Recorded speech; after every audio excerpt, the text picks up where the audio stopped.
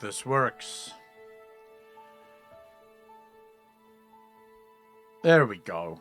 Sup, ladies and gentlemen, Akalon here, and of course, welcome back to each and every one of you. And if you're watching this over on YouTube, please remember to hit the like button. Also, click the link in the description down below because it's always better when it's live.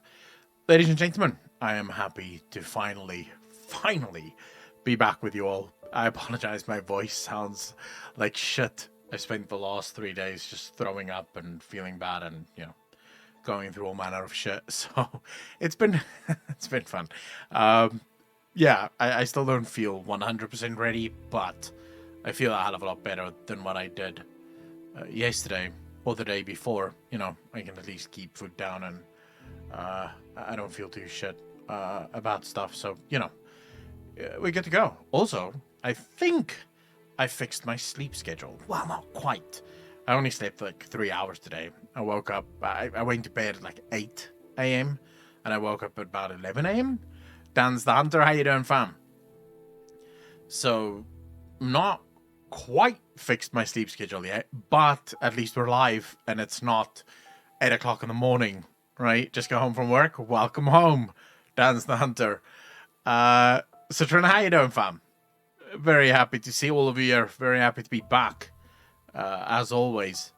I'm feeling good, man. I'm happy to finally be able to stream later in the day and not the 8 a.m. streams where most of the viewers can't fucking watch. Because hope you feel better. I had something similar a couple of months ago. Robo, Aldazin, how you guys doing? I'm feeling better. Yeah, you can hear my voice. It's still not grand, right? And I'm still feeling like, when you just like you're on the mend, you're not fully healed yet, but you're sort of better than what you was. That's where I am now, right? So I'm still tired, quite tired. I didn't sleep well. Katoria, how you doing? Pete Diddley, you motherfucker, thanks for the prime stuff, dude. Really appreciate that. 17 months, part of the DJ Nation. Appreciate you, fam. Thank you. So I'm getting there. King Julian, how you doing, man? Hey, ultimately I'm no longer throwing up, which is that's like the greatest thing that's happened to me. Bro, I did not feel good. It started on Saturday evening and it just got progressively worse. To the point where I didn't want to eat. Like, I couldn't think about eating because every single time I fucking eat, I throw up or I poo myself.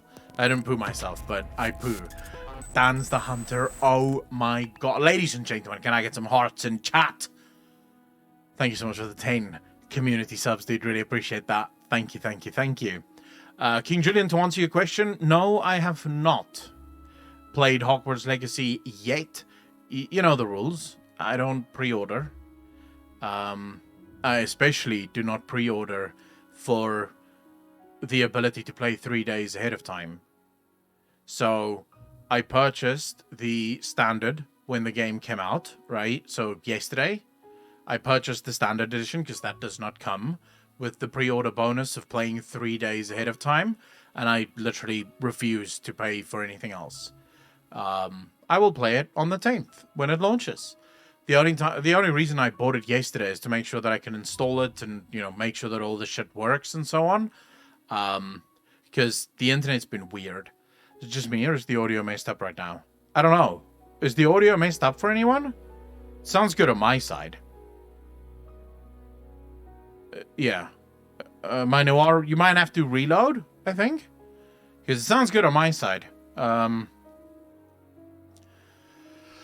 not seeing any issues. I could... Let's see if I can do... I'm not sure. Let's see. Don't know if that fixes it. Don't know if... I don't know what's wrong. Minoar, what problem did you have? It's an echo. Wait, you guys are getting echo? Why? You shouldn't be getting echo. How about now? Is the echo gone, or do you still hear the echo? Okay, I know what's. I know what was wrong, Minoir. I know what was wrong. So let me show you. Right. So I didn't have this thing clicked. If I show you like this, yeah. So this button over here, if I unclick this, it sends the sound through two sources. One through Discord and the other one through the app. So I just had to... I don't know why that wasn't muted, but it wasn't muted, so... That sucks. But anyways, so that works now. Seven Raven, how you doing? Welcome back, my lord. How you been? Azek, how you doing? I've been praying for death, you know. Like you do. Just like regular. But we're back now, and I no longer want to die. So, life's good. Says unscribe, but my cup is gone? No, your cup isn't gone, Nixie. I can literally see the cup right next to you. It is there. So you don't have to worry about that. Anyways, how are you guys doing? I haven't seen you in fucking ages. It's been, what? It's been more than a week now since I've last seen you guys. I hope you're winning from the illness. Yeah, I'm on the mend. I'm literally, I think by tomorrow I'm going to feel perfect. Are you going to play Atomic Heart? What the hell is Atomic Heart? Missed you too, Nixie. Also hear the sad news that in patch 10.0 Simon, borrowed power is coming back. No, it's not coming back. What are you talking about? What borrowed power, King Julian? Good man, about to do a major job change in a couple of months. Oh shit, Danmo. Nice. What are you gonna do? Mass Effect? Oh, Minoir, what do you think? You just finished the first Mass Effect, and? How was it? Moni, how you doing, bro? I have no idea what the fuck Atomic Heart is, Robo. No idea what that is. Got a cold, and it's gotten better. Couldn't sleep because of all the feathers. My throat. Jesus. Grimfield, how you doing, fam? I don't know what the hell you guys are talking about. Atomic Hearts. I mean, it sounds like one of those weeb games that I won't play. Drainaman, 18 months. Part of the DJ Nation. Appreciate you, fam. Thank you, thank you, thank you. Far too kind, sir. It's called AWS Solutions Architect. Ah, going for some Amazon shit. Nice. I like it. I'm feeling better, man. Go God Mozart. I'm feeling much better. Thank you so much for asking. The only thing that's still wrong with my voice, I don't know if you guys can hear my voice, but it's dried out from having diarrhea. So I'm severely dehydrated as I'm sitting here. I have tea with me over here, and I have water as well with me over here. Just sort of, you know, trying to make it, like, trying to rehydrate myself. You know, how you doing? Too, so I can't say anything in detail yet, but I'm already pissed that the hotkey for the journal, etc. are gone. Oh yeah, but don't worry about that. Null Turtle Duck, how you doing, fam? I don't judge weeb games. They have their place. Yes, in the fucking bin. I'm sorry, but I will not play a fucking weeb game ever in my life. The only way I could be coaxed into playing a weeb game is if there's a blowjob promised as well, right? So if I have, like, if my girlfriend came to me and she was like, hey, I'll give you a blowjob if you play this weeb game. Sure, let's play the weeb game. I'm getting a blowjob. Otherwise, fuck that. I wouldn't play weeb games. There's no point. Most of them just look stupid. Final Fantasy is not a weeb game. I'm sorry, but no. Anyone that claims that Final Fantasy 14 is a weeb game doesn't, like, have never played Final Fantasy 14. There's nothing weeb about it.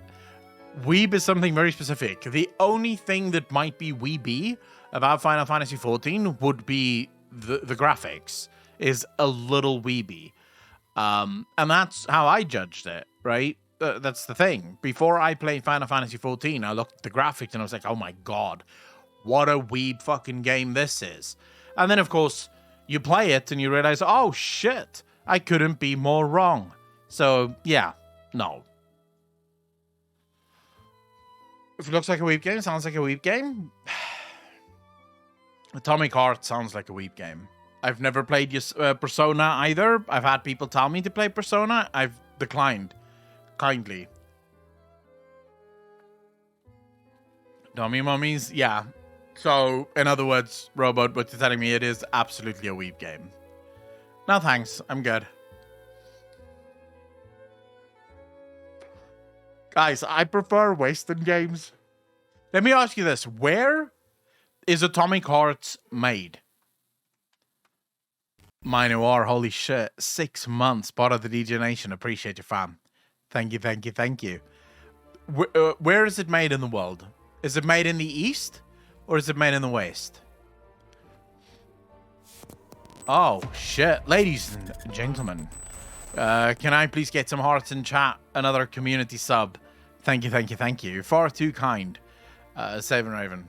Actually, Nixty is the one giving the sub. Nixty, thank you so much. Holy shit. Can I get some hearts in chat? Sorry, shit just went weird there. Haven't streamed for a while. I don't know.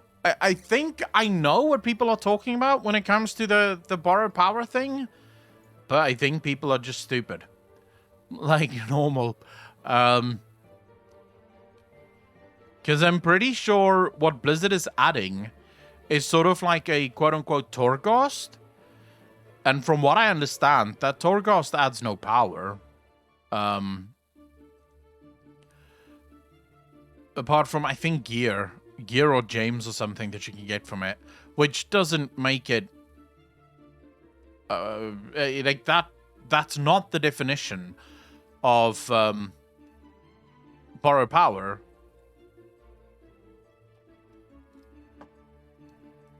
Let's quickly see here.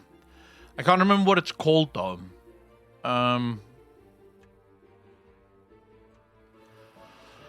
Mario Stone for testing. Oh shit. Beast Stefan with the 5 community subs. Ladies and gentlemen, hearts in chat. Holy shit. Holy shit. The DJ Nation is growing. Really appreciate that. Thank you, thank you, thank you. Are the gear or James unfair advantage if you don't do the content? I don't know. Because I don't know what fucking content people are referring to. I have an idea what content people are referring to. That's what we're checking now. Is it called? It's not called Primordial Stones. No. Primordial Stones, James, are now available for tasting on Dragonflight obtained from the... there we go. Sekera Vaults. The stones offer customization similar to the punch card trinket from Mechagon without the varied subtypes or item level variants. Okay, so it's Primordial Stone Gems. It comes from the Sekera Vaults. Let's quickly see if we can find anything about these Sekera Vaults.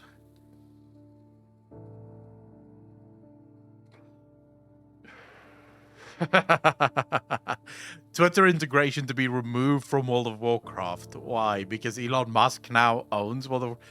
Over the next 2 days, we will update World of Warcraft to remove the integrated Twitter posting feature. After the small update, the function to tweet from in-game will no longer be available, and the setting which store your Twitter credentials will no longer appear. This will not require any action by players. All trademarks references above are the property of the respective owners. I wonder why.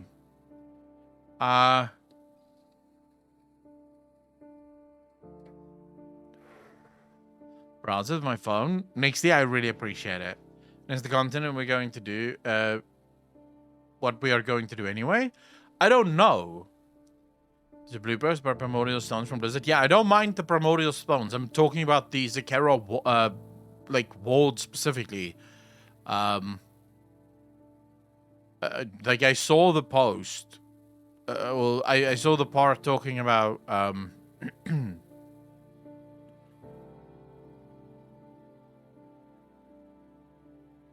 let's just quickly go through this, shall we? We have an Immortal, map pools, Loves in the Air, Prototype Blacktron, Valorant Capped, new data mine titles, new Seat of the Triumvirate, weekly crafting, new Legion, even more community soup events, a quest for fashion, Blizzard on Trading Post issue, Diablo 4 showcase, no Mage Tower challenges for Evokers, the mysterious Sekera Vaults. Here we go.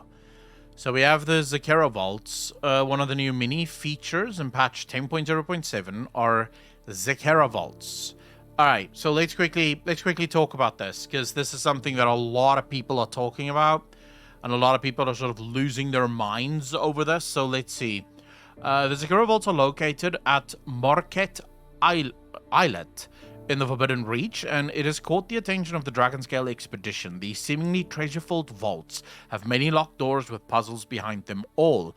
As of the first patch, 10.0.7 PTR build, the Zakera vaults have a daily reset, in which the rooms will change and all the doors will be locked once more. Different vaults are also generated per player, with an almost procedural tone to them. The entrance to the vaults themselves is open at all times, but to unlock the door on each vault, you will need to find Zakera Vault Key from completing activities in the Forbidden Reach. So far, it has been confirmed that rares of Forbidden chests scattered across the Drakthir Evoker starting area can drop keys. Each key opens one door, which may contain chests, aggressive mobs, or puzzles that require other doors to be opened to find a possible solution. Experimentation seems to be the theme of the Zakera vaults, as many of the rooms located within the vault seems to house forgotten experiments from Neltharion. I love this. Already a little bit of lore there, it being tied to Neltharion and all.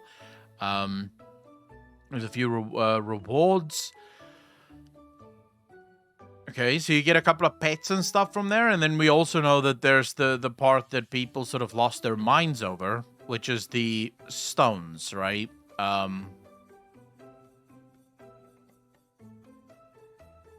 Here we go. The primordial stones. All right, so the primordial stones seem to be...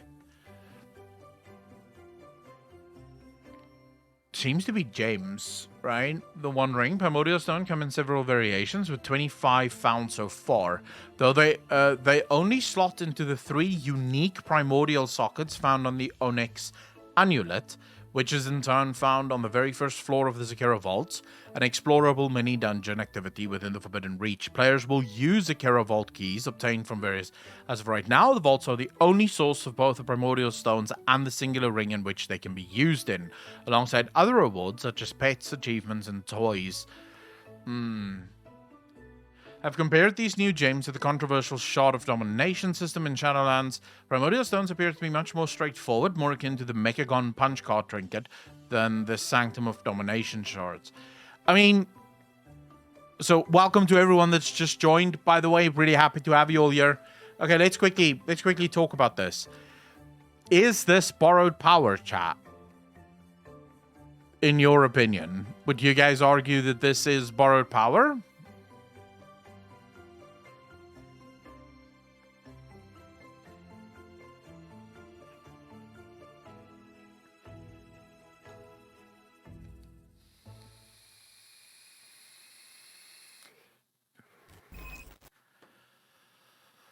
So, I think if we're going to say that this is borrowed power, then, you know, we start going down the rabbit hole of Cesius, by the way, 27 months, part of the DJ Nation. Appreciate you, fam. Thank you, thank you, thank you. I think we then start going down the rabbit hole of... We'll have to start and argue about what exactly is gear, if not borrowed power, right? Because ultimately, this is a piece of gear, and that piece of gear...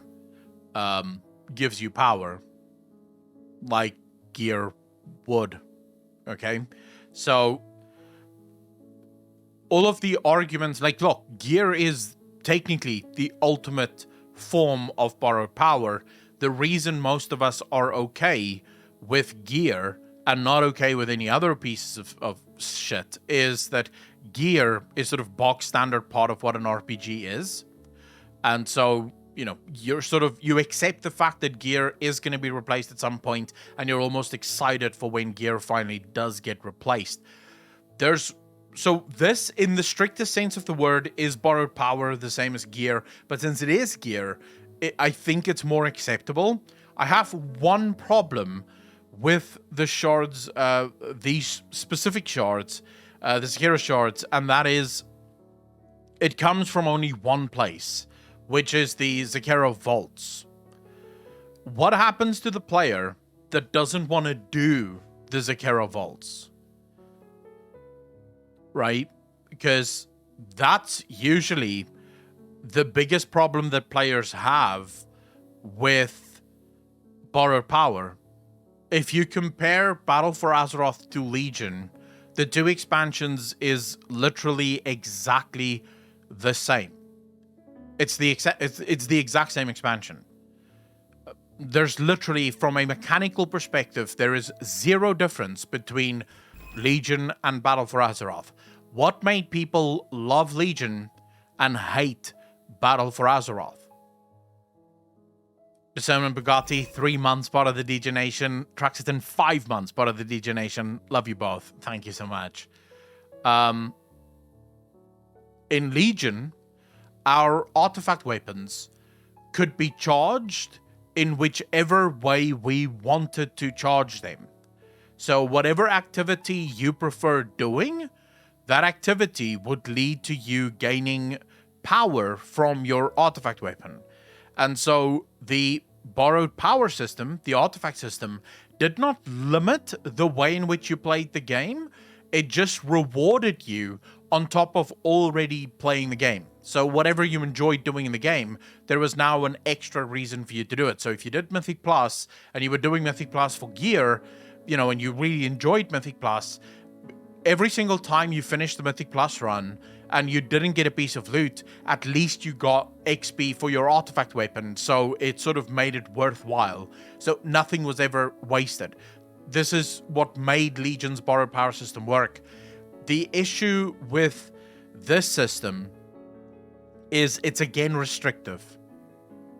Insofar as if I don't want to run Zakera Vaults, and by the way, I'm probably gonna want to run the Zakera Vaults, right? Because I actually loved Torghast. I thought Torghast was an incredible system. It was implemented horribly, but I thought Torghast was really fun, right? So I will love Zakera Vaults, and I will probably play the shit out of it, because I do enjoy shit like this. What I think can be very detrimental is what level of power does this actually bring to the table? How powerful is this actually going to make you? Now, the one, I think, saving grace for this system is that it is launching in 10.0.7. 10.0.7 is at the end of the first major patch. Most people are already well geared. Most people are already, like the people that want to be, are already at max item level. So this is just like an extra fun thing for them to grind that maybe grants a little bit more power. But then next expansion comes out and everything that you can get in next expansion is probably going to be way more powerful than whatever this Onyx, because based on just this, the Onyx Amulet is a 411 item level item, which I think right now that's on par with Mythic rating, if I'm not mistaken, or is Mythic higher? Can someone quickly confirm who's doing Mythic raids right now? 415. So this is even lower than Mythic. This seems to be then, from what I can tell at least, we don't know yet what the stones will literally do. We know that they're more straightforward than the punch cards. So these are going to be straightforward things like more haste, more mastery, more intellect, maybe some interplay, like this can proc or this can happen or whatever the case may be. This seems like just another one of those open world stuff, right? This seems like a nice to have for people that like doing things in the open world that doesn't necessarily raid. I love the fact that this is, if they keep everything the same it is, if this is a 411 item, why does it matter? If you're a Mythic Raider, arguably, whatever you have is going to be better than this, right? Because it's 4 higher item levels.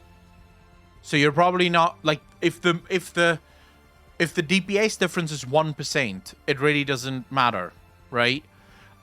So right now, I don't think we can say too much about this. I think everyone that's jumping on the bandwagon and saying, oh my god, this is borrowed power, Blizzard have learned nothing, you're full of shit, or you're just trying to farm negativity. That's it. That's literally what I think you're doing.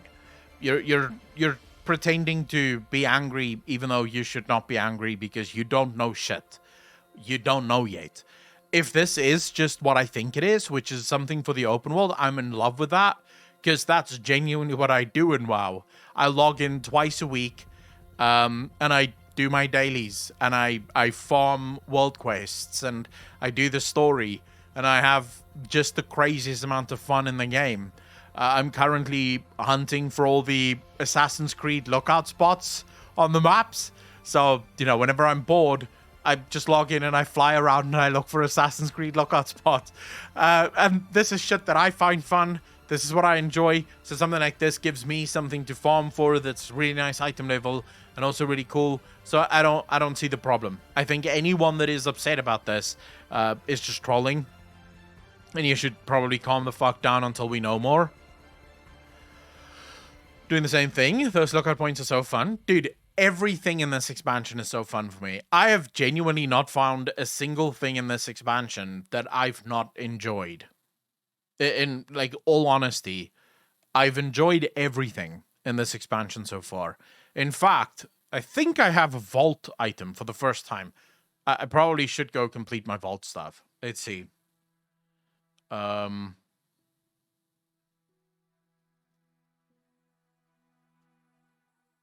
Read 10 and 10. Would Dragon ride again? Oh, yeah. I think... Like, let me ask chat. How do you guys feel about this expansion? Have you guys had fun with the expansion so far?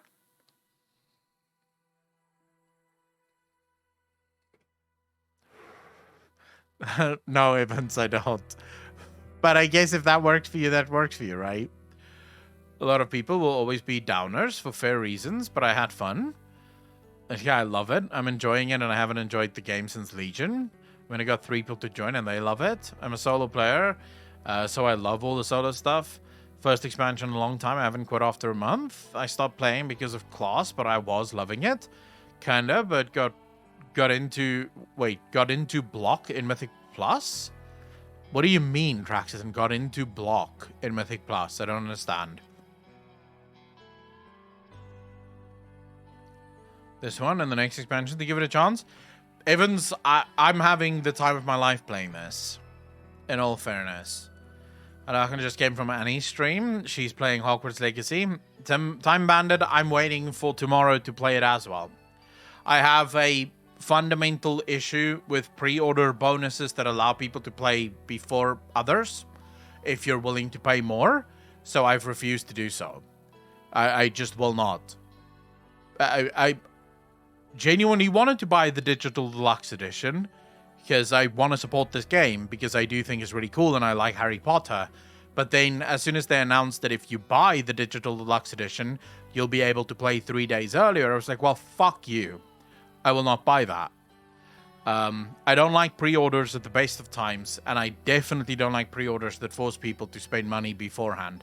So I'll play it tomorrow with the rest of the plebs.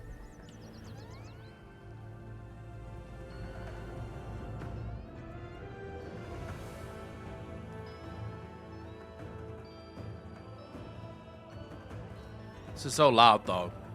Right? Can you guys hear the game music? Because I'm not hearing it. Why is it not coming through system? What's going on here?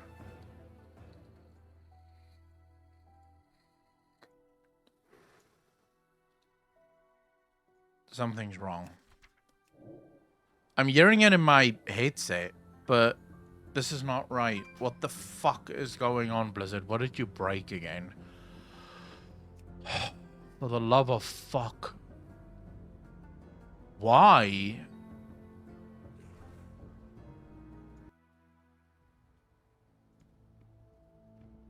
Alright. Apparently Blizzard decided to just change shit up again. Very annoying, but never mind. Do I have something in the vault now? I mean, I did some Mythic Plus. I also did the raid finder thing last week.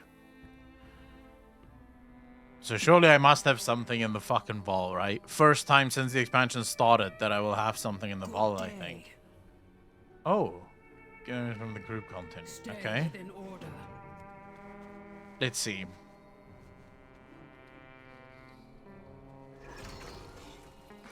Yes, baby.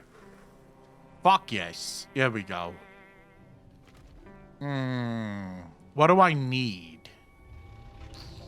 What do I need? What do I need? Oh, that's a nice ring, though. Isn't it? Oh, that is a nice ring. That's not as good a ring. I'd rather take that one. Waist? Nah. Hands? Nah. Not that big of an upgrade. But ring? Holy shit. And also can be upgraded. Not sure how the fuck you upgrade this, but never mind. I'll take the ring, thank you. Yeah, give it to me. Nice. What's your set bonus? It's not. I don't know. I haven't really checked too much of it, but it's not the greatest. When Agony grants you a soul shot, you have a chance to gain Cruel Aspiration, increasing your haste by 12%, which is not great, but also not horrible. Yes, Stan Hunter. I'm always on the EU servers. I finally have the ability to fucking change this. Or do this quest. Great Vault, here we go. So you were able to open it after all. Even those ancient magics recognize your knack for heroic exploits. It would be wise to check the vault regularly. No doubt the treasures that lie within will prove useful in the battles to come. I'm sure it will, fam. There's drops for Hogwarts Legacy. 4 of them and 1 tomorrow, I think. Oh, right. Yeah. We'll do it tomorrow. CDJ, 41 months, part of the DJ Nation. Appreciate you, fam. Thank you. Complete 4 dungeons on Mythic difficulty. Oh, that's easy. I do that anyways. Time to farm drops. Will I be able to farm from Yoako? Yes, Evans. We will be playing Hogwarts Legacy tomorrow. I'm just going to pick up the quests. I'm not going to do any right now. By the way, should this quest be doable? Because for some reason, when I speak to Alexstrasza, when I spoke to her last week, she just, like, I see the cinematic, but then nothing changes. She just stands here.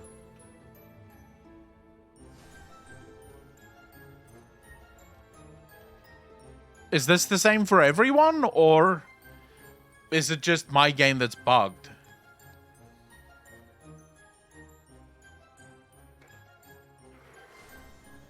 Okay, let's see.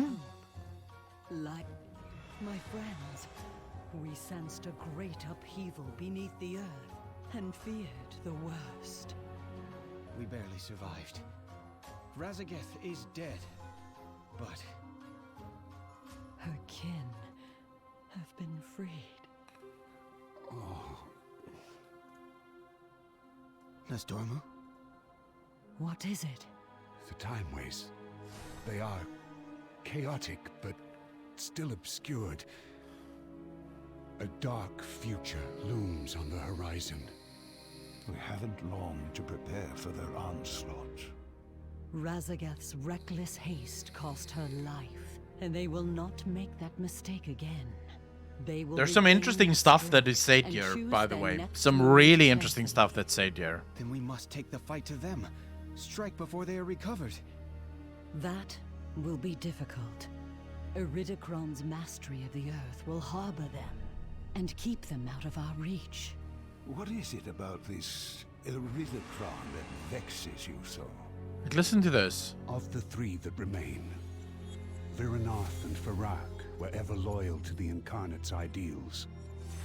But it was Iridikron who truly embraced the war. The last captured, and the most difficult to contain. At the end, he struck terrible bargains to keep their cause alive. What His bargains? violent With who? desperation makes him dangerous. I believe the other Incarnates never knew the true depths of his depravity. We must not despair. Their war is coming. And while we may not yet have our spectral powers, we can rebuild our unity. Heal the wounded flights. Embrace our allies. Only together do we stand any chance of victory. Together. Together.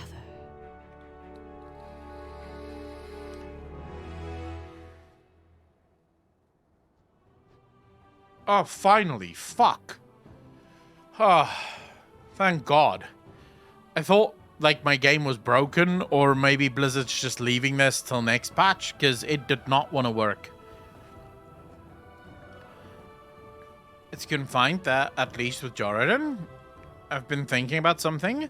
If every bad guy we fight turns out to have been just misunderstood and was actually fighting the good fight, blah, blah, blah, how long until we realize that we're fighting for the baddies and join the side that wants to kill everything? So it's not about the side that wants to kill everything.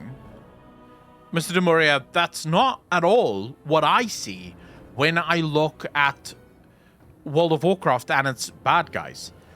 So I just did the raid last week for the first time ever, and Razageth says something very interesting during her fight.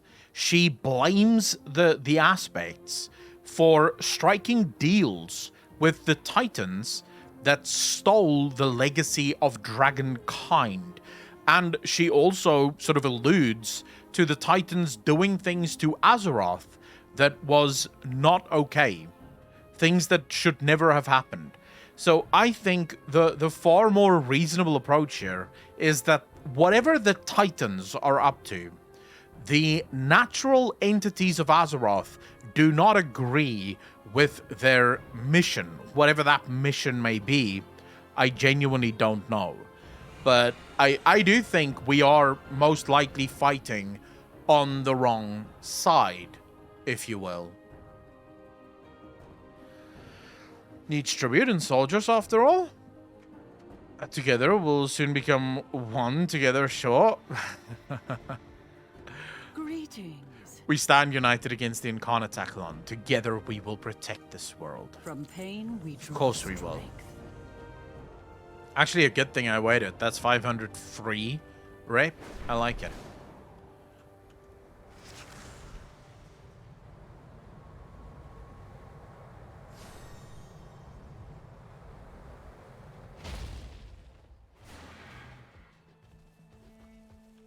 You ready for normal now then? No.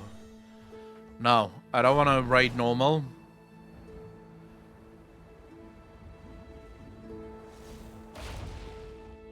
I like just doing LFR. It's more than enough for me. LFR is fun. I don't want to raid. Why would I waste my time going into a raid with people that's stupid as fuck and can't follow basic instructions? The LFR have sort of cured me of any and all interests that I may have had in raiding. Dude, I went in there for the first time ever. I haven't watched a single video. I don't know jack shit about the game, you know, outside of the story. And it took me oftentimes just one try, even in the one try, to figure out what the tactics are of a fight. Like, you see the bosses doing this, you do the opposite. It's so fucking easy. And then you see brain dead idiots that after, I think we died on Razageth like 3 or 4 times, and there were people who failed every single time. Every single time. And it's just like, well, alright, never mind. I will never raid. Fuck that noise, bro.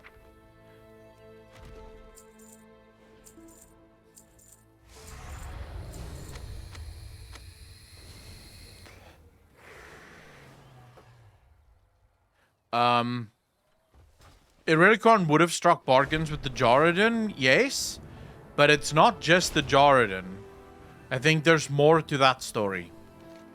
Because she didn't say bargain, she said bargains, as in many. He's obviously, like, he struck bargains with many people. Our flight has much to offer.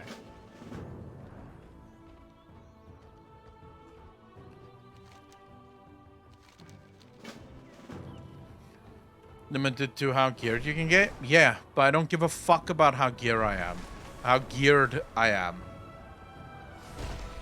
King Julian, you realize there are other games in the world, right? Like, actual good games that I want to play.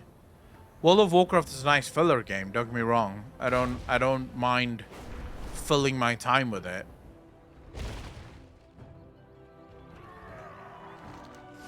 Oh shit, what the hell is this? If you're going to live or work in the city, you must blend in. Black. Yes, yes, yes.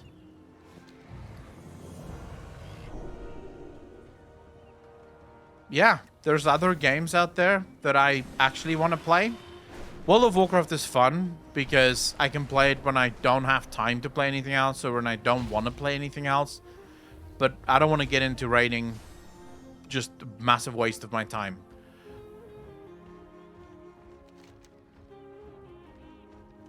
Alright, I have all the daily quests. That's all that matters. We can log out now. You're too grumpy raiding with idiots? It's not about being grumpy, though. Like, that's not even my issue. It's legit just about Digit. How you doing, fam? It's legit just the... So when you raid, your life is sort of defined and built around raiding. Right? You can't go out when you want to go out because there's days that you have to raid, however many days that might be. Back in Wrath, we raided 7 days a week. Lost, we raided 3 days a week, with an optional 4th on push nights and stuff like that, or push weeks. Those are nights that you just don't have, right? Like, those are not your nights. Those nights belong to everyone else. And I always hated that. I'm not a huge fan of being sort of I'm not a huge fan of being controlled, if that makes sense. Like, I don't particularly like it. I don't particularly like owing other people my time. I prefer doing my own thing. So, yeah, it's sort of just something that I was never the raid leader. I was the guild master, and we had raid leaders. Yeah, I still have one friend who sometimes can't join for a beer because of raid night.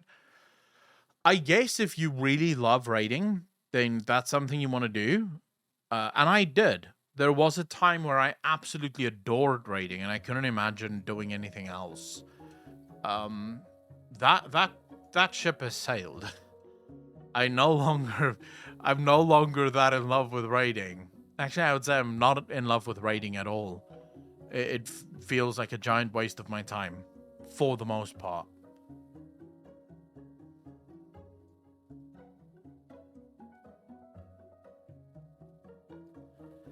You used to spaz and raid when you led. You did a good job staying polite, but it was no bueno. Yeah, I get really annoyed. So what I used to do whenever I raided Mythic and I would stream it is I would mute my mic in Discord and then I would just rage on stream because I get really annoyed at people that can't figure out fights. Like, I'm sorry, if you do 3 pulls on a boss and you still fail, you're retarded. You should not play games. You are an absolute retard. That's it. End of discussion. If after 3 pulls you still fail on rudimentary shit, you should not be playing the game. I get really annoyed. Just thinking about it now, I get really fucking annoyed. It pisses me off because you're wasting everyone else's time because you can't figure out to move. We had this rogue, I'll never forget this, back in Taurus, on... Oh, what was the fight called again? What was the boss called? Second to last boss.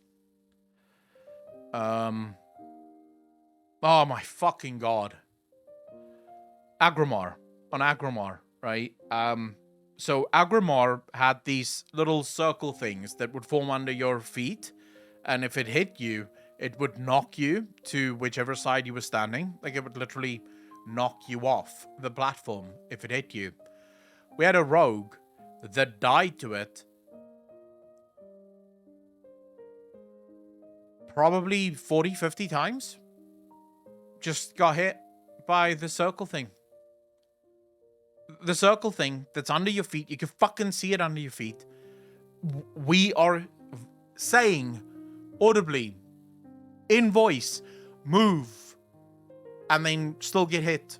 Off the platform she goes. Every fucking pull. This rogue, by the way, also joined the guild and then told everyone in the guild that they were once part of Method.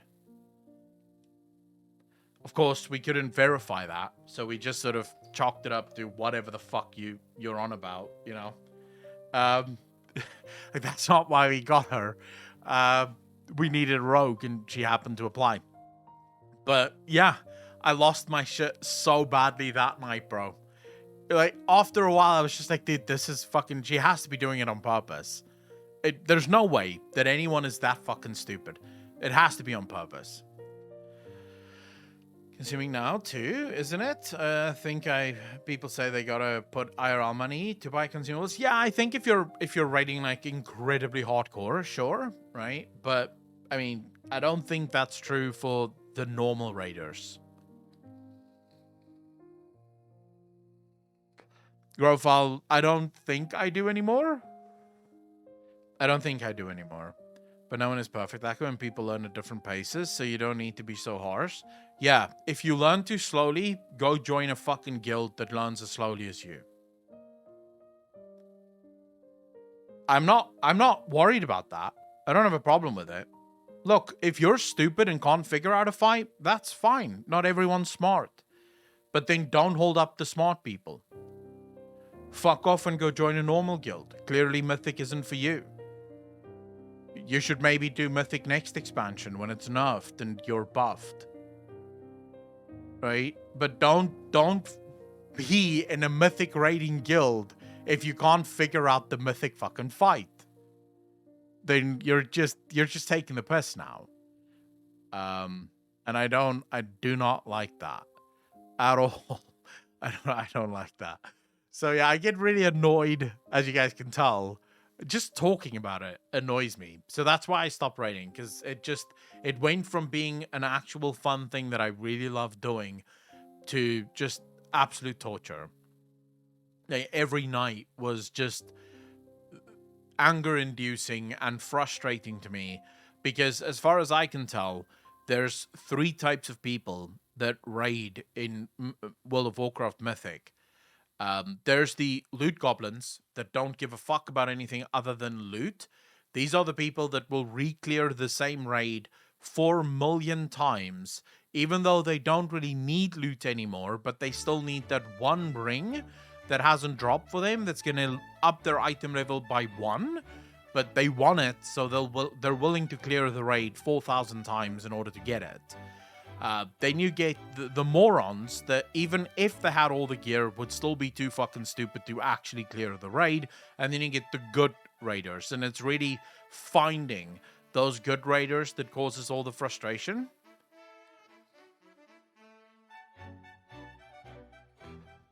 Dark Lord, there has to be, right? I mean, you can't have this entire planet with nothing on the other side. No, there's definitely something on the other side. Zethus, that's true. Sadly, that is true. And I kind of think that is part of the reason why there are so many players in World of Warcraft that believe that they can raid Mythic, even though they can't raid Mythic, is because the difficulty scaling in World of Warcraft is bonkers as far as I'm concerned. So from a difficulty perspective, the game doesn't make sense. What do I mean by that? If we're talking like, okay, so heroic is too easy for many people and Mythic is too hard for many people. So there's literally nothing in between those two options for people to go to. You get people that can clear heroic relatively easy, no issues whatsoever, but they are not good enough for Mythic. But since heroic is too easy, they go do Mythic. Because for some reason, people in World of Warcraft have this weird mentality that normal and heroic should be doable by everyone, right? And only mythic should be the very hardcore thing. So YouTube sort of dumbs down heroic and normal to the point where almost everyone can do it. And then the only challenge lies in mythic. The problem is that mythic is an actual challenge. In mythic, you actually need people to know what the hell they're doing, and you actually need people to know how to play the game. But because that's the only place where the challenge exists in the game, and I realize I'm talking from a very privileged position here, because back in the day, we would smash heroic in one night. We would usually, and this is genuinely how it would go, we would smash normal and heroic on the first night that it launched. We would just get that out of the way. And then we would just wait next week. Mythic opens, that's when we get in. Like, heroic was almost never a problem. There were some heroic bosses that would give us a little bit more problem. But I can't remember the last time I spent more than the first week on normal and heroic. And I realize that's not true for everyone. But I'm specifically talking about the more or skewed towards the hardcore side of the game. Rather than just the super casual player that doesn't know what the fuck they're doing, right? I'm not talking about those. 12 months, part of the DJ Nation. We the Absent, thank you so much for the sub, dude. Really appreciate that. Thank you. You guys are far too fucking kind. I really appreciate you all. Rogue Raid becomes trivial, where people can just brute force it by overgearing it. So true. That's when I started the shit about you standing and shit, and it's the healer's fault. Yeah, but it is the healer's fault, right? That's just how WoW is. Like, if you're moving out of damage, you're doing the healer's job. The healer's job is to heal damage. Your job is to take damage. You are a DPS, right? It's giving and taking damage. That's how it works.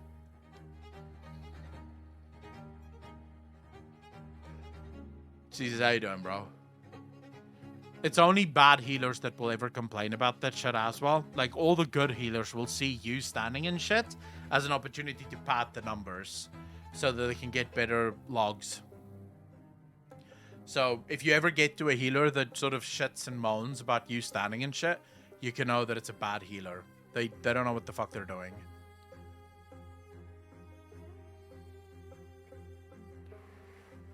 DPS per second you can take? Exactly. I would love a Warlock Rune of Power. Yeah, well, basically, my Rune of Power is anything that's on the floor that I can stand in that will not one-shot me. That is a Rune of Power. What's wrong with your chat, Nixie? So no one likes doing it, is the difference? Yeah, no, I'm obviously, I'm trolling, right? Because that's not true. But no, I do think that WoW suffers from, I think, both healing and tanking can be a little bit boring in World of Warcraft. I don't know how you fix that, though. Like, I genuinely don't know how you fix it, because there are so many people that have just fallen into this sort of, this is how we play and this is how I've always played, that if you change it now to anything else, those people will just quit the game.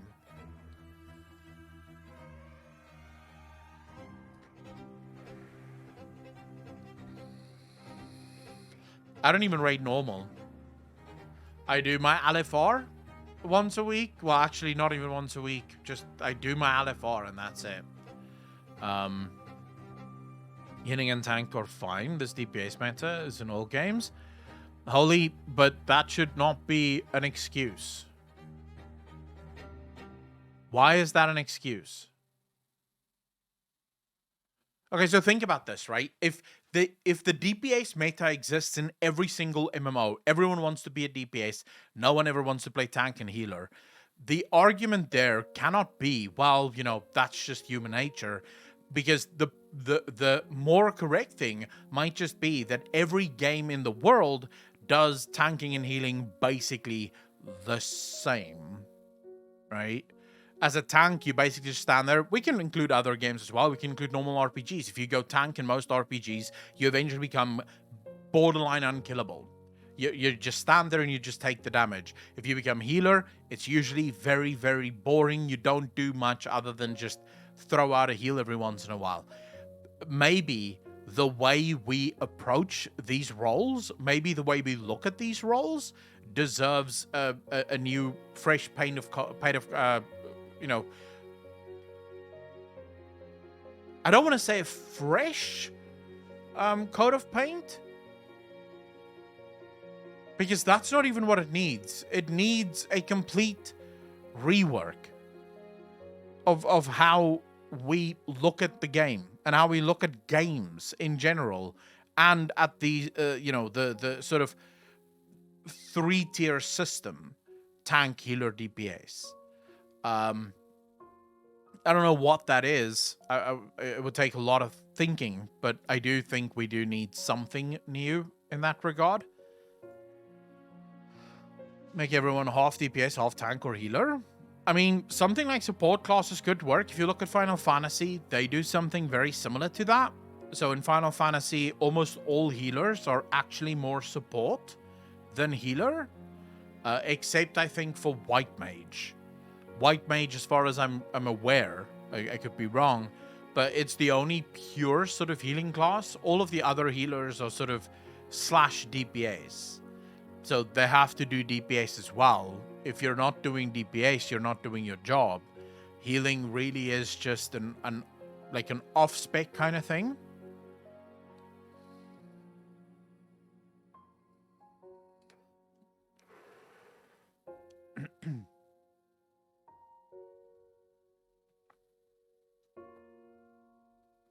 Holy, it's about class design, right? It's about how do you design the class. And again, I'm not arguing that I have the answers to this, because I don't. But I do think it deserves a new look where you increase the intricacy of how things are played. Because I would argue the only time tank becomes sort of challenging would be at very high Mythic Plus and at very high Mythic rating levels. That's where being a tank is challenging. For all other content, tanking is dog shit easy. They go into a normal raid. There's literally zero challenge. Go into heroic raid. As a tank, what challenge? You, generally speaking, outgear the content so quickly. This is why tanks usually get geared last, because the tank effectively can stand there and take most shots, and at most they're probably going to hit their mitigation once or twice. So, you know, these things just, they don't provide any challenge. There's very little play.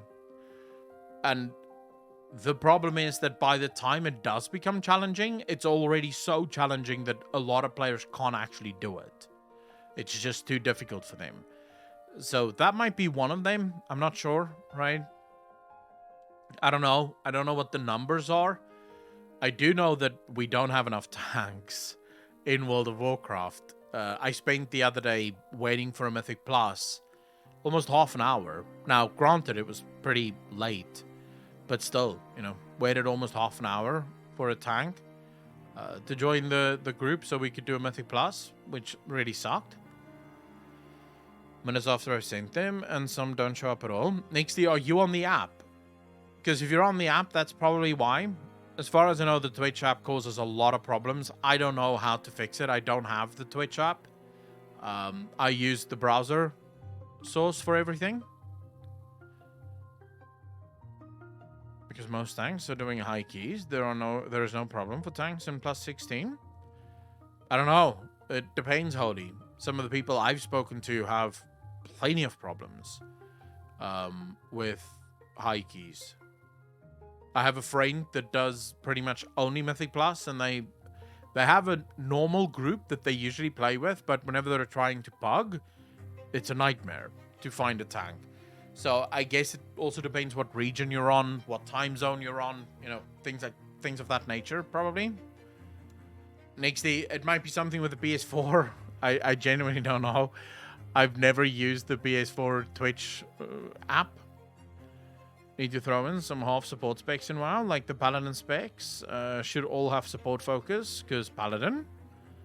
Haven't had any problems, to be honest, maybe. Yeah, I mean, everyone's going to have a different, like, view, right? And a different approach.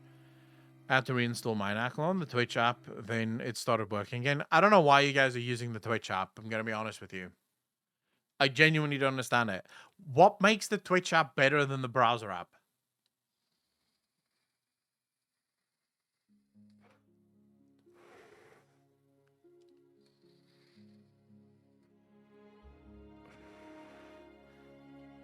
Oh, you see, yeah, I don't really use Twitch on my phone all that often. But yeah, obviously there I'll use the mobile app.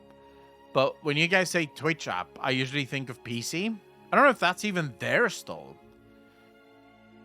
Didn't they sort of remove the Twitch app, the PC app?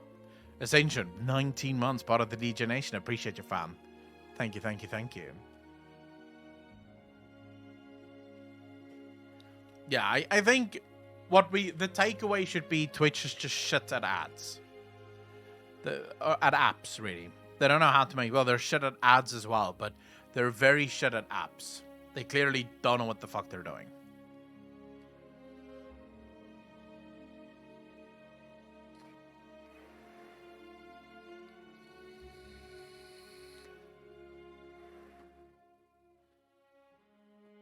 You mentioned a while back that there's a possibility of another old god in WoW that we haven't dealt with yet.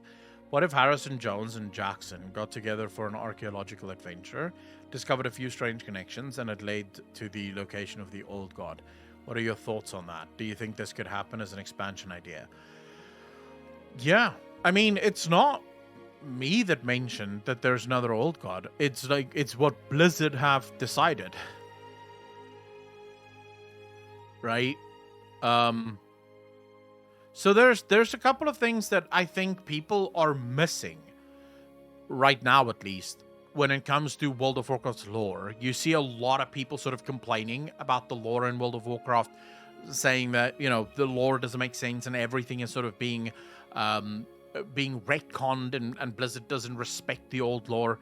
And I've been thinking about that for a long time, right? I've been trying to figure out what is going on, because I think we can all agree that Dragonflight have sort of upended a lot of the story in World of Warcraft in a really major way, and Dragonflight also feels like a brand new game, almost in many ways.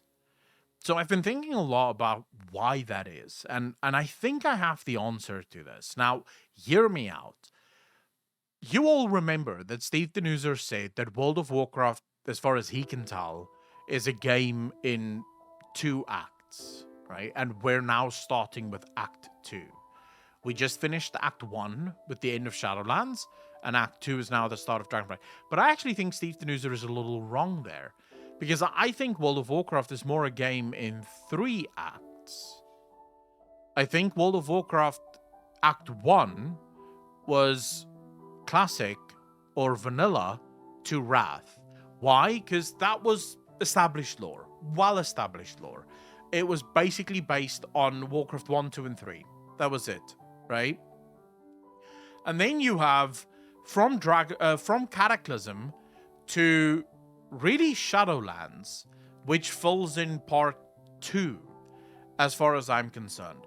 Now, the problem going, like the first 2 chapters of World of Warcraft, Chapter 1 and Chapter 2, as I've just explained them, they were effectively, they followed the same storytelling mantra or sort of layout, which was very much a D&D one-shot. All right?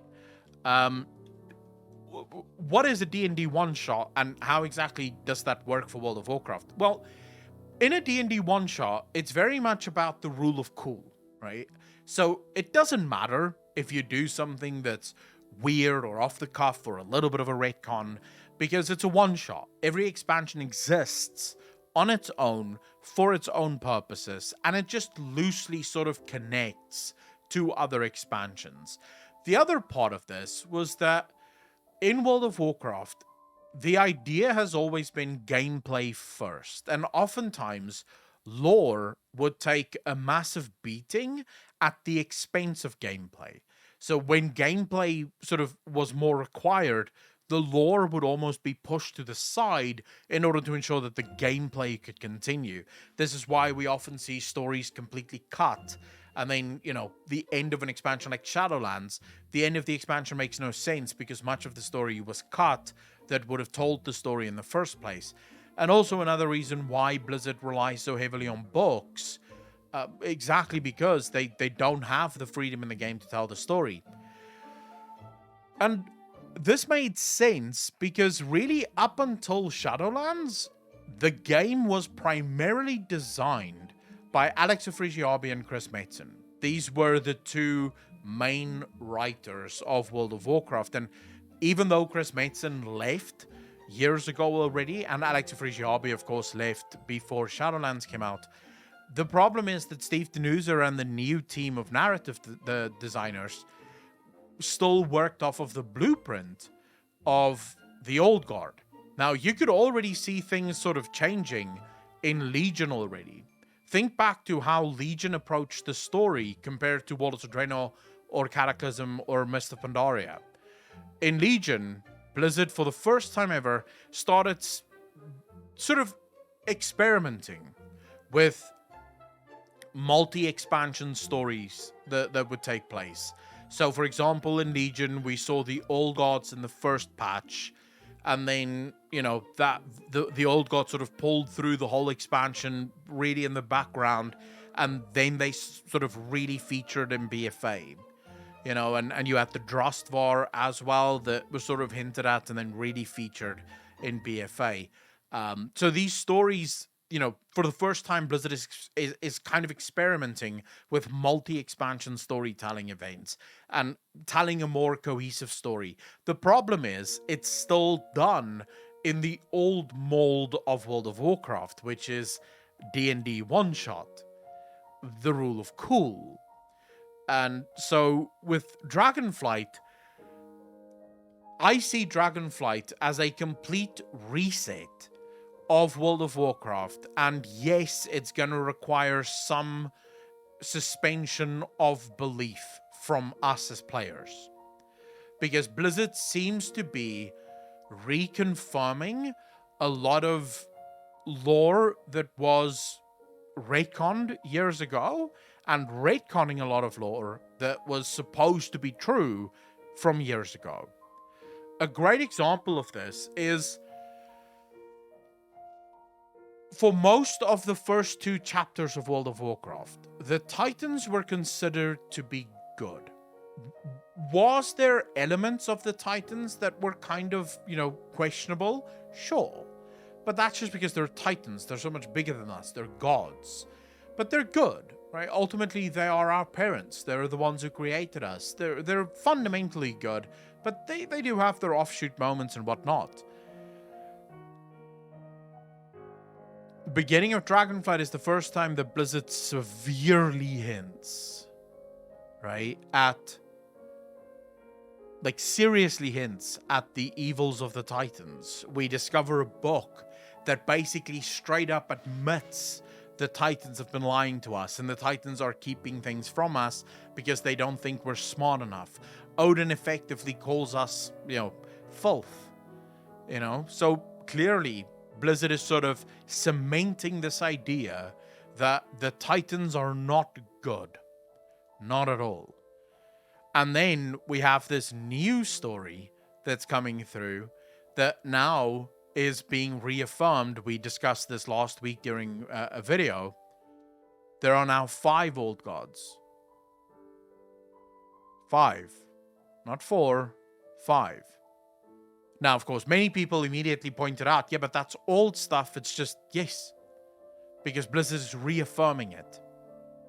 Blizzard went back and they said, right, we don't like how we ended N'Zoth.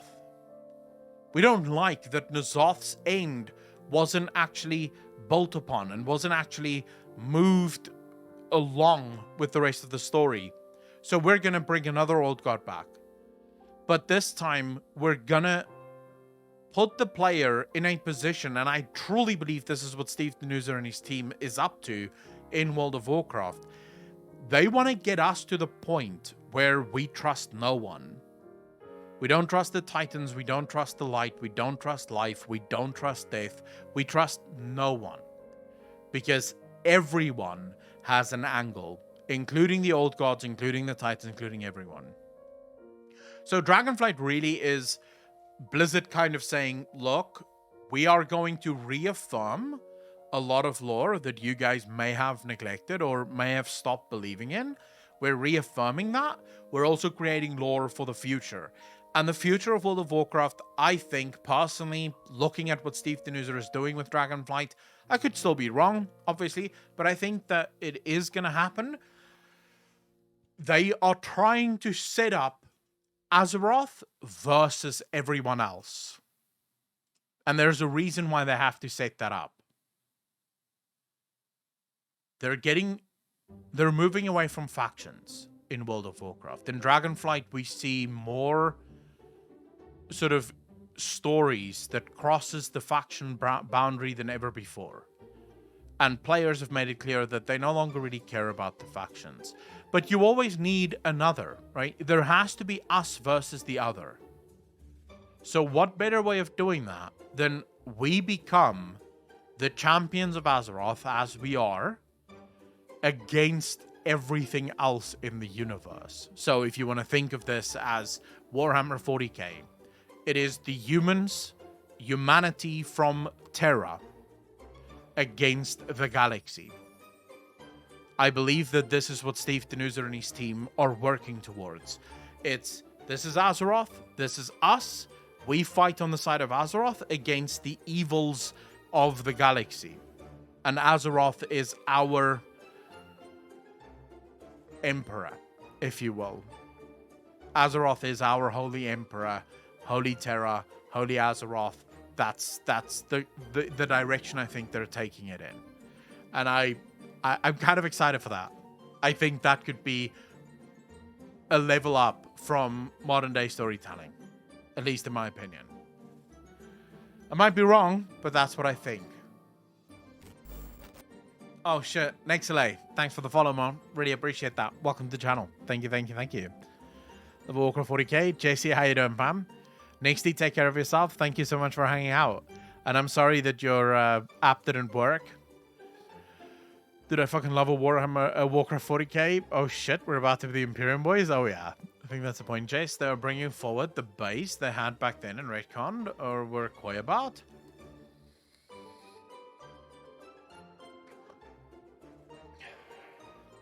I mean, as far as I'm concerned, that's where I would take the World of Warcraft story.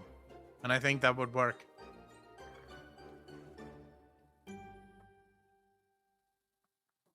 Been binge watching your YouTube channel for the last few days. Oh shit! I'm happy to hear that, man. I hope you're enjoying the content. Which one of the YouTube channels, if you don't mind me asking? Accolon Clips or normal Accolon? Both. Nice. I like that. I like that. Very happy to have you, fam. Yeah, I think gnomes and dwarfs can be considered Xenos, right? Like, kick them off of Azeroth, let them join whatever fuck they want, right?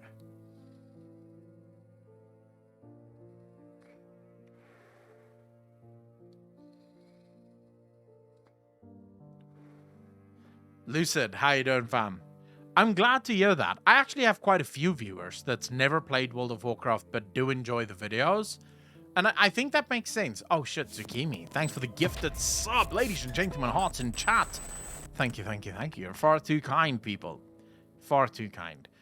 I actually have a few people that like the videos, even though they don't play the game themselves. So that always makes me very happy. Do you think we could use some limited events in WoW? What do you mean when you say limited events, though? Go-Kart, how you doing? What does limited events mean to you, exactly?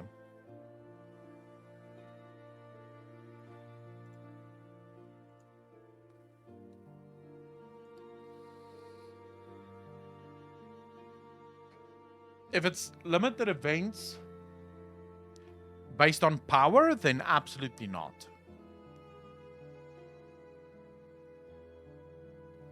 The problem is, with almost all games, the problem with limited time events is that they lead to FOMO. And FOMO design is terrible, especially for people that don't have the fucking time for it at the time. Noto, by the way, thanks for the first time chat. Really appreciate that. Welcome to the channel. I think if you have limited time events for cosmetics, that's perfectly fine.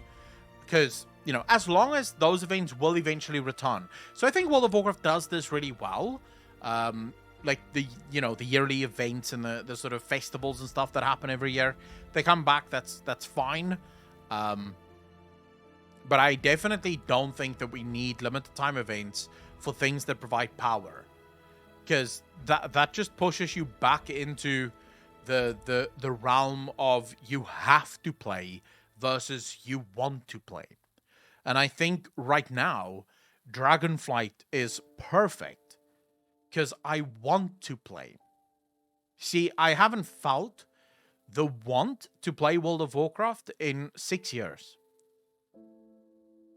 Yes, since Legion. World of Warcraft started losing me in Legion already. It lost me completely in Shadowlands. Because I don't want a game that makes me play. I want to play when I feel like playing. And World of Warcraft right now, I can log in and I can play when I feel like fucking playing. I'm going to show you guys something that I do every week. And it's super fun for me. And you guys are going to think it's absolutely stupid. Like, most of you are not going to enjoy this. But I don't know why. I just really enjoy doing this. I just really find it super relaxing. And I like the interplay of it. I like the way it like feels. It has a different feel to it.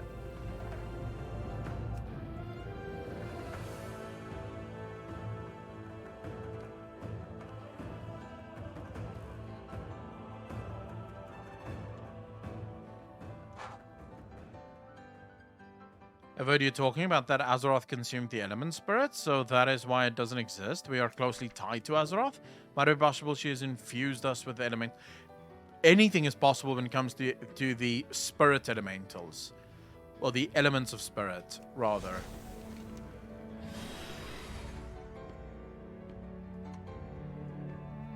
Why is that not working?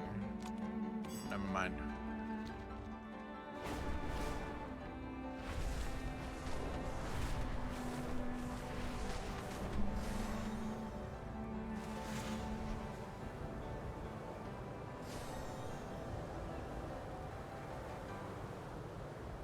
Just this is something that I really fucking love. I come here every day just for my fishing shit. I like the fact that you see yourself making the waters richer, removing fish. I don't know why I like it, but I do. I really enjoy this. This is like just perfect as far as I'm concerned. This is good content. Diamond with the concrete 4-2. Dude, dragon riding is just super fun.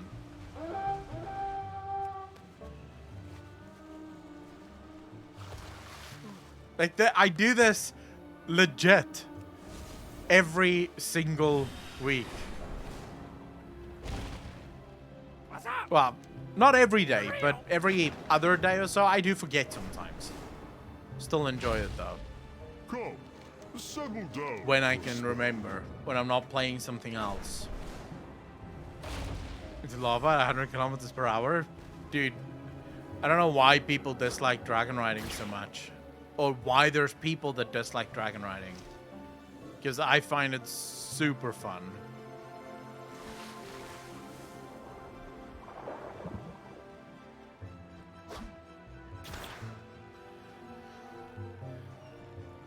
Use the fish for anything? Nah, just catch them. I mean, I should probably use them for something, but I don't. Because I don't really cook.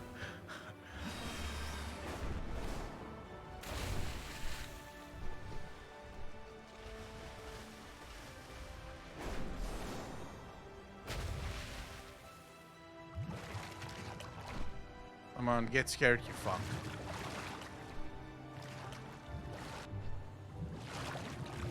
I love dragon riding as well. Gives you something to do when you're going from point A to point B. Oh yeah, I barely ever use my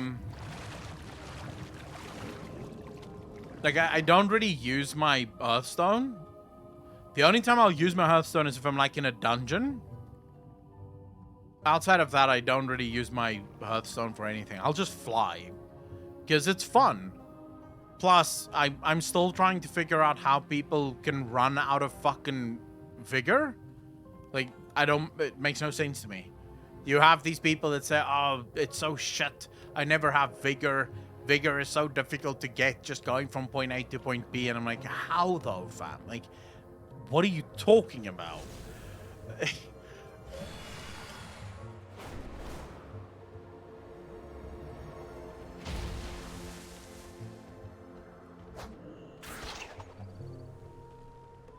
Also had some new paid battling quests. Yeah, I don't do paid battles. Fuck that noise, bro.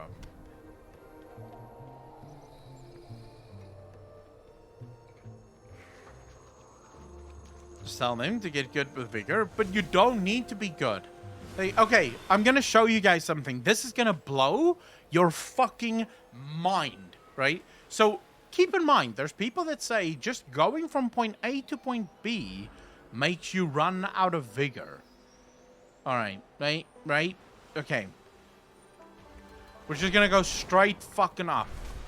Straight up. That's it. We're just gonna go straight up. This is the least optimal way of spending your vigor. And yet, we're still gaining vigor. Like, bro, how the fuck? Like, from here, there's nowhere on this map that we can't reach. Nowhere. We could literally reach from anywhere. How are you running out of vigor? Like, what the fuck are you doing? Look, I'm almost back to full vigor. I don't know how you run out of vigor. If you are, you're a moron.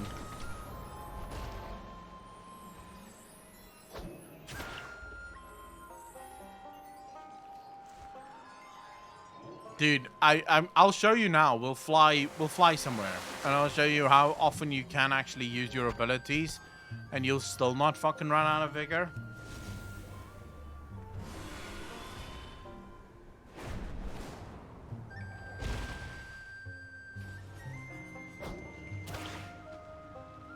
People that don't have vigor don't use upward flight to gain speed. They just use the dash.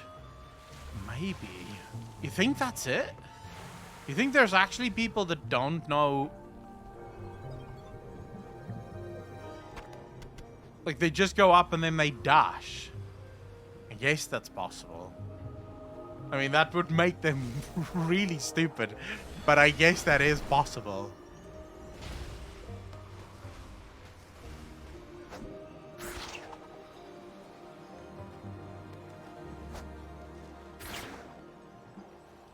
Shame they don't let Dragon Flight and all their content. I think they are going to. We just have to wait.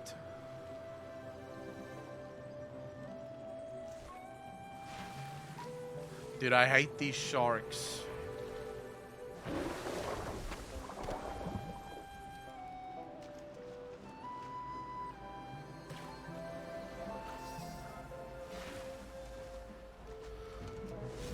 Have you collected all of the Dragon Vigor runes when you're flying around?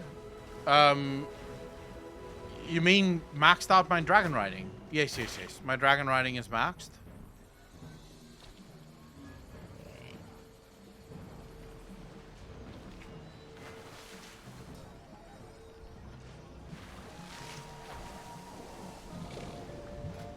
I mean, yeah. I did that relatively soon. Although I did it all naturally. I just, I didn't have an app for that, or an add-on for that. Because I wanted to do it just by exploring. Which sometimes was a little bit more frustrating than I thought. Like, not gonna lie. There were times where I wanted to fucking kill myself. What a haul. Certainly worthy of a tale or two of your own. Easy with the sharks. Fear them and then pull them. I probably could do that. That's probably a good idea. I'll try it out. Because the sharks is the only thing that takes so fucking long, man.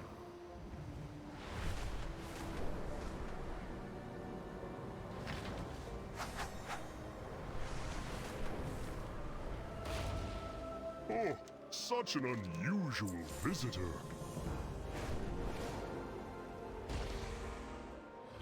I've collected a few here and there. Haven't got them all yet. Still a work in progress. Dude, once you've fully unlocked dragon riding, it becomes incredibly fun. Like, that's when dragon riding really takes off as a good piece of content. Is once you've unlocked all of it. So I'll show you, like, I don't know. Okay, so you said, King Julian, you said if you use your abilities constantly, that's when you run out of vigor, right? Okay, so let's choose. Let's go somewhere. We'll go here. Fuck's sake. We'll go to this place here, right?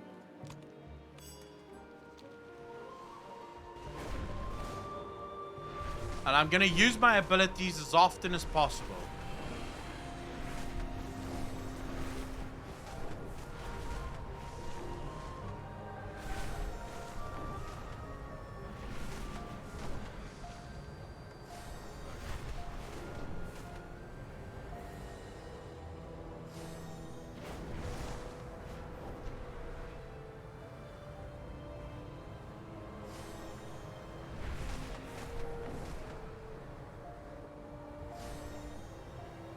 Alright. Let's wait. Let's do a barrel roll, shall we? We wait for 3 and then we do a barrel roll. I don't know how people... Like, fuck me, dude. Are you for real? People are actually running out of vigor. Like, how do you do that? Falsprung, how you doing, man?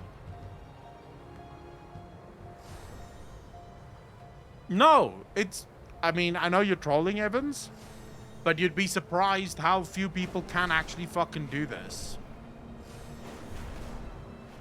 Because based on what I hear in my videos from people saying dragon riding is the shittest thing that's ever been invented, you're constantly running out of vigor, it's fucking stupid, why can't they just bring back normal flying, because this is horrible, I don't want to stop the whole time. Like, there's legit people that play the game stopping like every few minutes so they can gain new vigor. Like, bro, I don't know what to fucking tell you. We're now going from one side of the map to the other side of the map. And we're not running out of vigor. Its spread. Right? I'm counting on your aid.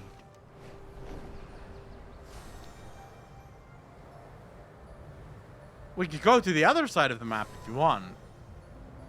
Like, let's go close to the ground and then let's go back up. We'll go to the other side of the map.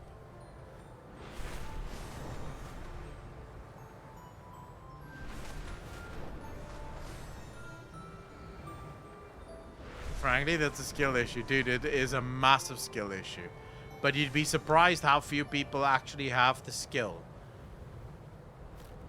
So, let's go there, shall we? Dude, I should probably make a video how to properly dragon ride. I'll get 1 million views because there's so many people that don't know what the fuck they're doing.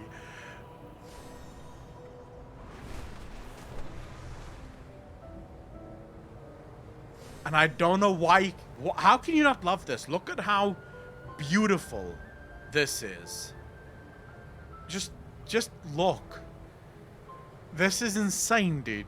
Just from a picturesque standpoint, I love this.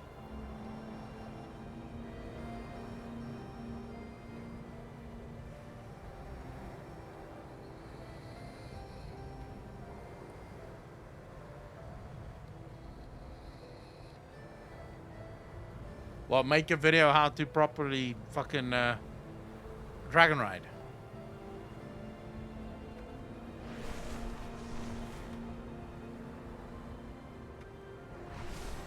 Well, it's just this. What resolution am I playing on? 1440 CCS.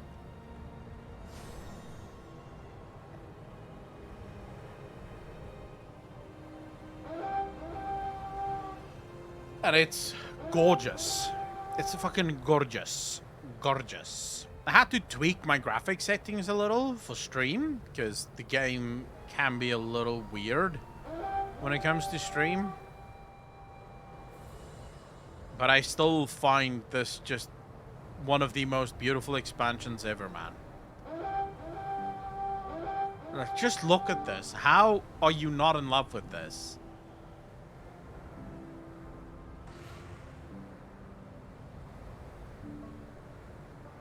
Yeah, I wouldn't get a 4K screen. Just no point. At least for me. No real point in that. I won't be able to stream in 4K, so, you know.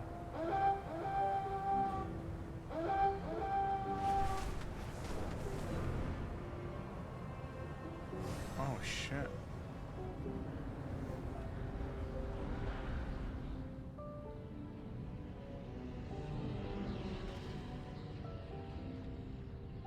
What's that sound?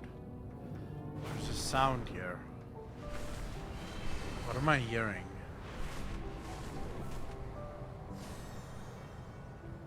Is it here? No.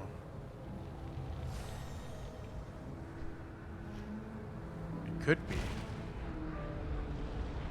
Man, this is a bit violent. Fuck.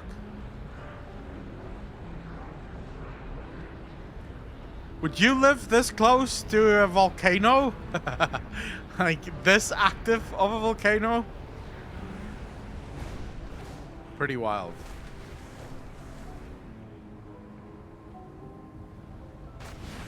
Oh, shit. No! That burns. Fuck. What's that? Oh, lava phoenix. I was hoping we'd find something special here. No dice.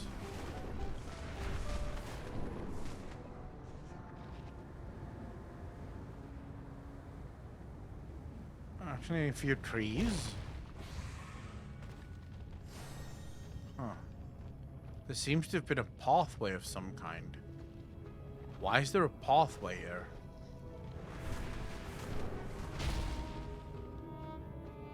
A pathway to what?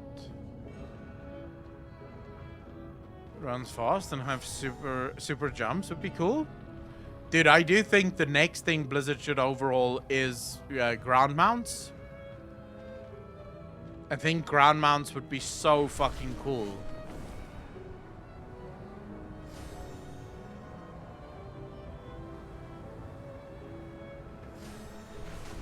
Tomato, how you doing, fam?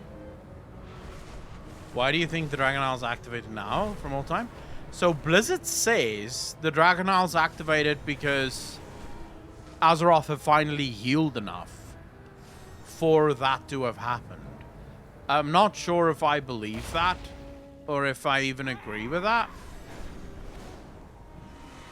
But I mean, it's as it's as good a reason as any. It does sort of make you wonder how long until Azeroth wakes up, though. Because if she's healed now, shouldn't she be waking up at some point?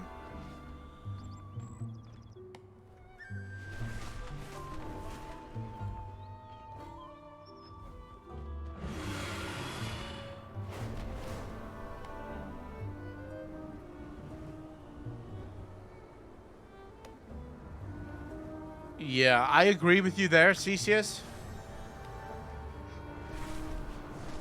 I mean, I think that is what brought success, or what is part of the success of Dragonflight, is the fact that that sense of adventure, that sense of what's across, what's on the other side of this mountain, it's back. It feels good to be out in the world. The world feels like it really wants you to be in the world. There's so much to discover, so much to see, so many different areas. I genuinely, I feel happy whenever I'm in Azeroth again, which, it's been a fucking while since that's been true.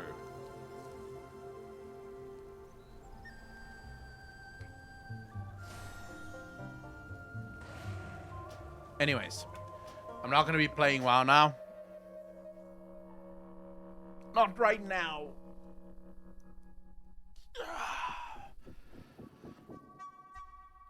WoW 2 feels like a world again would be nice.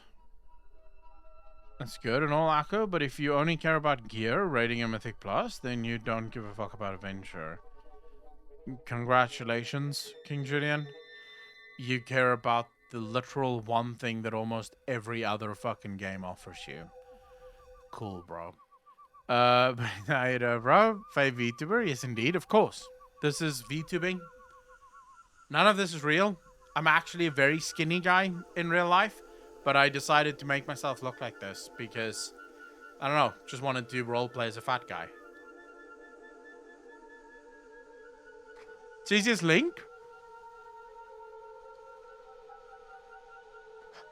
I agree with that.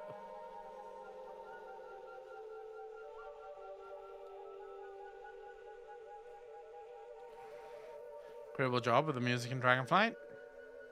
Music is amazing. Graphics is always amazing, right? The art's always amazing. Now, I've seen... Alright, so AI Asmongold is too real. Alright, let's take a look at this, shall we? Now, I've seen about 700 people try to tell me that Athene did an AI version of me. Here we go. Let's look at it. Esmond is asking, what do you think about Starforge PCs? Starforge PCs? Dude, why would I spend ridiculous amounts of money on a gaming computer when I can spend the same money on Dr. Pepper? Like, I'm just not into that whole expensive gaming gear thing. Honestly, if you like it and have the means, shit. Why not? It's what you like, and I get it. I just don't care for it myself. It is what it is, y'all. Don't let anyone drag you down or call you a nerd because of it. Let's go big dick, boys. Oh my god! Wow. Fuck, that's scary. Yeah, I know. This is crazy. What's another one? Dude, okay, that is Esmond nuts. is asking a question here. Is Stola your favorite waifu? Bro, like, are you really saying this? Do you guys see this?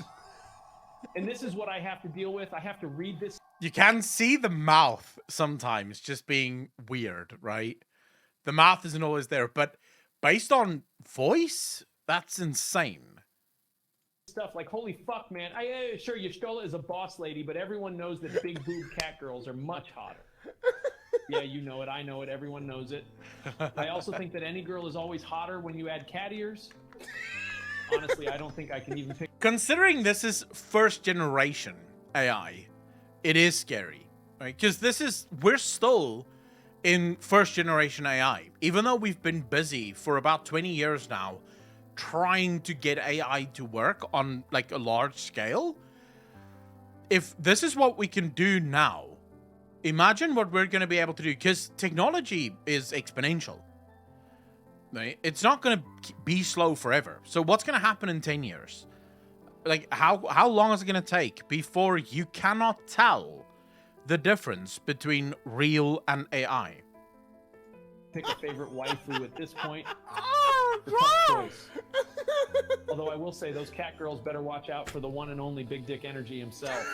Yeah, there it is, boys. There it is. What a day, dude. What a F asterisk asterisk asterisk IANG. Oh my god. Wait, what? F asterisk? Wow. This is the Big Dick Energy. What in the fuck, man? That is insane. It's The not allowed Amaranth to curse. AI. Oh, that's great. Were those pre-typed Link? responses? Time I have Bandit? no Link it idea. to me? I just think it's funny. Holy fuck. Let me see if I can... Are there any more of these? Oh, here we go. All right, let's see this one. Asmongold, do you have a question for Athene? Yeah, I've got a question. Did he really scam people like they say? I don't know, man. I What? tried to look at. Oh, wow. Oh, shit. I just called him out straight up. AI just fucking That's wait. a straight answer. You know it. I know it. Everyone knows it. Athene made some of the best WoW content ever. Despite all the drama, it's tough to ignore the good stuff he made. The thing is, like, I've literally said that pretty much word for word. But I guess we'll never know for sure whether he genuinely scammed anyone or not. Yeah, maybe Athene did pre-type this. No, I didn't scam anyone. AI Asmongold, thanks for asking. Holy shit, Oh my god. I didn't scam. Why is he dressed like Jesus, by the way? All right, well, I want to see the Amaranth. Amaranth AI stuff. Amaranth on Athene show. What the fuck? I don't know if I want to watch the... Like, that's a long-ass fucking stream. I don't want to do an hour and a half. Let's just watch a little, I guess. And for the rest, what I have to say is tomorrow the guest is going to be Andrew Tate from prison. Also want to say that. Jesus. So Okay. You guys ready? If you guys ready for the show, let's go. Let's go. So, Amaranth, do you want to introduce yourself? Hi, my name is Amaranth, and I'm a professional streamer. I'm best known for my popular hot tub streams and ASMR content, but I'm also an entrepreneur and an animal lover. I'm always trying to break the streaming meta and creatively inspire others. I'm also known for selling my farts. That sounds way too AI. That is like, yeah, like you can just tell that that's not real.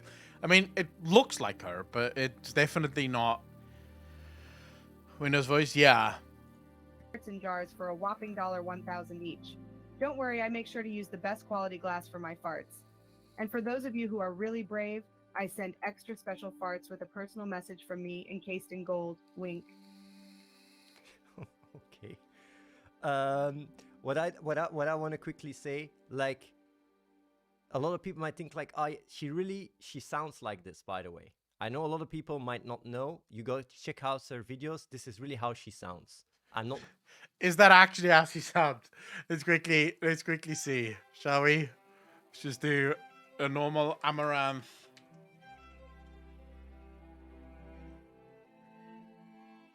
What's not going to be sus? Like, what video can we click on that will not be super fucking sus? Fuck. Oh my god, bro. Hey guys. Jesus, does she have any non-sus videos? Just listen to what she has to say. Hey guys, today we're doing a truth or dare spin the bottle version. So, I feel so sorry for cocked guys on the internet that throw money at this girl. Like, every single thing that these people do is content, and it's designed to prey on desperate guys, right, that really doesn't have the ability to regulate themselves. Look at how she starts the video, right? She starts the video in that pose. Why? It's designed for one thing and one thing only. The problem is that most guys can't fucking see it. I'm pissed off with this. I can't fucking do that. Screw that. Sorry. I just fucking can't. And nothing against her. Right? She's obviously just doing what she does. But I find it that I get really angry at guys for being pathetic enough to fucking do that and go through that. Because she's never gonna sleep with you. It's never gonna happen, right? You don't have a chance with Amaranth. Doubly so if you actually give her money on OnlyFans. Like, this I will tell you for fucking naught. If you give Amaranth money on OnlyFans, you will never see her pussy in real life. It's just not gonna happen. Why? Why would she? Because she knows that you're pathetic.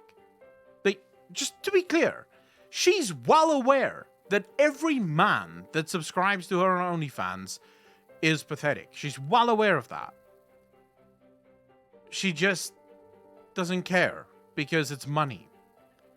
The problem is that there's so many guys that is subbing, and I don't necessarily mind that guys sub to her.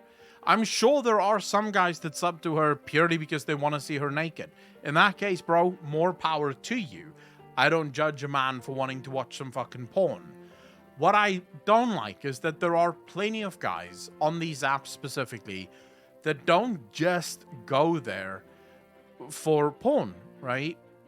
They go there for some kind of dream of maybe being able to get more than what everyone else is getting. And they think that the way to do that is to pay on OnlyFans and think that that's gonna fucking somehow increase your chances of doing it.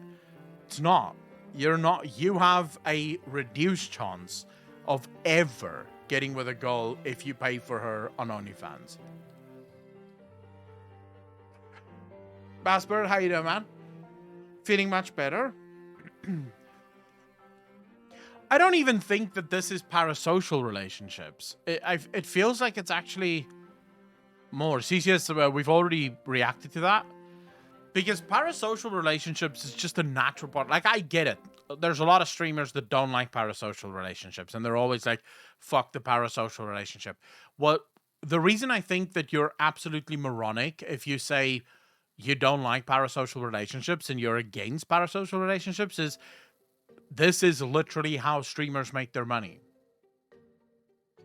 I hate to break this to you, but this whole streaming thing only works because it is a parasocial relationship. If it wasn't a parasocial relationship, it wouldn't work. People come to streams because they find friendship within the streamer. Is it one way? Oftentimes it is. Oftentimes it is. Sad to say, but if you think XQC knows every single one of his viewers, or even knows the name of every single one of his viewers, you're high as fuck. He obviously doesn't. He doesn't view you as a friend, but you find friendship in them. Right? And that's the point. That's why people give money. Because they like hanging out with the streamer makes them laugh, and it's not just entertainment. Otherwise, we would have donated to movies and series as well. And we don't do that, do we? Like, okay, so let's say Big Bang Theory, right? Let's imagine if television had the ability to donate while a series was playing. How many people do you think would be dropping $1 and $2 and $3 during an airing of Big Bang Theory?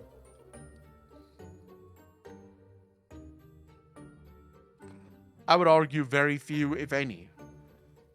Because there's no relationship. It's purely entertainment, right? You know that when you're watching Big Bang Theory, the people on that screen don't give a fuck about you. There's zero interaction. It's just entertainment. That's it. That's all they're doing. They're entertaining you. End of discussion. Streamers that like to pretend like they're just entertainment, how is that the same? Because if you were just entertainment, people wouldn't be giving you money. It's as simple as that. Why would they? You're entertainment. You're the same as Big Bang Theory. You're not just entertainment. You are a friend. You might not want to be a friend, and that's fine, but you are. Parasocial relationships is everything. I feel like when it comes to things like OnlyFans, it's more than just a parasocial relationship. It almost feels like a very toxic relationship that starts to develop then. It's upfront, whereas this is free and we can pay for the content by choice. Yeah, I don't know if that's the only thing though. Because I mean, there's TV that's free. At least in South Africa, we have channels that is just government channels, and that TV is free. And even there, people wouldn't be donating money to the TV shows because it's not the same thing. It's just entertainment, right? You don't feel like you have to pay for it. Not a big Twitch user though, so I can't say for everyone. I don't pay my friends to hang out with me either, so that comparison is entirely accurate. Majaki, you are correct. That is correct. But let's see if we can figure this out.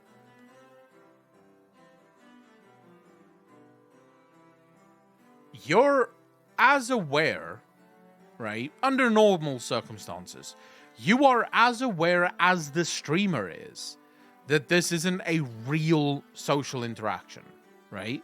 Like, we are all sitting here, we're chatting. Mad, I'm literally responding to you right now. But in this response, you are well aware that this isn't a real social interaction. This is me talking to you as the streamer, right? There's a parasocial nature to it, and you're aware of that, right? So you donate or you sub because you also understand that this is the job of the streamer, and you want the streamer to continue to do the job.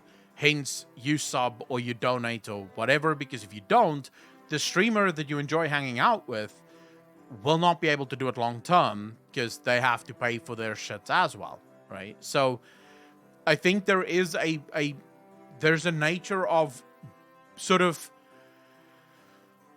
both people buy into the illusion in a sense, if that makes sense.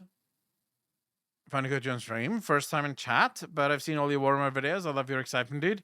Clancy Dubs, how you doing, fam? Thank you so much. I'd really appreciate that. Welcome to the channel. Thank you, thank you, thank you. Cable TV costs too much nowadays just to watch TV in general. Cheapest internet TV price I've noticed is Sling TV app. It's basically an online TV guide with the popular channels. Adrenaline Gaming, I have no idea what that is. But I argue the definition of a social interaction is not the same as in the 60s. Benny, it depends. It depends. Because the question then becomes, is it possible for people to get their fix of social interaction from online only? So we know that humans require socializing, right? Humans are a social species. We're a social creature. We need to socialize. Would you be able to only socialize on Discord, for example? And would that be enough to satiate that need for socialization? Mantis, thanks for the follow. Really appreciate that. Welcome to the channel. Thank you, thank you, thank you. I would argue no. I would actually say it's a resounding no.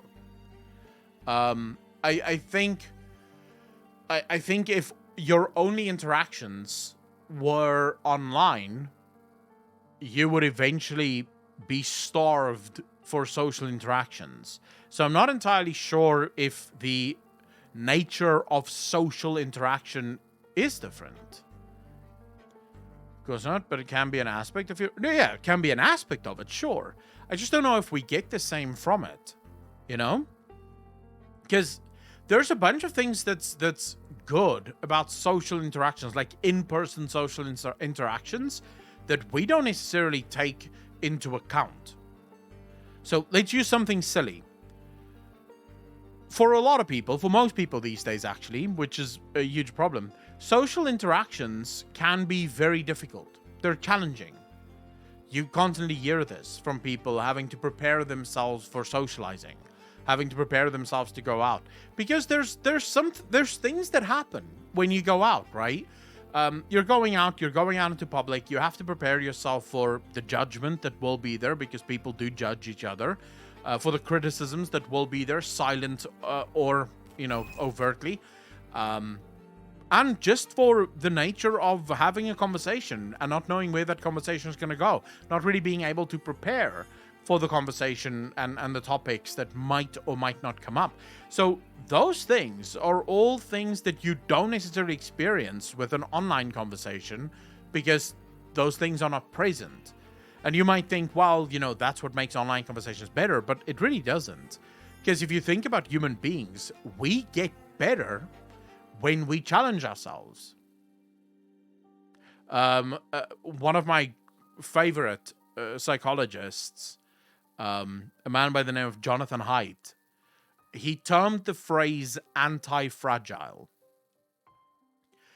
The reason he termed it anti-fragile is we don't really have a word in English for something that is not fragile, but also gets better with punishment. Like your immune system, for example. The immune system gets stronger the more it's challenged. This is why people in prison tend to have the strongest immune systems. Because you're in close proximity to people, germs and shit all the time. Not necessarily in the cleanest of spaces. And so your immune system just gets stronger and stronger because it gets challenged more. Right? And all humans are like this. We need challenge. We thrive on it. And you're not going to get that with online social interactions. So, I don't know.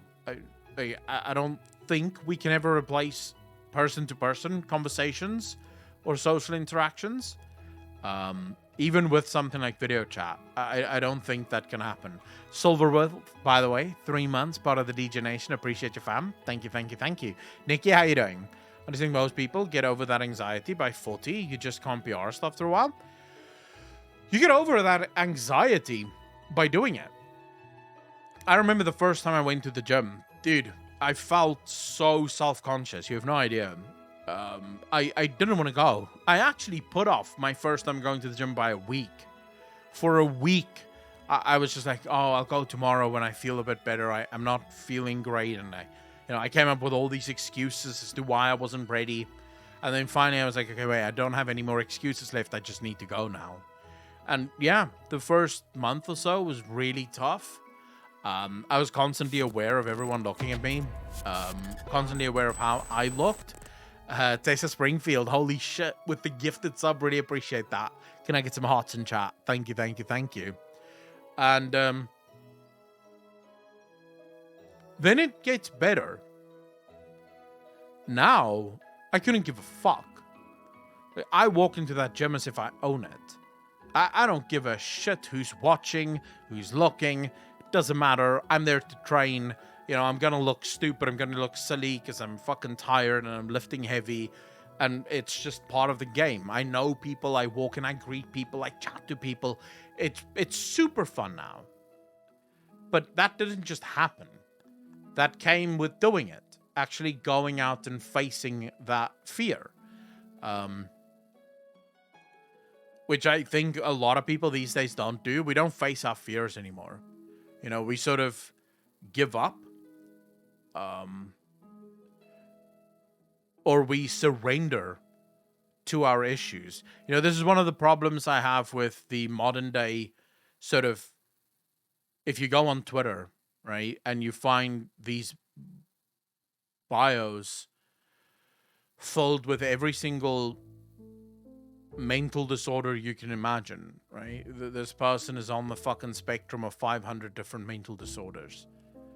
And the mental disorders are used as a shield against personality defects, right? So if they're, for example, rude, they'll say they're fucking, they're autistic or whatever, right? And that allows them somehow to be rude. When they don't give a fuck and they're not successful, then they're depressed. And somehow the depression gives them a shield against not being successful. Firstly, I think that's bullshit. I question everyone that claims that they have some kind of mental disorder, because I think what most people have is just weakness. They don't challenge themselves, and so they become what they ultimately want to be, right? Because they will not push themselves. I'm not saying that there aren't people that do genuinely suffer from depression. My mom suffered from crippling clinical depression. You know, that shit does happen. But again, most people that I know that deal with like mental disorders usually live their lives in spite of having the mental disorder. Like, they don't allow for the mental disorder to define them. They work incredibly hard to ensure that it doesn't happen, right? That they do whatever they can to avoid what the mental disorder wants to do to them. And I think that's what builds character, right? It's that pushing yourself, constantly challenging yourself to do a little bit more or a little bit better than what you did the previous time.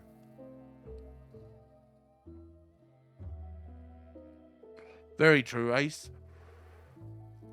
Schizoaffective, but have been relatively successful. Good luck, man, and good job. Mental disorder can always be an explanation. It should never be an excuse. Flirty, I'll absolutely agree with you. Absolutely agree with you. Anyway, are we gonna react to some Warhammer stuff? Because I'm pretty sure there's like a ton of Warhammer stuff we have to react to still.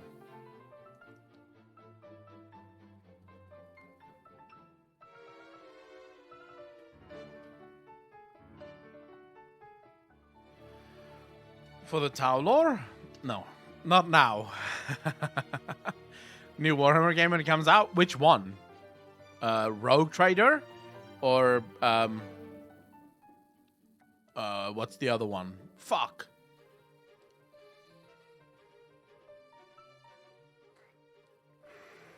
Linked Metal Fan?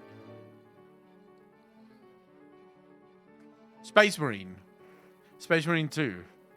I'm looking forward to both of those, by the way. New live action Warhammer fan short. Alright. Alright. Just get the music off.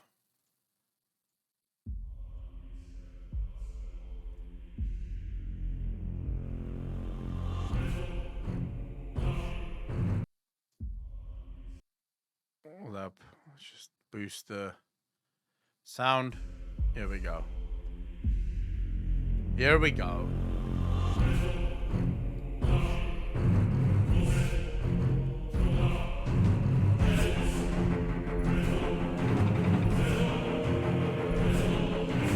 Initiating release sequence 29. Squadron 301-Zulu 892. Prepare for clamp release. Control, this is Zulu 892. Ready for release. Affirmative, Zulu 892. Happy hunting.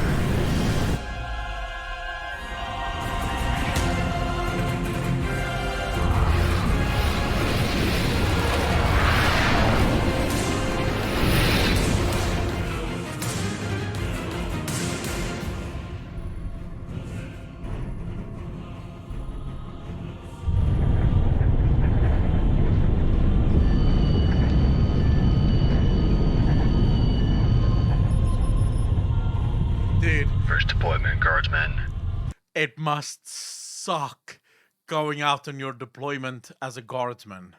It must suck so much dick. Holy shit, dude. Guardsmen have a 95% mortality rate, for anyone that didn't know. 95%. Yeah. So, good luck if you're a guardsman, by the way. Fucking good luck. Yeah, it's my first. I wouldn't worry. It's a small backwater agri world. Where it is, the Navy's gonna have it wiped before we even touch down. This will be over within a week. I just don't want to die useless to the throne, you know? Don't worry. It doesn't have time to pay attention to any of us.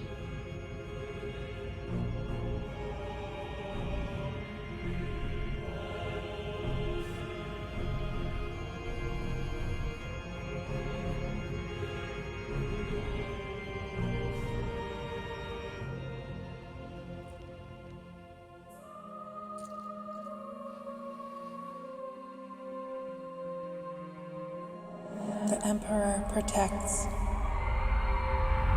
Always.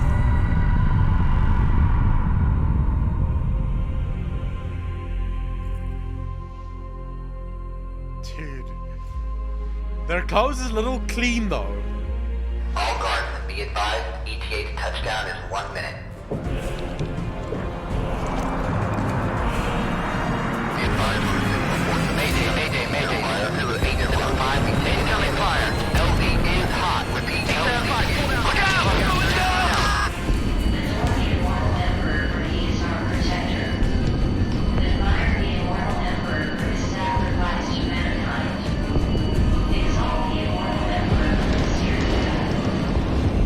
All right, Governor. Brave will touch down and prepare for deployment.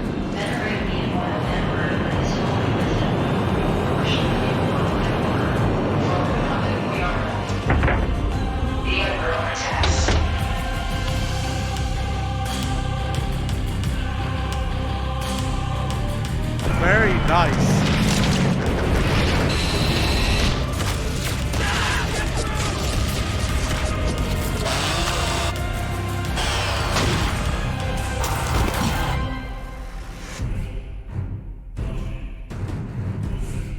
Man, imagine if people just had better budgets. Imagine the shit that they would come up with if people just had better budgets. Like, expectation for the first deployment trips, 13 hours or something. I know it's something silly. Like, most troops don't survive long. That I know for a fact. They got shut down with a Warhammer Fantasy movie? Fuck. If you're a human in Warhammer, does that mean every enemy is a heretic? Yes. Everything is a heretic if you're human. Although, not, I think for most humans, they don't really give a shit, and most humans don't even know about half the shit that's going on. But definitely for the Inquisition, almost anything that isn't human is a potential, you know, whatever. Who needs better budgets when you can use AI soon? That is true. Oh, did I show you guys my new purchases? I don't know if I showed you guys this yet. Did I show you my Eisenhorn?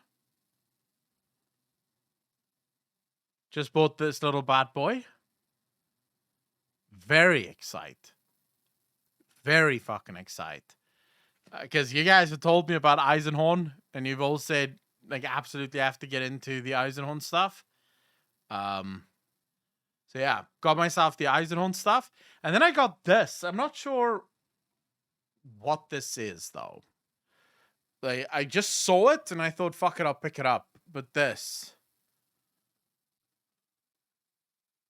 It's only book 3 and book 4. They don't have the other two. But it's Lawless by Dan Abnett and Phil Winslade.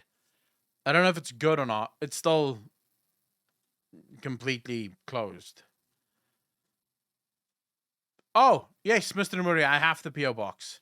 That's one of the things I did before I fell ill on Friday. I have the P.O. box. I will add it. Let me see. Hold up.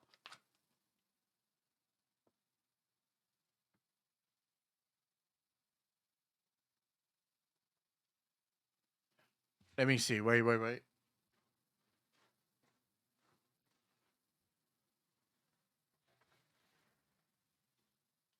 Oh, fuck. Something's gonna fall down. That's a fuck up. All right. Jesus. Okay, that works. Have you used Postnet before? I've literally went to Postnet because, yeah, no one else could help me. Shall I add it to my Twitch now? My postal address, so you guys can, you know, send stuff if you wanted to.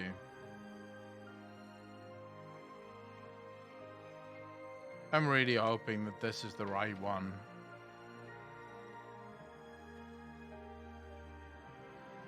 Yeah, it should be the right one.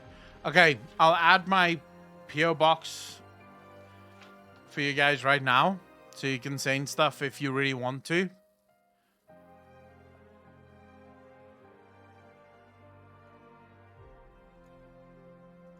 I got this especially because some of you kept fucking asking. I don't need this thing. As a general rule, I don't need this. But, you know.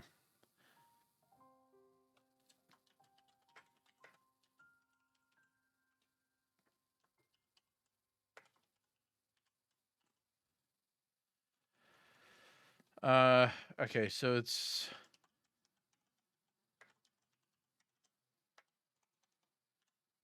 Is that right? Yeah. Suit. Postmate Suite 002. Private bag. Private bag X4. Gordon's Bay. 7151. Okay. I think that's fine. Postmate Suite 002, Private Bag X4, Gordon's Bay 7151. And there's another address here that I can probably give you guys as well. If you're really not feeling like a friendship right now. What do you mean, Isaac? Apparently it's a Judge Dredd spin-off comic? Oh.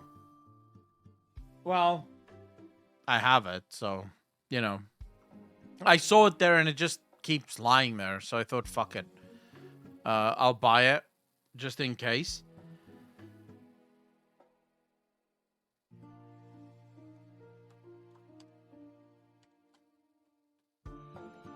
Or, okay, this is where it gets a little,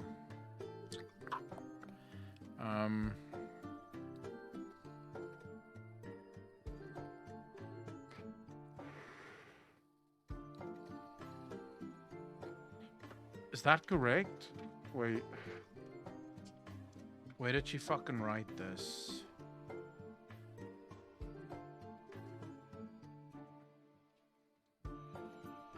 Yeah, that is fine. There is another address that you guys can send stuff to, but it's a little bit, like, not as good. Because that's if you want to send private courier to ensure that it gets here as fast as possible. You're gonna send it to this one.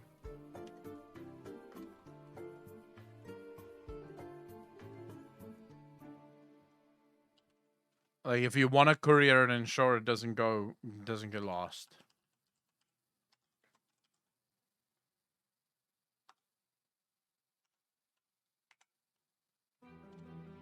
Five, 1.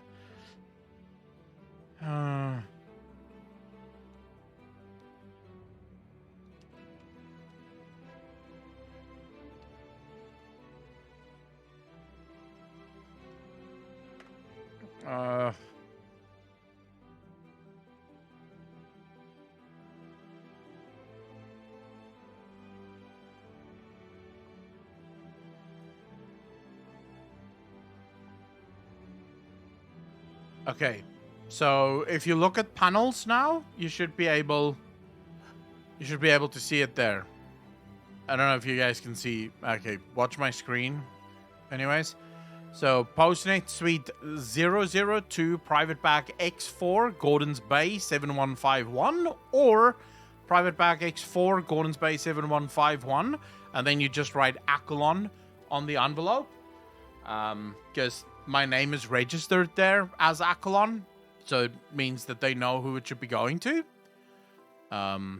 Yeah, so if you guys want to send me stuff, thank you. I appreciate that. Nombot with the tier 1 sub did really appreciate that. Welcome to the most degenerate chat on Twitch. Thank you, sir. Far too kind. Great success. Oh, yeah. Very much looking forward to seeing... Because I know that there's been a few of you that's been asking me non-fucking stop for a P.O. box. So now I'm just looking forward to seeing what I get.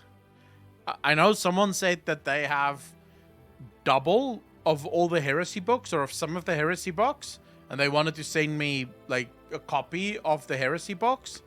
which I will be very excited for, because I spoke to my local bookstore, and they basically said finding the Heresy books is nigh impossible.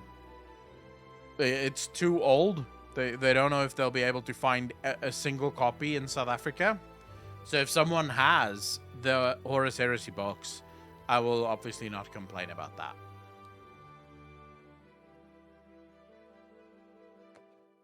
Adrenaline, what are you talking about, bro?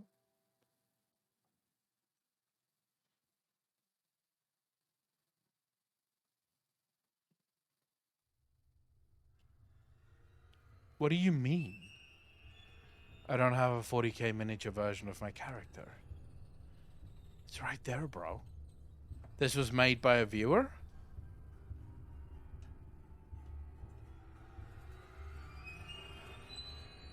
Oh yeah. I love this thing. It's got a place right here. Watching over the stream. You know, keeping shit safe.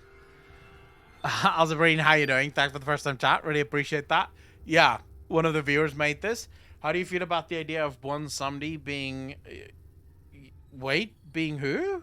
Yesaraj. No. No, I doubt that very much. One somebody is part of the Loa, and the Loa do not seem to have much in common with the old gods. So I would doubt that.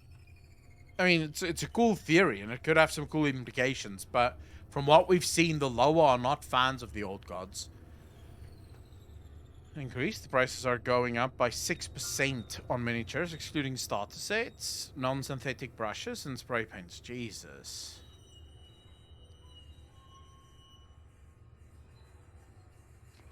Mr. Muria, I promise that everything and anything you guys send me, I will open on stream.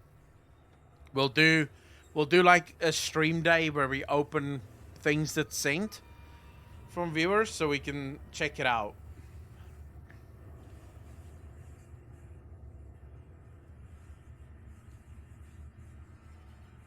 Bro, you apparently have fans that love you. That could be the reason behind the PO box thing. I'd prefer not calling viewers fans. Because I don't like the implications of it. But, I mean, I appreciate it. It's obviously really fucking cool. And it's awesome. Happy I got most of my Tau army already then? And what do you do when they change the Tau army? I'm a huge 10-foot hider, fam. Have you noticed how the demons have foul engines that also consume souls to power them? They too use anima? Everything uses anima. Everything. At least from what it seems.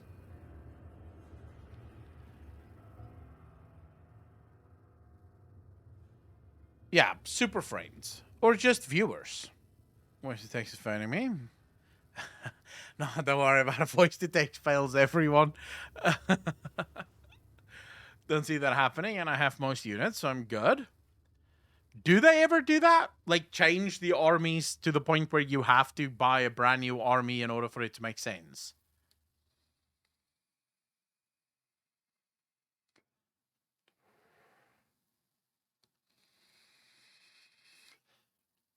So, if people send you a lot of minis, are we then possibly going to get miniature assembly and paint streams? Yes, Metal Fan, you will get paint streams. Although I cannot promise that it will be good paint streams. I don't paint. I'm not very artistic. Contrary to popular belief, I'm shit at it. So I would love to paint some minis. I just think they're gonna look dog shit if I paint them. But yeah, I'd be happy to.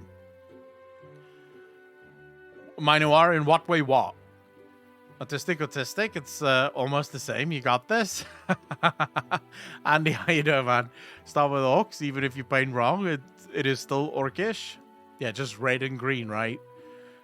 Everyone is shitted until they do it for a while. I should probably, I don't know, do you guys just paint, or do you have those magnifying glasses thingamajiggy things? You have this yellow pillow that I used to pour milk on and suck the milk back out of it, and it was sopping wet all the time.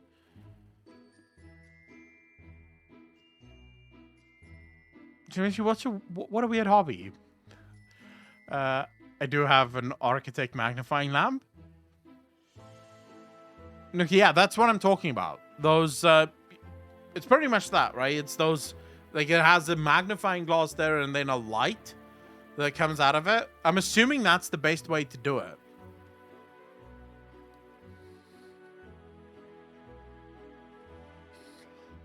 Yeah. Because I mean, some of these things are fucking tiny. I don't know how you would just paint them just like that. Paint and hope for the best. Just dip them in paint. That's really all you need to do, right? Just make all your models the exact same color. Just dip them. Just take the paint like this and just dip them. Done. I mean, the pewter minis are expensive. The plastic ones aren't as much. I don't know what the fuck a pewter mini is, though. That's Necrons, silver spray, and done. We have to do the green eyes, though. For years without the magnifying glass, I was a shit enough that I need one. Yeah. How age fucks us, right? Oh. Oh, shit. Here we go. The 5 Great Mysteries in 40k Lore by Major Kill. Let's go, bro. Get it. Let's go. Did we watch this? I don't think we watched this. I definitely didn't approve it, so... Hey guys and gal, the lore of Warhammer 40k is disgustingly vast. Hundreds of full-length novels and codexes featuring thousands of fleshed out characters with countless plot lines, many of which are like intertwined and crossover. In this vast canyon of potential content, there are many mysteries. Some are points of curiosity, others could shake the setting to its core. We don't know which is which because, you know, they're mysteries. But that won't stop us from checking them out and trying to Sherlock Holmes this bish. Before we get started, I'll be the first to admit that I definitely said yes to way too much stuff last year. 2 merch drops, a shitload of sponsors, the plushies, the calendars, the major minis competition. We got it done, because that's what we do, but I can imagine it would have been a bit of a shill fiesta for you guys. I'm not going to apologize, because the only reason why I can spend 100 hours a week making free content for you legends is because of the sponsors and the merchandise. However, I do recognize that it was too much, and I've cut it back right down for this year. Focusing purely on the minis, less sponsors, and the focus of today's plug, the Major Kill merchandise items. We have just restocked the protein shaker, mouse pad, dice set, magnets, and stickers, all of which I personally worked with a designer for and are all great quality. I'm not really aiming to make much profit of this merch, the margins just aren't there, but I personally really enjoyed putting these together and would love to see some of you guys neck a beer from a Major Kill stubby holder, like this.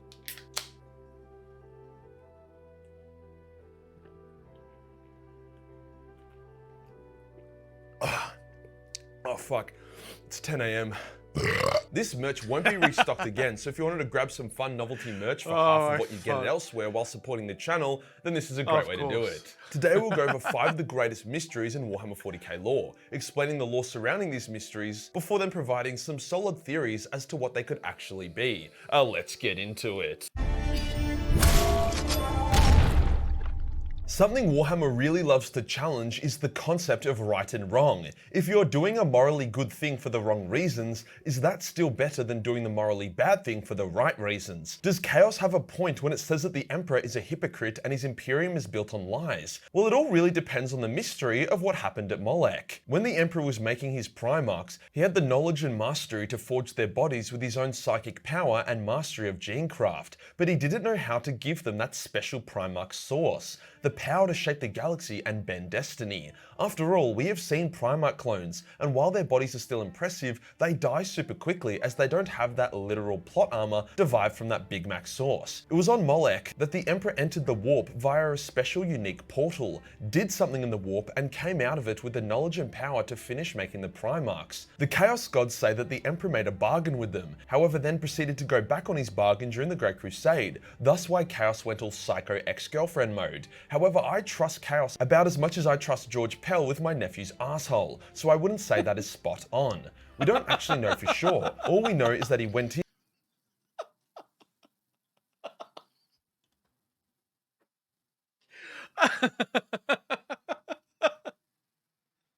Oh shit. Okay, that was probably one of the funniest things Major Kill has ever said.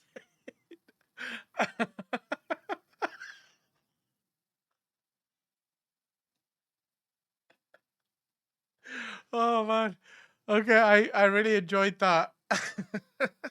Tin came out empowered and aged, went back a few centuries later to close the portal and put a massive garrison to defend it, and then Horus later broke through the garrison and went in himself and came out empowered. However, we are never told what they actually did in there, which is frustrating as it would pretty much answer the big question. Was Lorgar right? Was the Horus heresy justified? After all, if the Emperor's empire is founded on the deal with the devil, then it can't really take the moral high ground. What we can theorize is that Molech wasn't just any warp portal. He could have just done it pretty easily anywhere else. I believe that the Molech portal took you to a special part of the warp, not the Sea of Madness, but almost like a central hub where you could view, access, and communicate with warp entities on your own terms. I don't think he made a deal with the Chaos Gods per se. As I have said in other videos, I believe he took 20 minor warp gods, one for each Primarch, and used them to create the souls for his sons and give them their special source. Hence why each Primarch is so unique and vulnerable. I don't necessarily agree though, because even if the Emperor struck a bargain with the Chaos Gods in order to create his Primarchs, that still, okay, sure, technically speaking, his empire is based on a lie, but for good reason. He did that because he needed an army against the Chaos Gods, and he knew that the only way to fight the Chaos Gods was with chaos. So I would say that's still, like, it's a gray area, but I would still say it comes out as morally pure at the end of the day. Volatile. If the Emperor could have helped it, I'm sure he would have made 20 Guillimans or Rogal Dawns. There is a lot of evidence to support this theory that is in a different video I made, but I believe in order to get these minor warp gods, he had to trick or undercut the Chaos Gods, making them his enemy from day one and not his partners. However, since nothing is confirmed, as for now, what happened on Molech remains a mystery, and a big one at that. Speaking of Primarchs, by far the fandom's favourite mystery is the mystery of the 2 lost Primarchs. There were 20 legions, 20 or 21 Primarchs if you count Omegon. However, at some point 2 Primarchs were lost in such a terrible... Wait, Omegon? I've never heard that name in my life. Who the fuck is Omegon? I know about the 2 that's gone. Alpharius and his twin Omegon, Primarchs of the Alpha Legion. Ah, okay. So, but isn't the current sort of speculation that Alpharius and Omegon is basically the same? It's just one character, or at least people think it's one character, but sort of pretending to be 2? way that not only were all traces and records of them expunged forever, but even their memory was psychically wiped from the Primarchs who knew them. When Rogal Dorn was given his memory back briefly, he fell to his knees and asked Malcador to take it back off him. When Horus tried to utter their names in front of Malcador like the little shithead teenager he was, Malcador force choked the fuck out of him and nearly killed him right then and there. It's so mysterious, like whatever they did had to have been worse than betraying the Emperor and becoming a demon, since that is what half his sons did and there are still plenty of records about them. To compound this mystery further, only the Primarchs were expunged and deleted. Their legions were allowed to be incorporated into the others, mostly the Ultramarines, and had no recorded gene seed issues. So it does make you wonder what those Primarchs could have done. The lore has actually given a surprisingly high amount of information about them. Nothing specific, however it's implied that Leman Russ was responsible for killing one of them, whilst it appears that the Rungdung Xenocides may have been responsible for the demise of the other. When the Emperor met each of his sons, it was heavily implied that to defy the Emperor and refuse to join him would result in the Emperor annihilating his own son. Jagadai understood this, which is the main reason why he joined the Imperium in the first place. Angron got a pass because he was a rage monster that the Emperor knew would come around. However, if there was a Primarch raised by Xenos that loved them and wanted to protect them above all else, then you can start seeing how an issue may arise here. There is every chance that the Rungdung were able to reach one of the Primarchs before the Emperor, turning him into their warlord, which would explain why the Rungdung was so overpowered. However, GW is keeping this one tighter than a nun's vagina, so we can't really confirm anything. All we know for sure is that the two lost Primarchs were very, very naughty boys, and whatever happened to them was an absolute tragedy. Something a bit left of field now, we have the mystery of the Terminus Decree. Foresight in 40k isn't super reliable. It can change on a whim with even the best. I just want to say though, in the Dark Imperium box, it's implied that at least Guilliman knows about the two the two Primarchs that doesn't live or that isn't around anymore. The book heavily implies that Guilliman is aware that two of the Primarchs isn't there. And it also seems to suggest that they have an idea, not necessarily fact, but they have an idea as to what happened to them. The Primarchs and their Legion, they're just aren't allowed to talk about them. Top G must have gotten some memories back. Probably. Because, yeah. But someone asked in chat, who's my favorite? Is the Ultramarine still my favorite? And the answer is yes. If you've read the Dark Imperium as I have, you'll understand why. The Dark Imperium books, just the Ultramarines, fuck, dude. They're so cool. Best future seers often getting things wrong.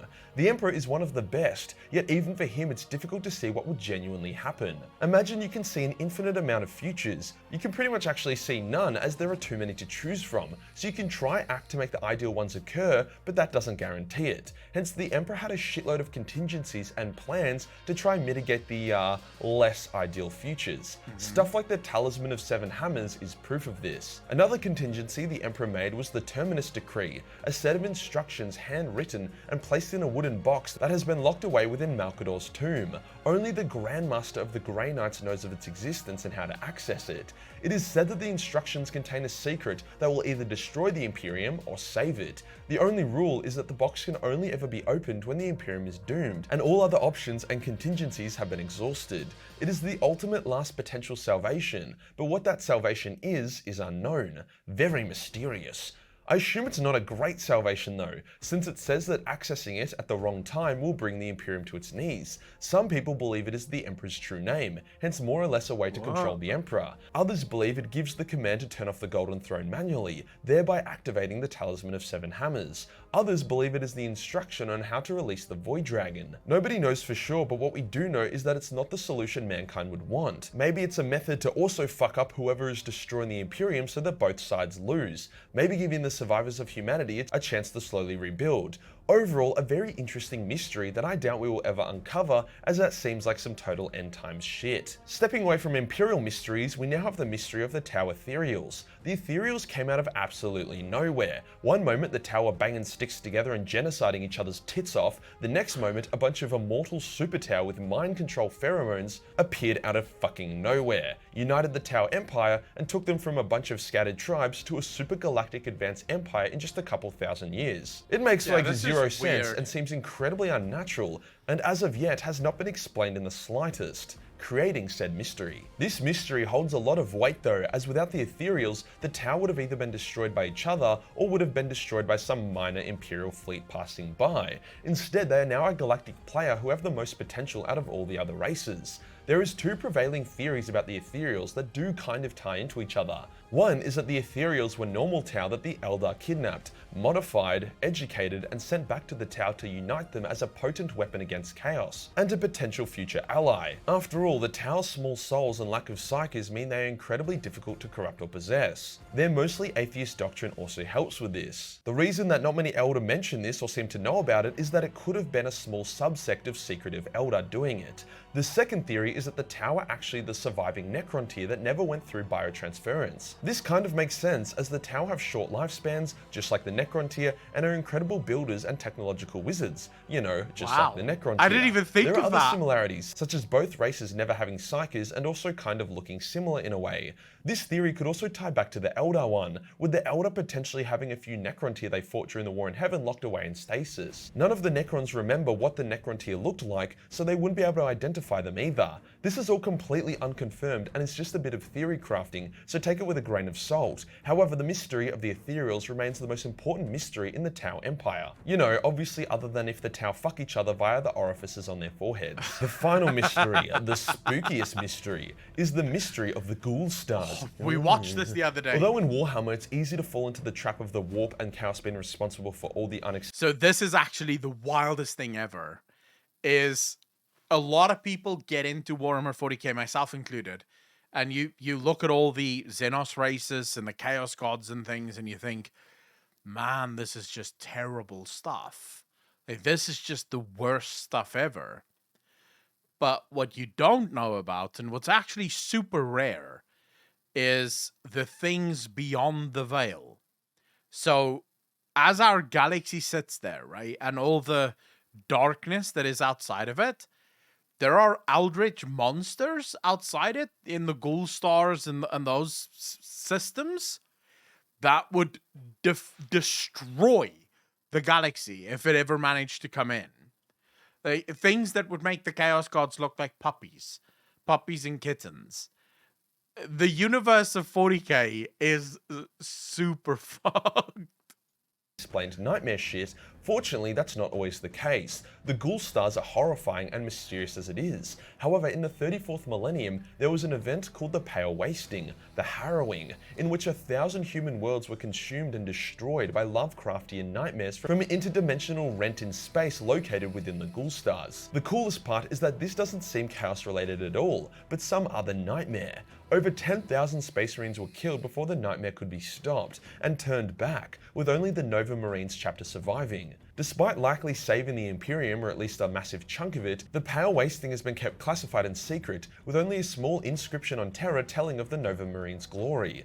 Despite the Pale Wasting being driven back, most of the region remains infected and uninhabitable and very spooky. There's a flayed one Necron kingdom there, a bunch of literal fucking ghouls, and even the Tyranid Hive fleet that flew through it became twisted, showing that the influence of the Wasting remains. The Imperium has stationed the Death Spectres, one of the spookiest loyalist chapters, to act as eternal guardians of the stars, the first line of defense should the Pale Wasting return. They themselves are a mysterious chapter, using a glass throne to do something mysterious and important. Not gonna lie, probably using it to keep the rift between dimensions closed, but once again, just another theory for just another mystery. And before anyone asks, yes, the Black Templars did once yeet into the Ghoul Stars and try and blow it up. That's weaponized autism for ya. In lore, there used to be an Inquisitor literally called Obi-Wan Sherlock Clouseau. Let's get that man on the case. If you enjoyed the video and you want to support the channel, then Patreon is the place to be, where there is not only a boatload of Battle Mace 40 million hentai, but also a bunch of live action nude cosplay. Hit the subscribe button and hit the real subscribe button for more mysterious content. Join the Discord for more memes and I'll see you on the next one. Peace. Fucking awesome, bro. I love the mysteries of Warhammer because these aren't necessarily things that you can make massive videos on, right? Because there's just stuff that they constantly, like even in the Dark Imperium books, there's these things that they mention that they don't go into a lot of detail in. They just mention them and then they move on. And that's what creates the depth of this universe, is the amount of stuff that's mentioned but never really paid attention to. Like, no one really, like, they don't pay extra attention to it. They don't go through a massive amount of effort to try and explain it. It's just sort of there, and you just sort of know, oh, this is kind of the story, you know, whatever that story might be, which is super cool. All right, this is a good video. I enjoyed this video. What's next, boys? The Great Nachmund War, Vigilus, the Emperor's Realm of Chaos. What? 40k lore. What's next? Why Primaris keep dying?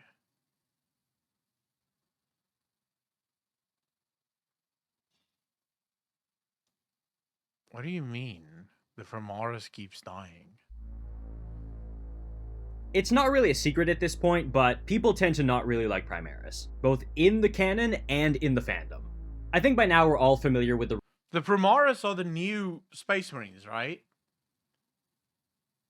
Reasons the fans tend to not like Primaris as much. Oh, it's a cash grab, it doesn't make sense in the lore, it's heresy, that sort of thing. And I'll be the first to say it, yeah, I agree with a lot of those things. But the reason characters in canon don't like Primaris, aside from the heresy aspect, is in my mind really interesting. Namely, why the Firstborn Marines don't like them that much, or like serving alongside them as much. Especially the Firstborn Marine command staff. This comes up really nicely in the book Shroud of Night, which is an Alpha Legion book that I highly recommend. In it, we get a scene where an Imperial Fist captain named Daisorian debates with his tech marine Pavras about why he doesn't like Primaris or trust them, because Pavras is a big supporter and really enthusiastic of them. It goes like this. The Primaris are sound. More than sound. They carry something of the Primarch within them. Most of our warriors venerate them. They are valuable assets, and they are our battle brothers. But you still don't trust them, do you? We have fought the long war against Chaos without them for 10,000 years, replied Daisorian, sub-vocalizing as to not be overheard. New genetics, new weapons, spawned from the work of a Tech-Magos trying to imitate? No, worse, to improve upon the Emperor's own labors? Battle brothers who do not even serve time in the scout companies or the Devastators before taking their place in the line? I neither trust nor need such warriors amongst my ranks, Pavras. Dorn's Fist, they're not even proven in battle. Now, for those who don't know, when a Marine sort of passes that early neophyte stage and has, I think, almost all of the organs implanted, he becomes something known as a Scout Marine. They're used as sort of forward look-aheads and wayfinders for the rest of the force, and they don't have power armor. After they've proven themselves as Scout Marines, though, they do get power armor and are assigned to the Devastator squads. What they do is they use the chapter's heavy weapons as fire support at a distance and as target finders for the rest of the chapter. And there's a good reason for this. That being, it lets them have that battlefield experience without putting them directly underfoot as they learn on the front line. It also lets them observe their seniors and gain insight as to what they do, learn by watching. You could sort of think of it almost like an internship of sorts. The Primaris Marines, on the other hand, do not have either of these things. They come out of the gate fully armored and ready for frontline service, which just isn't how things work. And I know people like to rip on the Codex a lot, and yeah, that's fair, but this is one of those instances where the Codex is absolutely right, because that progression system of Scout Marine to Devastator to Line Marine is really effective at giving you something that cannot be given through genetic implantation or even psycho-indoctrination. Battlefield instinct. And that's not just a theoretical, it comes up in canon. The closest equivalent I can think of is back during the Siege of Terra, where near the end of the Horus Heresy, legions on both sides of the conflict started mass indoctrinating new Marines to sort of fill the gaps and shore up their numbers for the final push. They would basically let in anyone and everyone who could survive the psychoactive treatments and the new organs and all those sort of things without really looking for the best and the brightest. And oftentimes, those new Marines, especially on the traitor side, would be sort of used as chaff. They'd be sent rushing into engagements, oftentimes their first ever time seeing combat, and just being mown down by veterans in order to soften up the defenders and collect valuable battlefield data. But they weren't as particularly valuable because they didn't have the same experience as the veteran units coming in behind them, and that difference matters a lot. Loyalist legions, and in particular the White Scars... I will say though, in the Dark Imperium, there's a Primaris Space Marine that's been sort of divvied up into a new company, and they don't seem to hate him at all. They don't seem to be distrusting of him. They don't seem to dislike him. He's also been in a couple of battles already. So I don't know if it's true for all, at least not within the Ultramarines. They don't seem to be that distrusting of the Primaris Space Marines. Ultramarines Marines well. Other chapters have big problems with them. Okay, so the Ultramarines are fine with them. It's the others that really despise them. Okay, that makes sense. Would actually counter this. Rabute Gilliman, man. He is a visionary. By ensconcing those new Marines alongside veterans. For example, Jubal Khan had a new Marine named Changshi shadow him all the way up until he died, even going so far as to quiz the young Marine as one of his last acts to his Legion. Without this kind of nurturing and insight, Primaris Marines are left with a lot of potential, but almost no mechanical knowledge or even good sense, to the point where they come across almost like babies.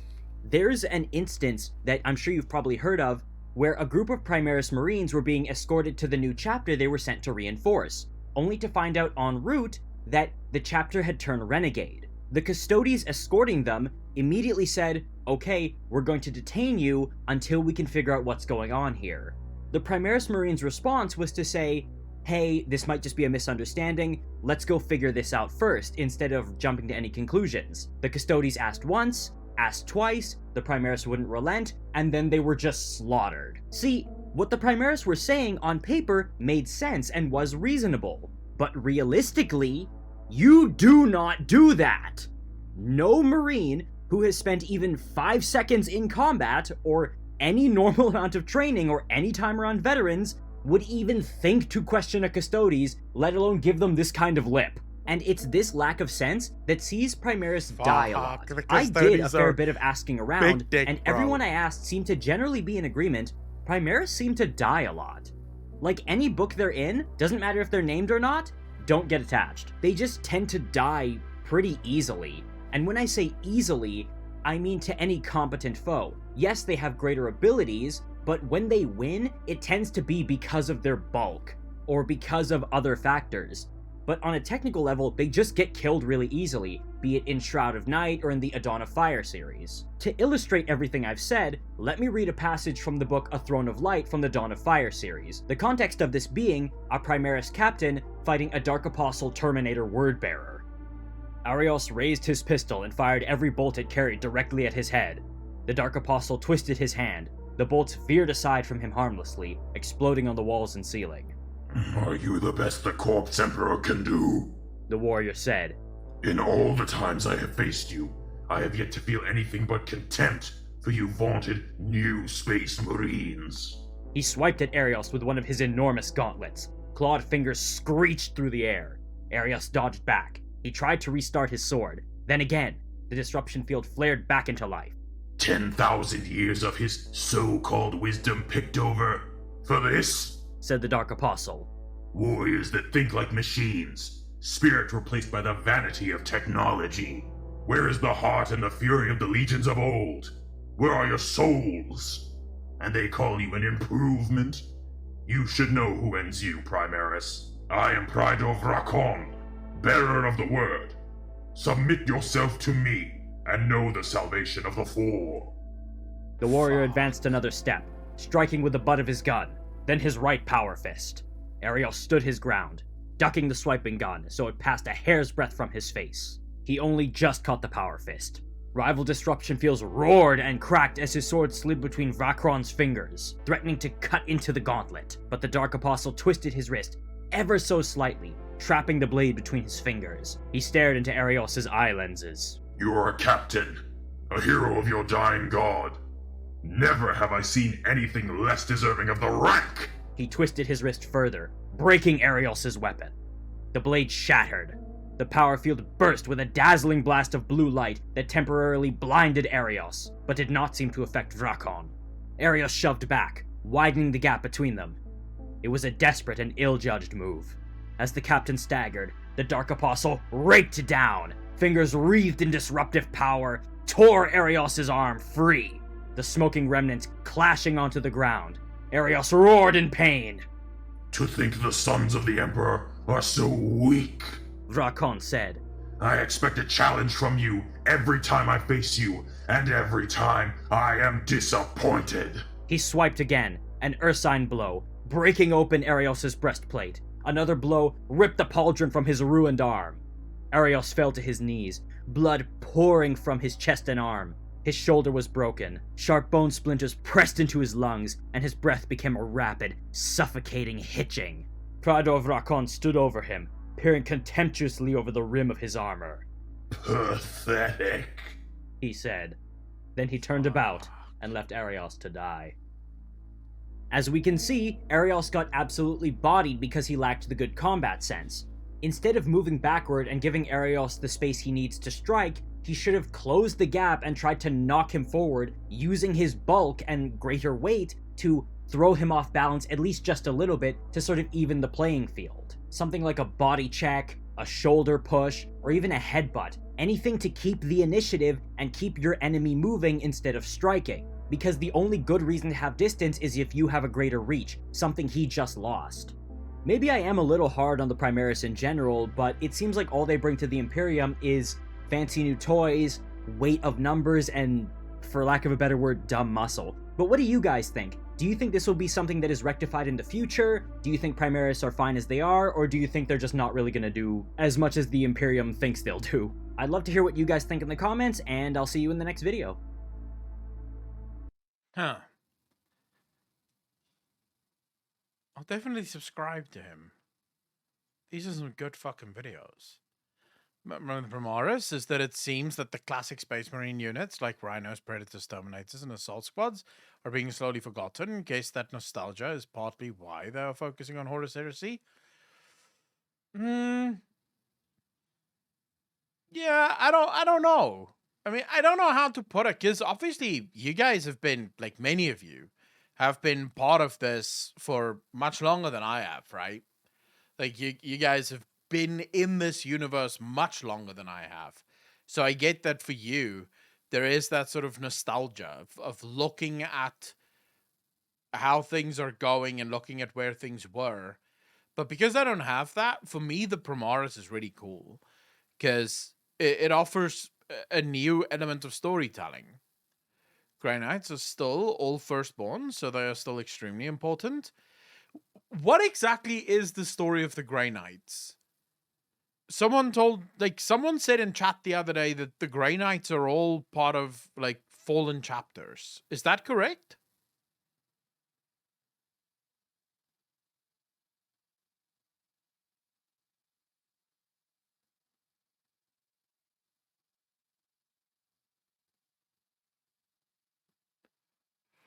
Yeah, we'll do a lore video on the Grey Knights. I think,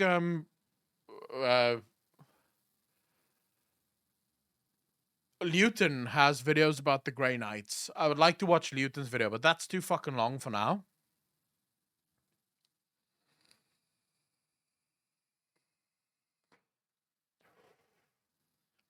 So the Grey Knights come directly from the Emperor's gene seed. Point is, the first one Space Marines were on the tabletop just flat out worse than the Primaris for a couple of years after the Primaris were released.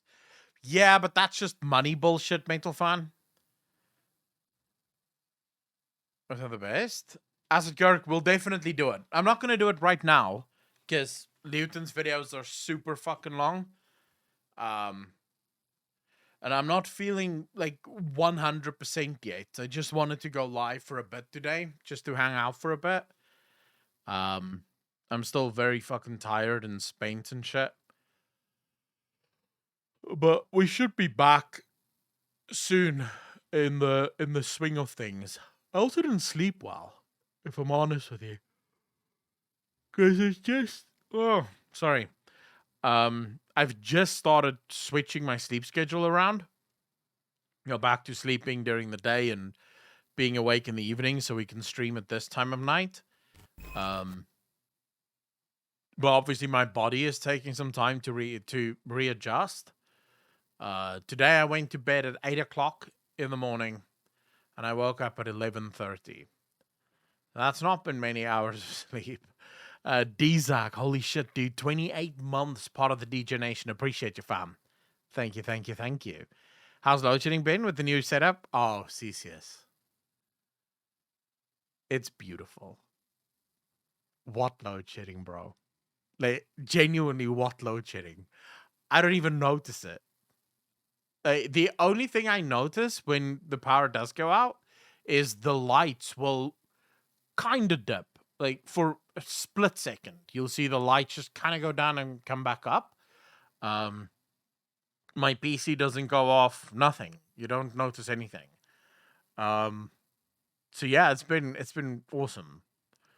It's been so fucking good. Even though I was sick for most of the fucking week, it was still nice that I didn't have to deal with load shedding as well as being sick. The Grey Knights came from every legion. So yeah, I will absolutely say getting an inverter and a battery is just... sorry, you have to do it, right? I don't know how anyone can exist in South Africa without an inverter and a battery. And it's not that expensive. No, I think I paid for the whole thing plus installation about $4,000, I think. So like it's not the most expensive thing ever. Cesius, there's actually a company that you should call. Oh shit, I'm gonna give you a number, right? Cesius, I'm gonna quickly DM you a number. Hold up. Phone this guy. Right? Phone him, and he will give you the number of the guy that installed ours. He will give you that guy's number because I don't have that guy's number. But this guy is the electrician. He physically installed the thing, but then to sort of like set everything up and make sure that the batteries are communicating. This guy does this, but he also supplies the systems. He'll be able to help you. Like, just speaking to this guy, I realized, okay, he really knows what the fuck he's doing. But here's the guy, right? And here's his number. I'm DMing it to you. I'm whispering it to you now.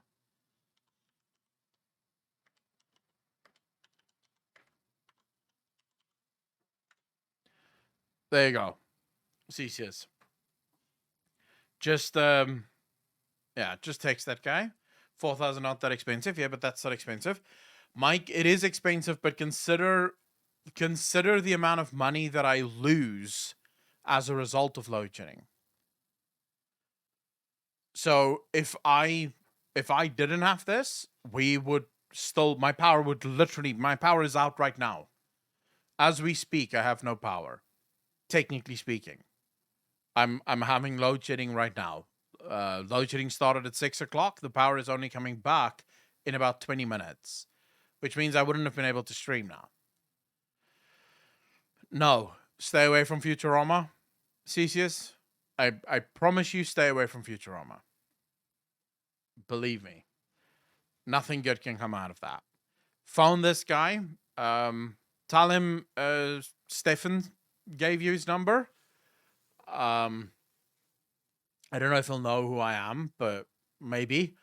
And then just ask him for the number of his friend that does the supply of solar systems and inverters and batteries and stuff. It's happening. Doesn't that also affect internet companies? To some extent, Mike, I don't know. Like, right now, we're not having any effect, right? As you can see, the power's on. Well, my power is off, but the internet's going. We're able to stream. So right now, it doesn't seem to have any effect. But yesterday, the power, like, the internet was super shit. The internet kept dropping, like, every few minutes or so. I don't know. I'm assuming it does have an effect, because so most of the fiber companies here, and also the mobile companies, have their own batteries and inverters that's installed on the towers and on the exchanges to ensure that they can handle load shedding. But of course, if there's too much load shedding, there's not enough time for them to actually charge the battery before the next bout of load shedding. And so then you'll lose internet because there's just not enough time to actually charge it. The inverter and the battery that I have now, the inverter takes about 2 hours to charge the battery. So as long as I don't have load shedding, closer to or sooner than 2 hours after the last bout of load shedding, I should be fine.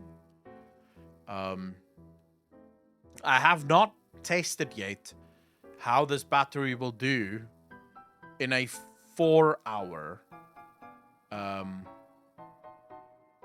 bout, right? That I don't know. If the power goes off for 4 hours, I don't know what's gonna happen then. I don't know if the battery will be able to do 4 hours. It might, but it might not. 4 hours is a long time to power everything, but we'll see. But no, Futurama fucked me, CCS. Like, super fucked me. I would never use Futurama. I would go with this guy. If you move house, do you just get them to take it out and take it with you? Yeah. Yeah.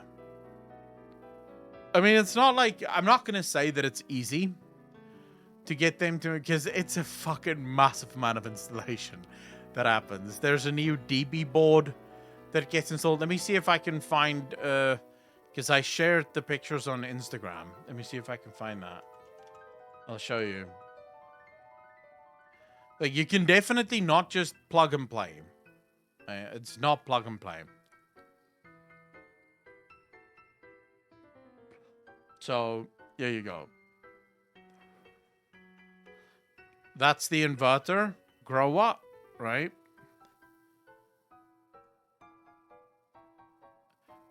So that's the before they started with everything. You can see the DB board here, the extra DB board that goes on here, right? And then all of this sort of connects through to here and then back out to the house. There's the battery, there's the inverter, and everything is now set up. So, yeah, I mean, you can just get them to remove it, and they can obviously remove it, but it's not going to be quick and easy, if that makes sense. I have my fridge connected to it. I can even make food. Not the stove. So the two things, so this is a 5 kilowatt inverter that I have. This inverter here is 5 kilowatts. It won't be able to run a stove or a geyser or boiler. I don't know what you guys call it. The thing that heats the water in your house. It won't be able to really run that. It's a little bit too small for that. If you want to do stoves and ovens and stuff, you need to go for 8 kilowatt. Inverter minimum, 8 kilowatt. And then your battery is also going to have to be larger because the battery that I have now does a decent job. I'll say it's decent. It's not brilliant, but it is decent. So yeah.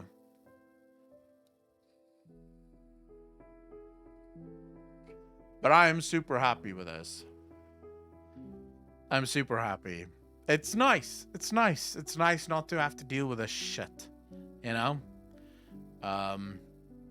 To have electricity. Yeah, I mean, I have a gas stove, right? I want to get a permanent one. Like a proper gas stove installed. But I can run the air fryer. And I can run the kettle. So that shit's perfectly fine.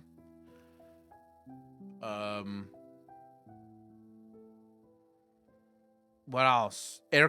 My air conditioner is on right now. PC, lights, all of that shit runs on this. And it actually doesn't, it uses about 20% of it. When everything's on, air conditioner and my PC and everything, it uses about 20% of the total 5 kilowatts available to it. So, as you can imagine, I have a lot of, like, play still. The kettle uses the most. Like, the kettle fucks it. If you switch on the kettle, it goes to 50% of the total capacity of the inverter. Right there. But other than that, it's fine. Although, I heard somewhere Americans don't use electric kettles. Is that true? Like, okay, all the Americans in chat right now, do you guys use, do you have an electric kettle in your house? Or do you use your stove to heat your water? for coffee and shit.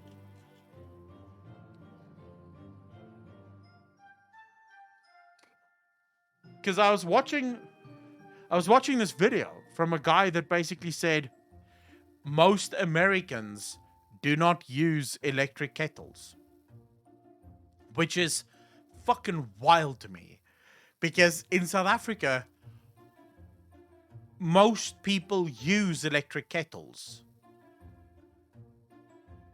Most of them make tea. They have a coffee pot. Generally, most folks don't have them, but I've got one for heating quick use water. They don't use instant coffee like we do. Yeah, but I don't even use instant coffee. I have a what do you call it? A percolator. But you need to heat the water, and the electric kettle is the easiest. It's quick. Takes like 2 minutes. My tap already makes the water extremely hot, but I use an electric kettle here in Germany. Yeah. It's just wild to me that Americans don't really use it. Over, you bastard. 10 months, part of the DJ Nation. Appreciate that, fam. Thank you, thank you, thank you. Is it installed or still waiting? Over, I literally just showed people. There you go. It's been installed. Done and dusted, bro. We have load shedding right now as we speak. My hot chocolate and tea. So the reason I don't like using gas to boil water for like coffee or hot chocolate or tea or whatever, it takes too long. So if you use a gas stove to boil your water, that takes 5 minutes, 6 minutes, sometimes fucking longer. Whereas if you use an electric kettle, even if you fill it up to the max, it's like 3 minutes, maybe. I genuinely don't understand why anyone would waste their time with a gas stove when you can just do electric and it's going to be easy.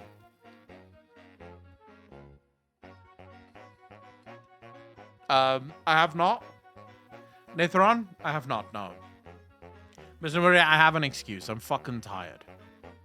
That's my excuse. I've not slept much, and I just came off of being fucking very ill. So that's why I'm not going to watch any more videos now. I'm tired. I really thought that I'd be able to like play some Mass Effect and stuff as well. But I am fucking tired, bro. I am spent. So I'm just sort of hanging out for a bit still. I can't go to sleep, but I don't know what the fuck I'm gonna do. Because if I go to sleep now, I've just screwed my entire sleep schedule again. So I'm gonna have to find something to do to keep myself awake. Playing through number 1 in the final stretch, or how do you find it? It's good, huh? Is this your first time playing?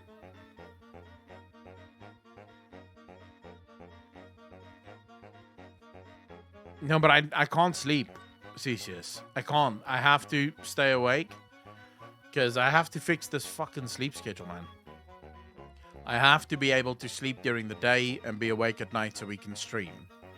I can't go back to the old sleep schedule. I don't want to stream during the day. It's fucking boring during the day. Most of you fucks are asleep. It's not as fun. It doesn't feel like a good, shall we say, like, it's not a good gaming experience to play during that. Plus, tomorrow, we have something to look forward to. We're going to be playing Hogwarts Legacy tomorrow.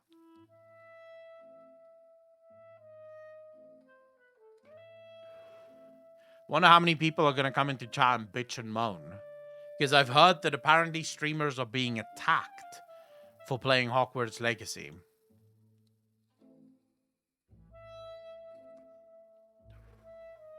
Jonesy, I mean, I've been looking forward to this game for a long time. So yeah, I'm really looking forward to it. Seven Raven, people are bitching and moaning because apparently J.K. Rowling is some transphobic whatever, I don't know what the fuck. And that apparently means that you can't play the game because that's giving J.K. Rowling money, even though they're tweeting that on their Apples and, you know, Apple enslaves people. So I guess, you know, selective outrage I mean, if you really felt offended by J.K. Rowling's things and the things that she said, grow the fuck up.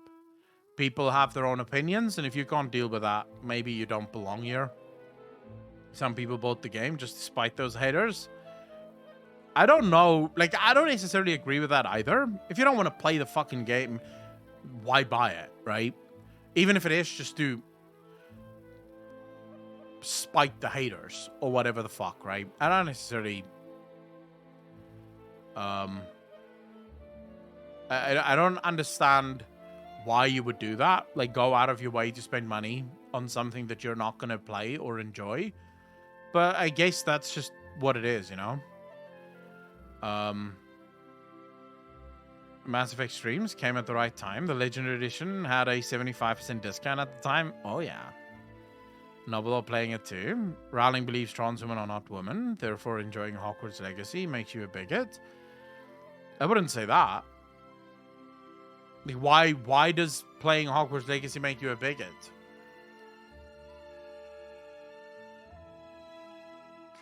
Master Joel, I would say it's the opposite. Like, I would say it's the other way round.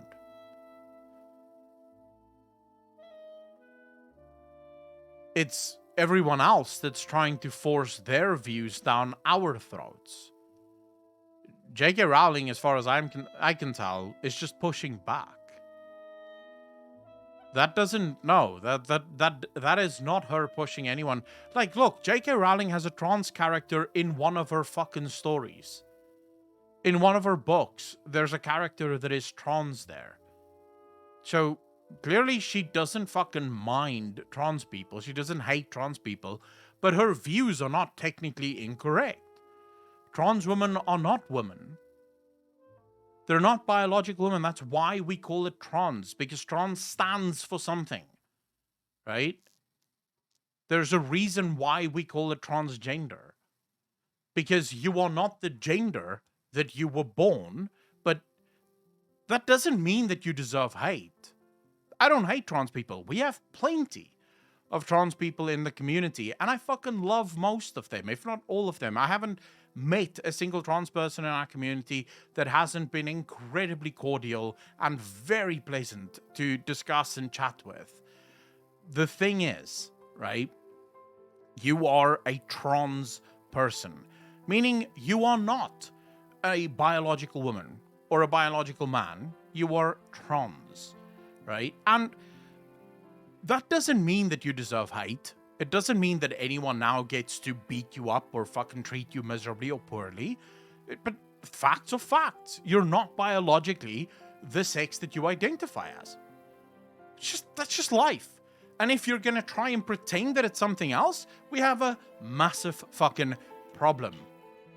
We have a massive problem because it's never going to be true.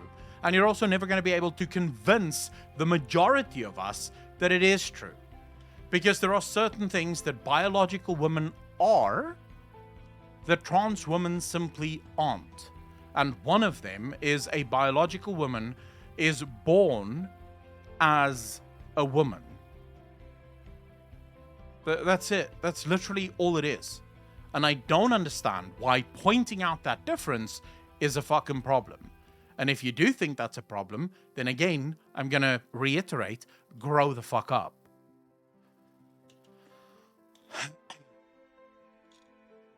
Gets to believe what they want. My point of view is that you do not get to force others to treat you the way you want to identify yourself. Keep it to yourself and your friends that agree with you. Apparently, SA residents can only receive 2 customs free packages marked as a gift per year or something. Alderson, fuck that. Don't even worry about that. Well, like, look, my government has a bunch of rules that they can't follow. I wouldn't pay attention. No one cares about the rules here. They label you as phobic if you don't agree with their self-induced delusion. Like, look, I also don't like when people say, you know, what's a common trope? A common trope is, for example, that transgenderism is a mental illness. I don't necessarily agree with that either, because why are you trying to why are you trying to offend someone when in reality it's not a mental illness? It's just something that happens. We don't know why it happens, right? We don't know why it happens. Humans are incredibly complex. Here's the rub for everyone that is watching. The base standard way of being, right, is to be straight. That is the base standard way of being. Why? Because sex has a very specific purpose within nature. It is to procreate. Therefore, when you have sex, you wish to procreate. But for some weird reason, animals and humans far more than animals, but have this tendency to pop out beings that like the same sex. Why? No one fucking knows. No one knows. We have no idea why this happens. I'll tell you why. Because we are incredibly complex. Our brains are so vast and so fucking advanced that different things can happen. Does it make it wrong? Does it make it weird? No. It just makes you different. And different, last time I fucking checked, is kind of good. It's boring when everyone is the fucking same, right? Different is good. Now, why is it that someone is born, right? You're born as a man, and you feel for most of your life, or all of your life, that you're not a man.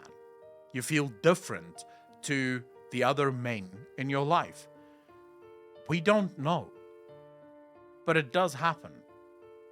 And now that it happened, right, we have one or two options. We can either kill you, right, and pretend like it's not happening. But dark, and I don't know if you're going to get the whole world on your side, but you could definitely put that forth as a fucking solution if you really wanted to.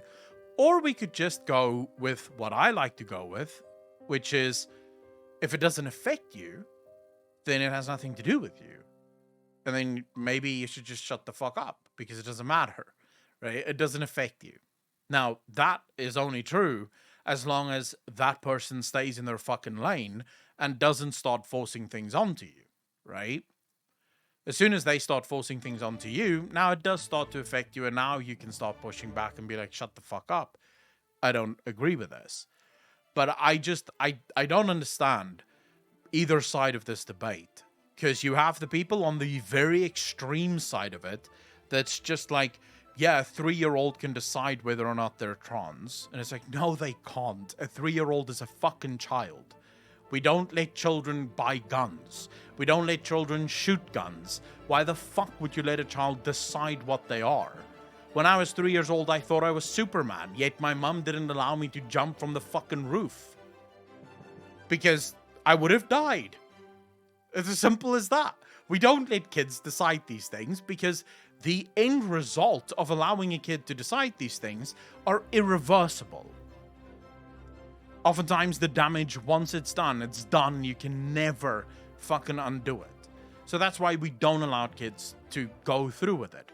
But if a person at the age of 16 or 15 decides, look, this is what I felt. This is what I have always felt. This is what I want to be. I don't understand why it has anything to do with anyone else, right? And why anyone should take offense to it. Because as long as they're not forcing you to do it, like I get it. If someone comes to you and says, "Look, you need to cut your dick off," sure, take offense to that if you don't want to cut your dick off.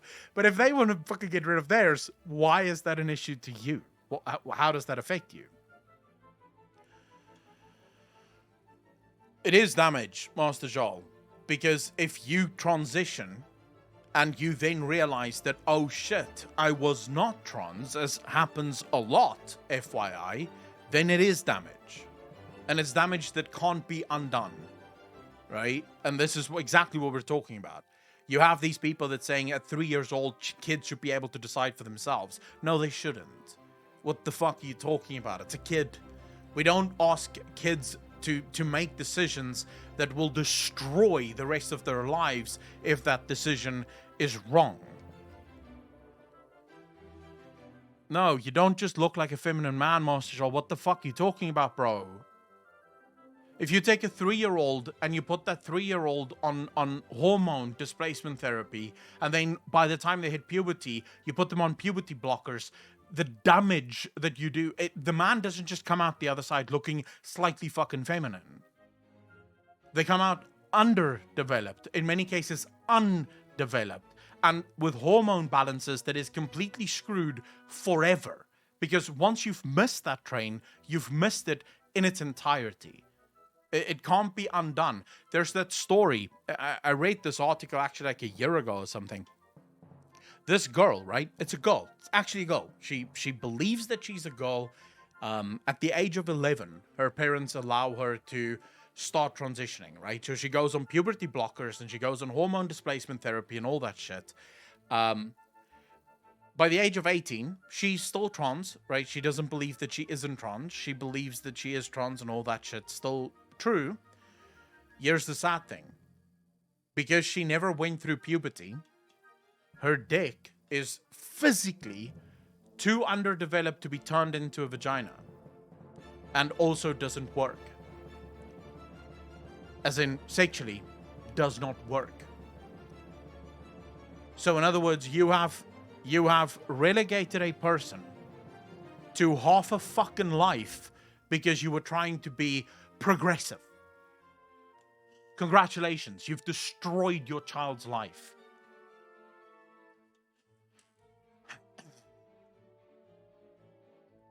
To decide what you want to do professionally for life, but you can decide to change your gender at 3. Yeah, pretty much, right?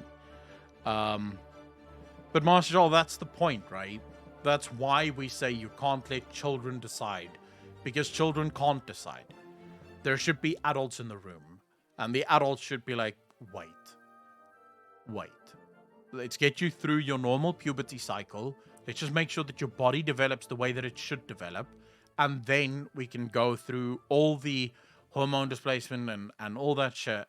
Then you can go through your transition, because at least you've gone through all the natural steps of what your biological sex required of you. Because at the end of the day, we want to help people, right? But we don't want to harm people.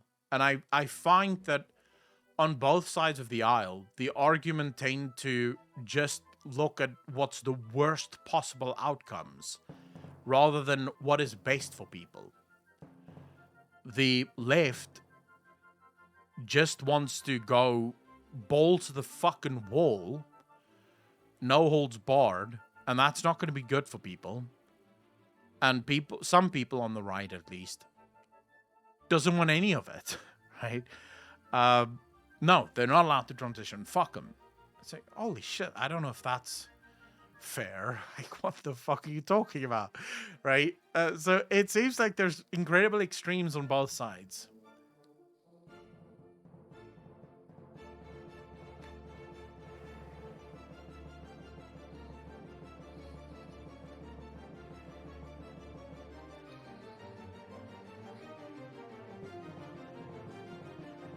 Or I don't understand why. Like, why would you use things like necrophilia or pedophilia? Right? Because we know that those are mental disorders. And actually, necrophilia is a mental illness. But I don't understand how this is comparable to that, though.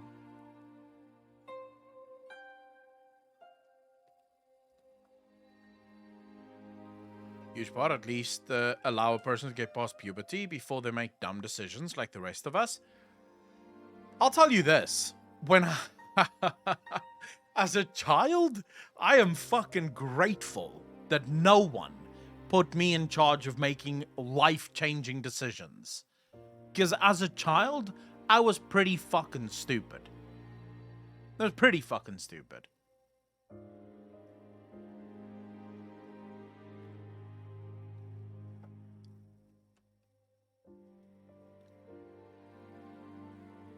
We don't, Ower, but I sort of view it the same way I view homosexuality, because it comes down to the same thing. What makes a man desire another man's penis rather than a girl's vagina? When, biologically speaking, humans as a species, as animals, wants to procreate, right? So why does that happen? The truth is, we don't know why it happens. It just fucking happens, right? There's plenty of theories. There's plenty of theories as to why that could be the case. We know it's natural. We know that it happens naturally. How do we know this? Because it's as old as humanity itself, right? So we know that humans naturally have this tendency to be different. And, you know, those differences come in all shapes and sizes.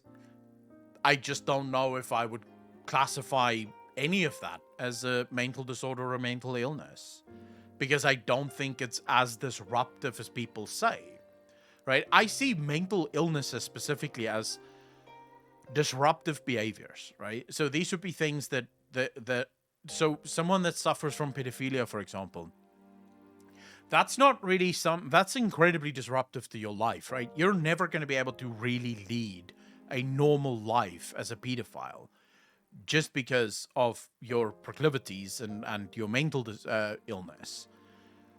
Whereas I don't think that's necessarily true for trans people. I think there are plenty of trans people out there that lead incredibly normal and very healthy lives, and their, you know, mental state has no effect on the life that they lead.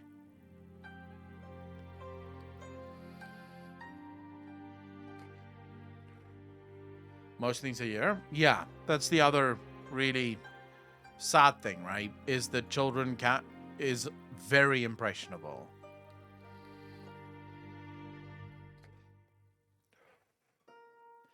And someone said, damn, dude, I didn't know you were so based. Nomba, it's not about being based. It's just about not giving a fuck. Right?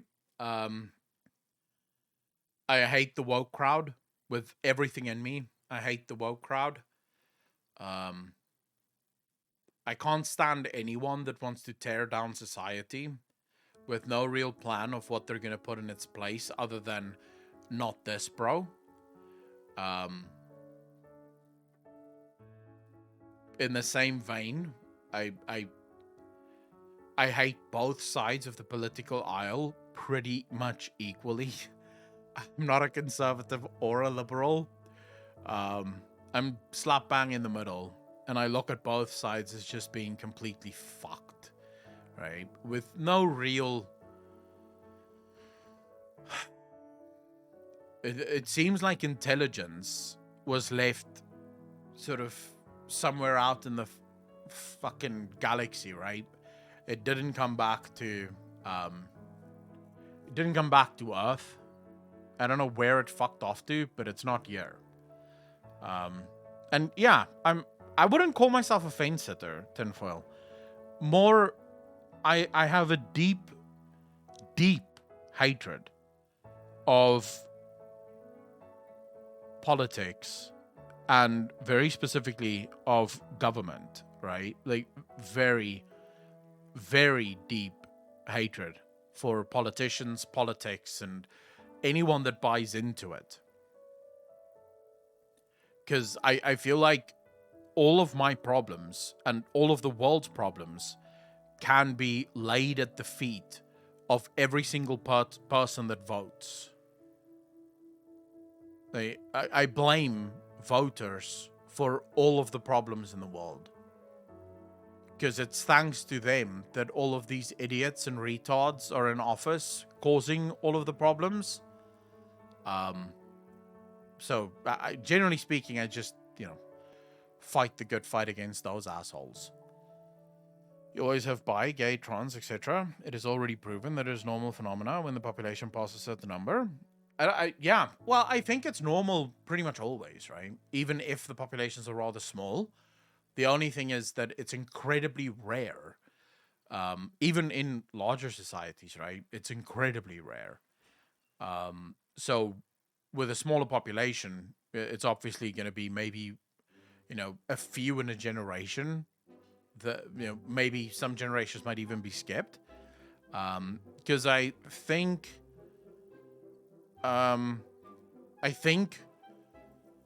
what it ultimately boils down to last time I checked, the psychology on this is that about 10% of the human population is gay or lesbian or whatever, right? And of that 10%, about 1% is trans. Right? So you can imagine it's an incredibly small percentage of the population. But obviously, as the population grows, that number gets larger as well. And that obviously changes things considerably from where it would have been.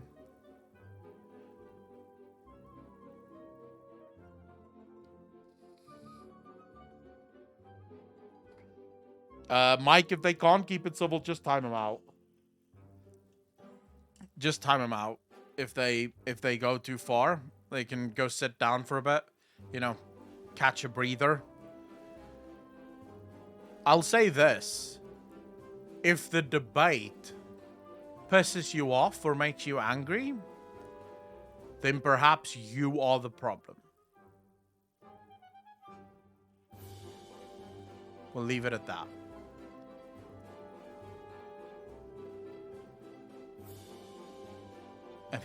I think that's a good place to leave it. Do you need more mods? C says, hey, do you want to be a mod? Mike is here, and Mike has things under control. For the most part, you guys are very well behaved. I don't think we've really needed mods for a long time, right? Like, I mean, needed mods, right? Where the mods have to actively step in and be like, what the fuck are you guys doing? We haven't needed that for a while. Sensei, how you doing, fam? I'm doing better. Thanks for asking. I'm just very tired.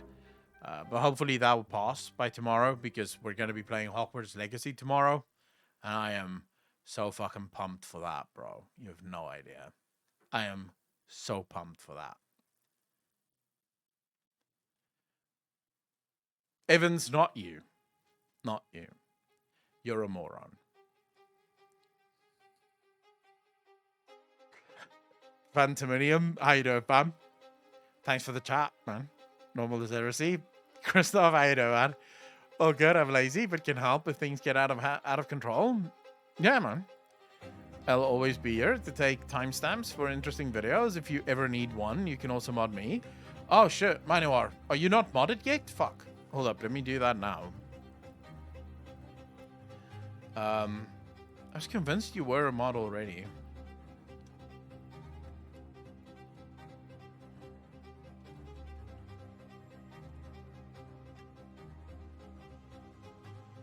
Did that work? I'm not even sure if that fucking worked.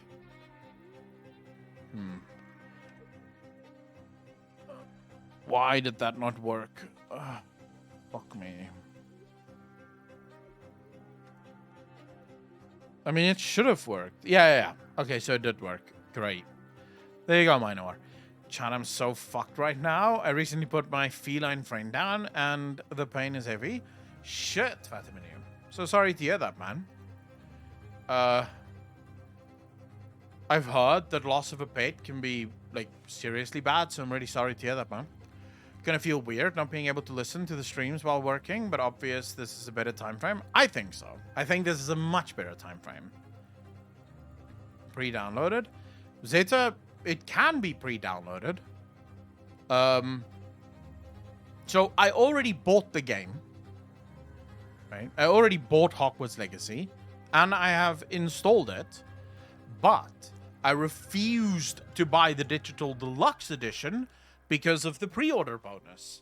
Like, the second I saw that the pre-order bonus gives me, 3 days earlier, I was like, no, fam. You're not getting this money out of me.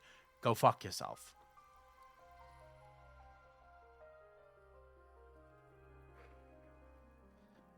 I don't do pre-orders, and I specifically don't do pre-orders when they come with, 3-day early access bullshit.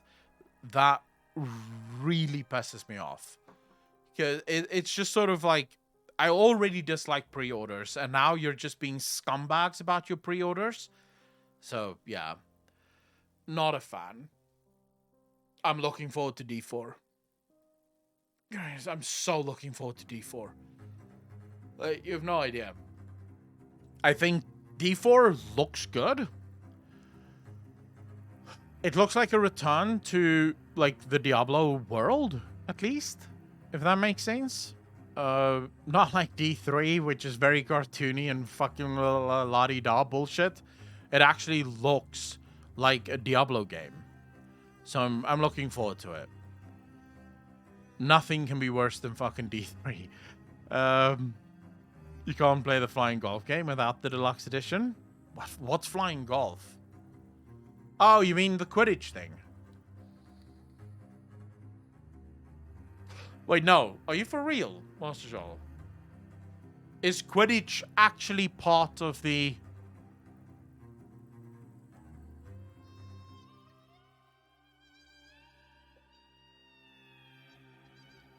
No way, bro. No fucking way. Are you trolling? You must be trolling, right?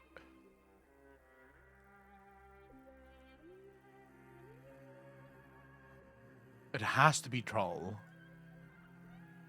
It's gotta be troll. Here we go. Hogwarts Legacy Edition. So here's what you get for the Hogwarts Legacy Edition. Let's quickly show you.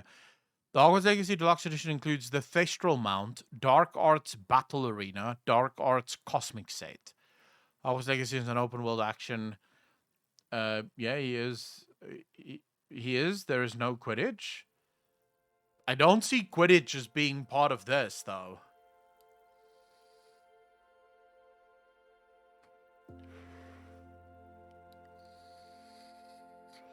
Yeah, Quidditch will probably be added.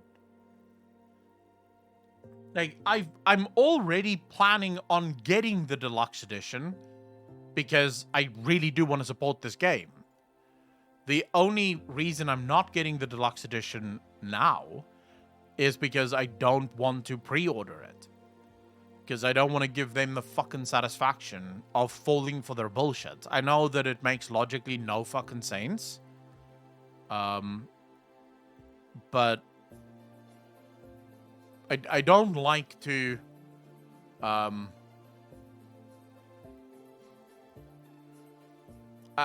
don't like to support pre-orders in general. So yeah. Ping me on Discord so I can add you the waterfalls. Fuck yeah.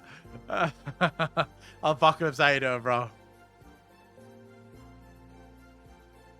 But I am so looking forward to this game. It looks incredible.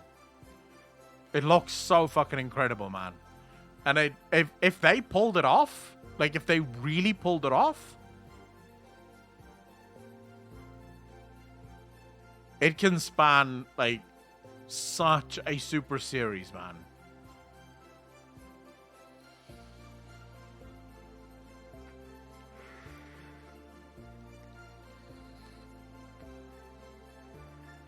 Like Harry Potter, it looks too much as Harry Potter and not the time period it's supposed to be part of, i.e. 1800s.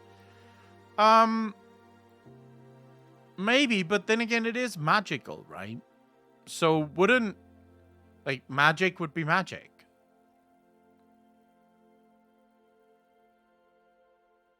Oh, Apocalypse. Don't even start with the transphobic bullshit. I'm undecided on buying it. I'm still playing Tiny Tina's Adventure. If I get another massive game, I'll be done for. I am definitely... Like, I already bought it. I just need to upgrade to the deluxe edition. I could upgrade now, and I could play it right now because it's already installed. I just don't want to. Been playing with the past few days. It's really enjoyable. It looks super fun. And tomorrow, we will be playing the shit out of it. You're gonna pirate it, Mr. Dumoria, you fucking high seas bastard. How dare you. Tofu Breaker, how you doing, bro? Thanks for the first time chat. Really appreciate that. 25 hours isn't that short. That's pretty much bog standard for a AAA game. Actually, it's longer than most AAA games. Are you talking 25 hours main storyline, Master Jal, or 25 hours all things included?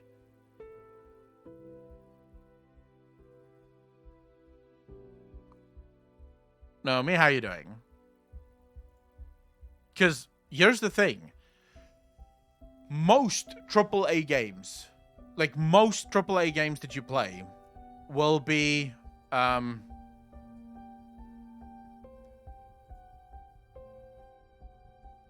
like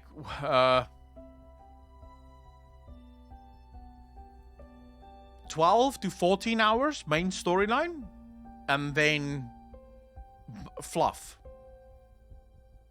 Like super amounts of fucking fluff. Basically. That's usually what you get.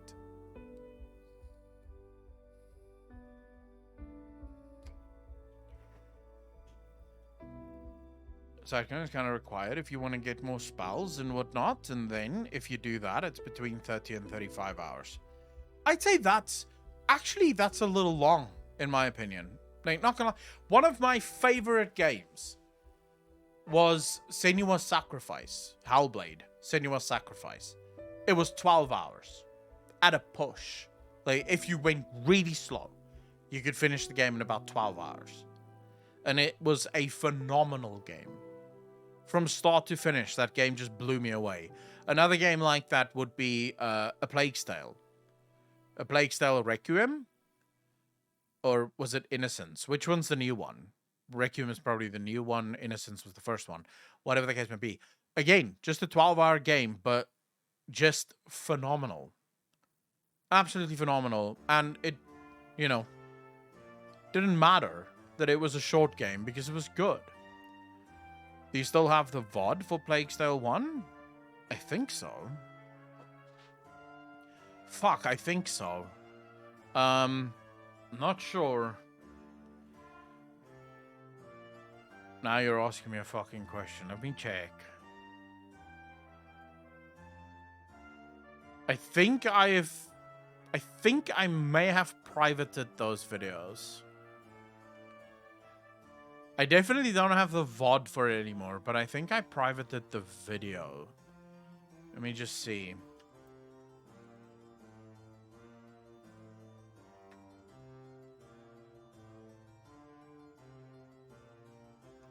Yeah, I don't know if this is all of it. It might be all of it, but it's all private. There you go.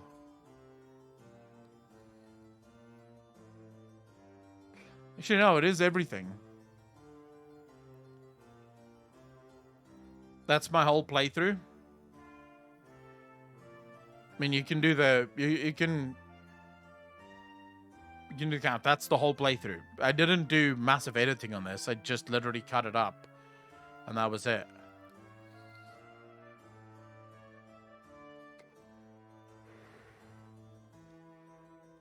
Oh, you're gonna make me fucking unprivate this shit, Snubby. I don't know what the... Like... What was the playlist that it was put in? A Plague Tale was the playlist. No, I mean, I could. I could unprivate it for you.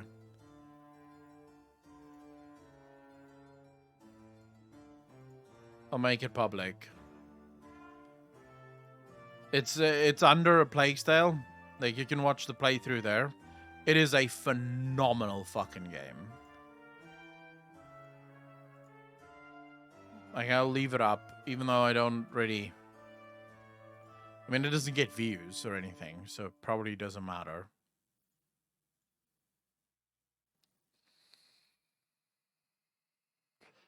There you go, Snubby. It's all there for you. Which version of Sylvanas is hottest? Old one. The new one is a bit, like, armory and warrior-y, which is fine. But you're very welcome, Snubby. I definitely prefer the old one. Old one was super hot. Has the got rot treating Echo? Better. Apocalypse, much better. Just tired now and dehydrated. Like, I can physically feel myself dehydrated still. But overall, you know, not bad. Purple with Sludmog. Dude, Sylvanas is just super hot. I will fight anyone that disagrees with that take. I have water right here, Mike, and I already drank one of these bottles. This is my second one for the day. I think it was stomach flu, Apocalypse. It definitely wasn't like food poisoning you can feel. This was different. I think it had to be stomach flu or some shit. My dick would get covered in carrion worms, but she's not rotting. This is the problem. This is the mistake that everyone makes when it comes to Sylvanas. Sylvanas is no longer in a state of rot. She has undergone the transformation. Her rotting, the process of her rot has been completely reversed. She's simply undead. She's not like the normal undead that you see, the Forsaken, that is actually rotting. So you just need a curling iron to warm her up? I don't think she's cold. Do we have any evidence that she's cold?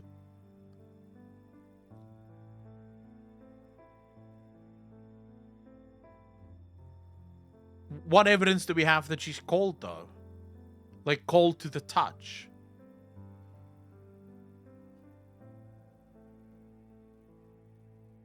Did it say that she's cold in the comic? I read that comic so many fucking times, and I don't remember it saying that she's cold. Mistake, cooking my chicken in spicy samyang sauce? I don't even know what the fuck samyang sauce is, Cesius.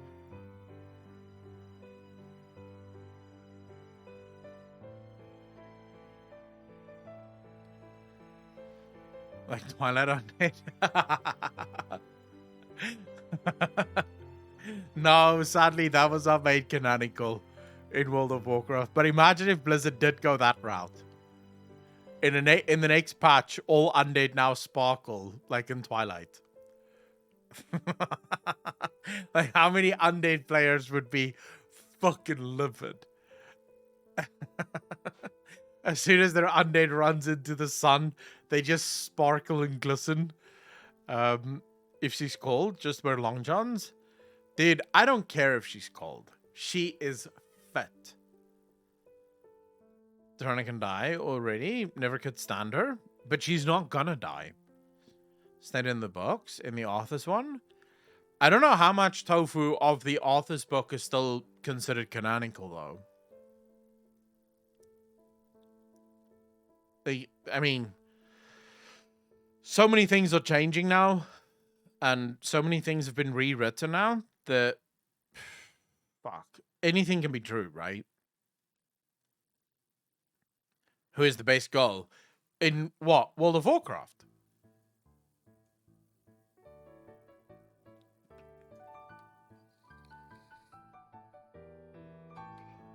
All right. Holy shit. Bro, for a 5-pack? Really? 169 rand for a 5-pack.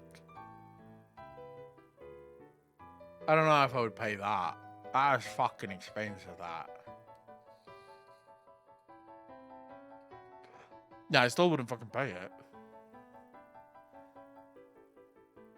What noodles is it?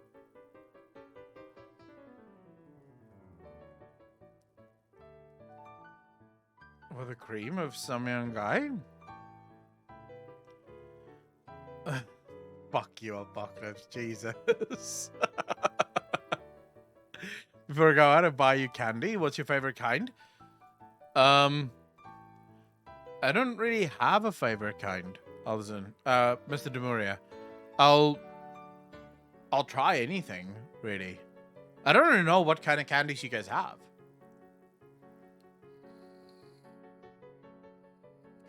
Here's some sauce, though. The only thing that I think would bother me about that is it states that it's halal. Isn't this kind of noodle... This is from Korea, no? Korean food is not halal. Do they give a fuck about halal food? I don't think so. She would be cold, whatever happens. Her transformation wasn't just normal. Frostmourne was involved. Frostmourne? Alright, fine. So I used the sauce. Right, no, I discovered a new thing that is fucking phenomenal.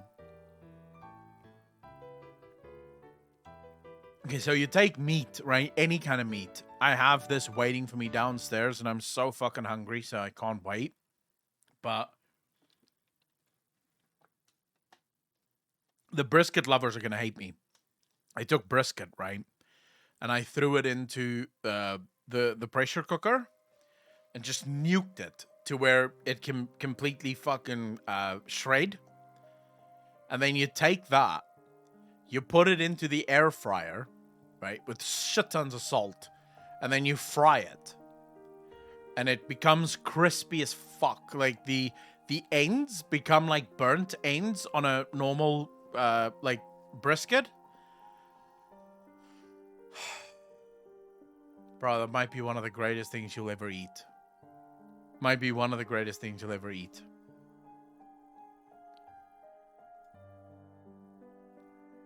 I skipped lunch? Well, then go fucking eat lunch, Evans. What are you talking about? I too easily startled. This was dangerous. Other than Lady Moon, welcome home. You're lost. Find these lands are not guilty. You lack vision. Everything changes if you walk far enough. Come. Gasp. Where's the cold bit, though?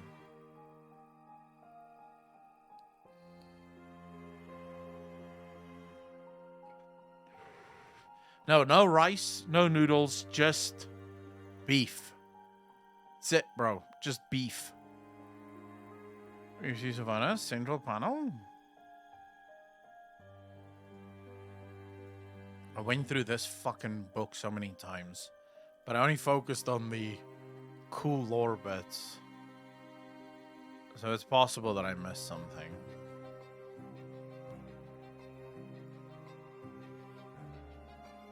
Okay, this is the first page. Second page. Third page. Fourth page.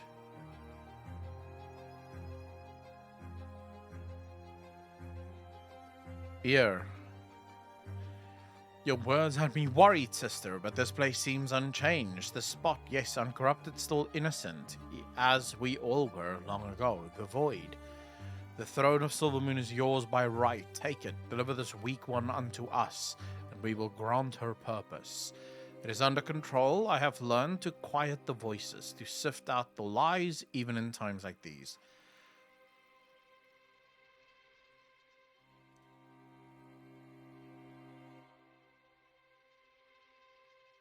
Sylvanas wanted him dead. Where? Bro, I don't know what the fuck you guys are talking about. They're startled. This was home. I left this. I left to protect this. What did this? Arthas Menethil, or the monster he became with the army of Scourge? Back one.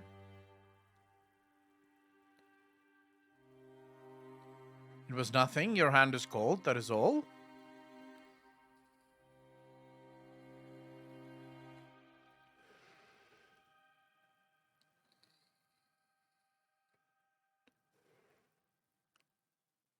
But it might just have been a cover-up. Like, just to be clear, though, it might just have been a cover-up. We know why she was startled.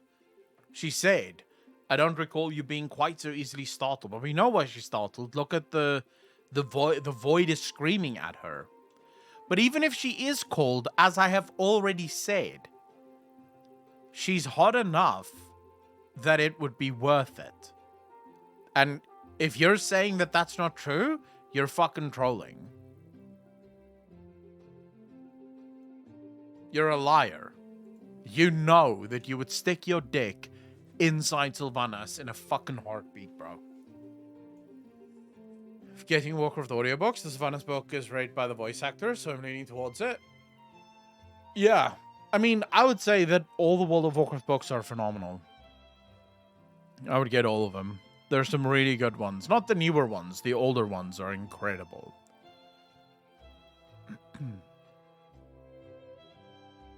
Decayed pussy? Her pussy is not decayed, fam. We've already discussed it. She is not in a state of decay. She is very well preserved. There's no decay there, bro.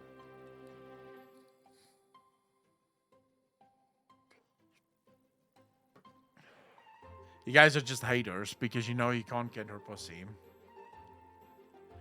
I mean, assuming thermodynamics works in Warcraft lore, the coldest she would be is room temperature, but any friction motion would inherently generate heat. Well, there you go. Digital Pope has got the he's got the answers for us.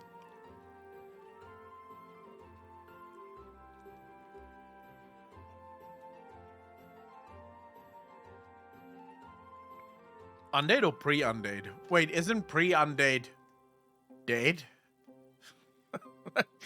What the fuck? No, I would prefer undead to pre-undead because pre-undead is just dead. Like, what the fuck are you asking? No, pre-undead is not being alive because in order to be undead, you must first die. So pre-dead would be alive.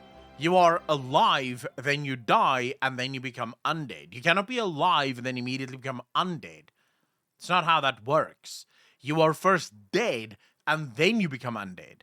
For all creatures had to be dead before they could become undead.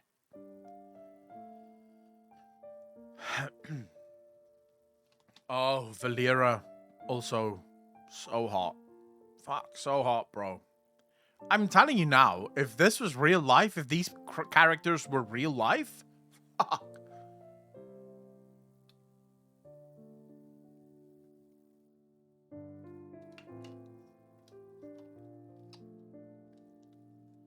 Alexstrasza is pretty hot as well, yeah. What video is this? Which WoW character? Oh yeah, we saw this. Cesius.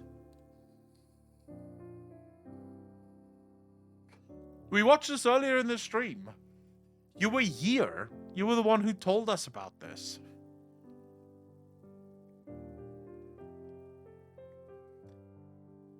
Oh, you want me to watch this specific part, okay? Which WoW character would you totally smash and why? That's a tough one, dude. I mean, obviously I'd have to go with my main character from way back, my Hunter Asmongold. But I would also totally go for Tyrande Whisperwind for sure. Dang himself. She's definitely got that whole elf vibe going for her, and I'm a sucker for a good elf girl. Plus, she has that amazing eyesight that would come in handy during epic raids. And of course, you can't forget Jaina Proudmoore. That girl is fire. She can shoot lightning and control powerful elements. You can't not love her. So yeah, all in all, Asmongold, Tyrande, and Jaina, what a great trio. Now I just need to set up a WoW dating simulator, and that would make my dreams come true. Oh my god, bro. What the fuck? Asmongold would never say. If they were real, I would don't mind simping for their OnlyFans. There you go, bro. If he looks so different with a beard. I don't know what even happened to Athene. Didn't he, like, he went away for a while, and now he's back. Or did he never go away?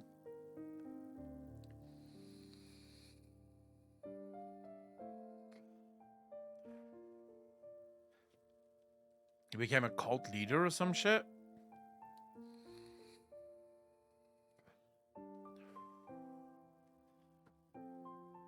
He became a Jedi Jesus? He used to be one of the most successful like one of the most successful fucking YouTubers out there, especially with World of Warcraft stuff. Like, for those of you that hasn't been in the World of Warcraft space for a long time, Athene used to be the guy. He was probably one of the top World of Warcraft creators out there. And I wonder if that success didn't just get to him, man. Because I think it's easy when you become super successful to start buying your own bullshit. Like, you just stop believing that you are truly as good as your viewers think you are. Because, look, I like to believe that most viewers are normal. But we all know that there's always some viewers that's like completely off their fucking rockers and just completely nuts.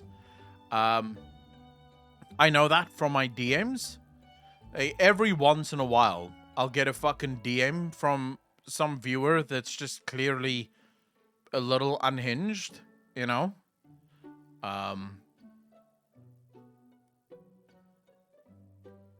think we watched this before. Raiden, are you having fun playing with the new AI toys? Well, yeah, I am. You can make pictures of cute anime girls and... Enjoy it while it lasts, Raiden. What do you mean? Did you really think that civilians would be granted unrestricted access to such powerful military weapons forever? Military weapons. Are you implying... Oh, this is a parody. Never mind. That this technology was created by the government? Of course it was. This AI technology has been used by the intelligence agencies to warp the public's perception of reality for years.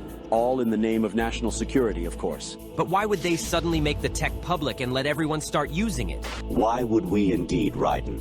What? What in the hell are you? Your question is irrelevant. By creating a new problem, we can cultivate a desired reaction to it in order to manufacture consent for our preferred solutions. In short, it's justification for a war.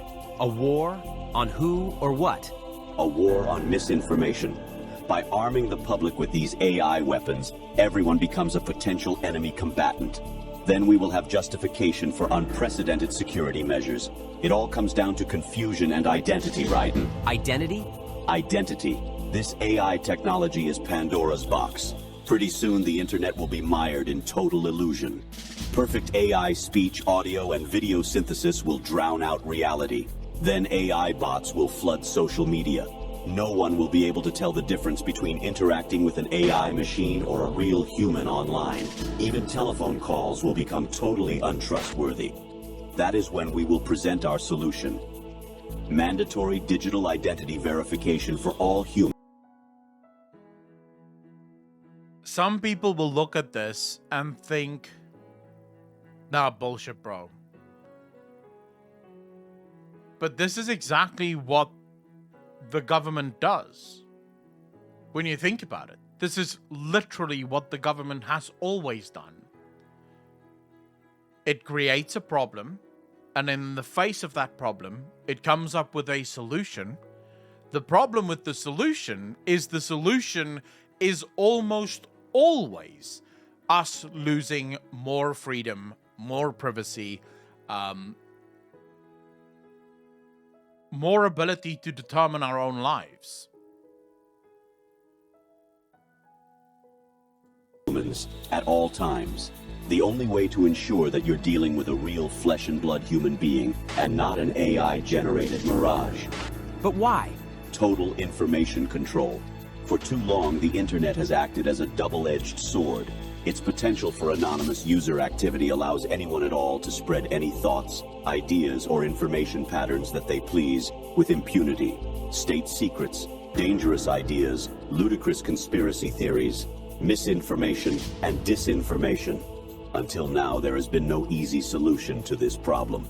Our digital identity platform will finally put an end to anonymity online. It will allow us to trace misinformation and other dangerous communications to its source and exact appropriate justice. That's crap! I won't go along with it, and others will resist. You won't have a choice, Raiden. Do you think your bank is willing to risk doing business with an artificial human instead of a real one? Our digital identity platform will be required not only to access web services, but to pay for your internet connection in the first place. You can't just censor the entire internet because of a new software technology. Who are you to define what's misinformation anyways? That sounds like something a misinformation terrorist would say. I know about the deep fakes you've been making of me, Raiden. What? No, I was just adjusting the AI settings and... Controlling the output of generative AI technology is simple. We will create context for its use. First, we will censor any use related to social taboos. Then we will censor anything else that we desire. If anyone complains, we will accuse them of wanting to engage in or promote social taboos. That's what it means to create context. We will corral the use of AI by making appeals to bias, ethics, and copyright laws. You will still have access to generative AI in some form, but it will be crippled, limited, controlled, and it will be monitored. Anything that you generate will be cryptographically signed with your digital ID, so that its provenance can be ascertained if it's later deemed to be problematic.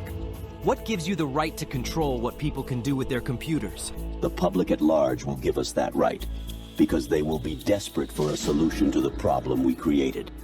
They will eagerly give us the keys to the castle. Then, we alone will define what is fiction and what is reality.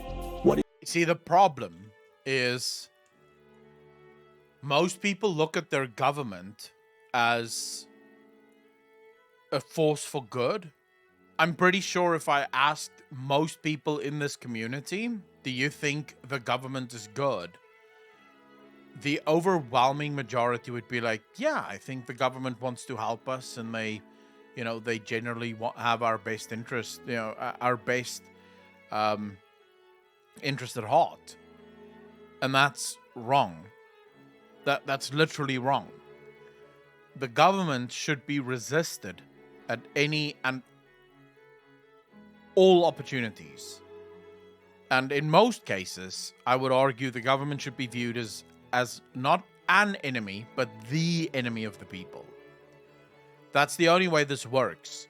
Because government is far too powerful and far too susceptible to corruption for anyone to view the government as anything other than the greatest enemy that the people will ever face. Government killed another group of people to rule over the majority. The German government is so technologically old, they still use fax. Yeah, well, need to study history, buddy? Oh, I know my history. Emo, what's your fucking point? Please enlighten us. Name one thing that the government has done that's been good, in your opinion. Like, name the good things government has done. Please. What is human and what is machine? After letting you get a brief taste of our power, we will Liberalism. The fuck are you talking about? You think the government brought you liberalism?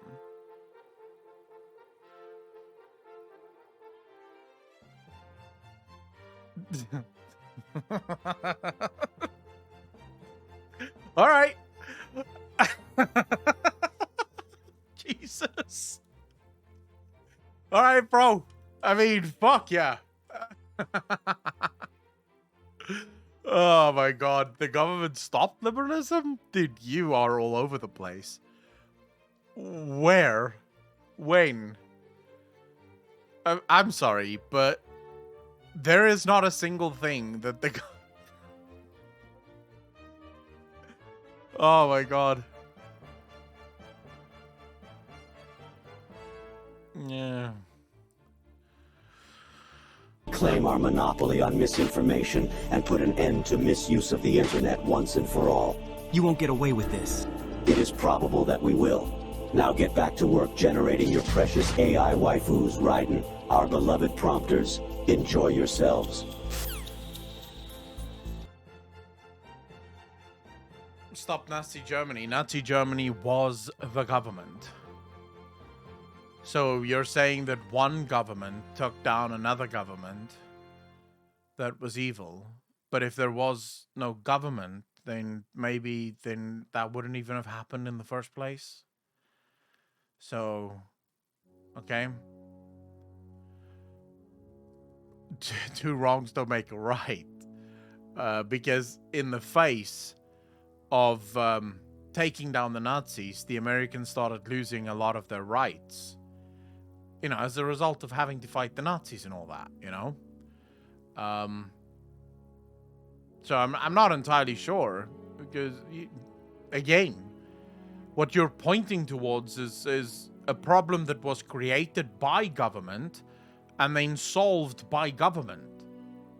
which is the exact point. Every problem in the world today is created by government so that they can come up with the solution, and it just so happens that the solution always leads to less freedom.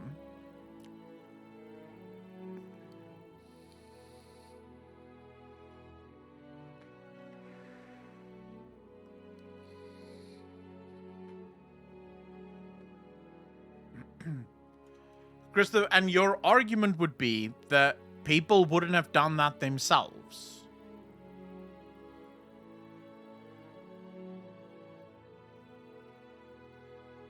The fact that people have plumbing now is because we are able to do that now. You think if you remove the government, people just would not have done that? Again, it's sort of this wild that's just wild. The government doesn't mandate shit. Government is wholly ineffective in most things that they do.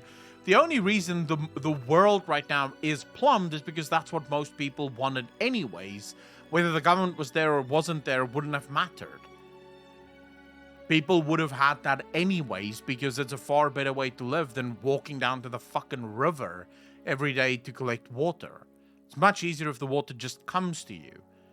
But of course, there's a price that you paid because the government also controls the water sources. That's why the water that comes to your house is filled with chlorine and lacks any of the good bacteria that's supposed to be in there. So you're basically just drinking a bunch of fucking chemicals because that's how the government does things. Gives you water, but then also doesn't give you clean water. Because apparently that's fine. There's not a single good thing the government has ever done. Let me rephrase that. There's not a single good thing that the government has ever done that people wouldn't have done anyways. For themselves, because, you know, they can. And generally speaking, I would argue that it's almost always preferable that people do their own good shit rather than the government doing the good shit. Because what's good for one person isn't necessarily going to be good for another. Right? Titus, give me the dragon's water. That water claim is wholly untrue. No, it's not.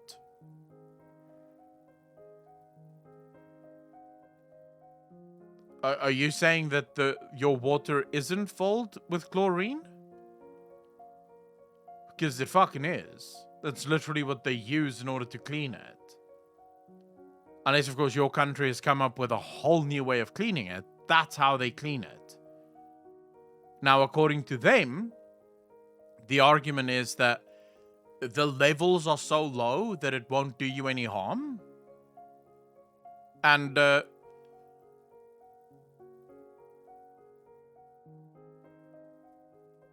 evidence also comes from their own research studies on that. They're removing all bacteria, Phantom. Not just good bacteria. They're removing all of it. Chlorine kills indiscriminately. You do get that, right?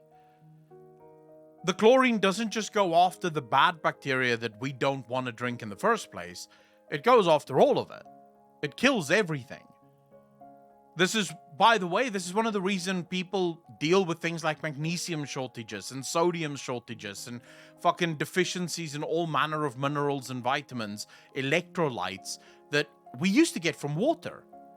Because if you go to any dam or river, that water is filled with electrolytes.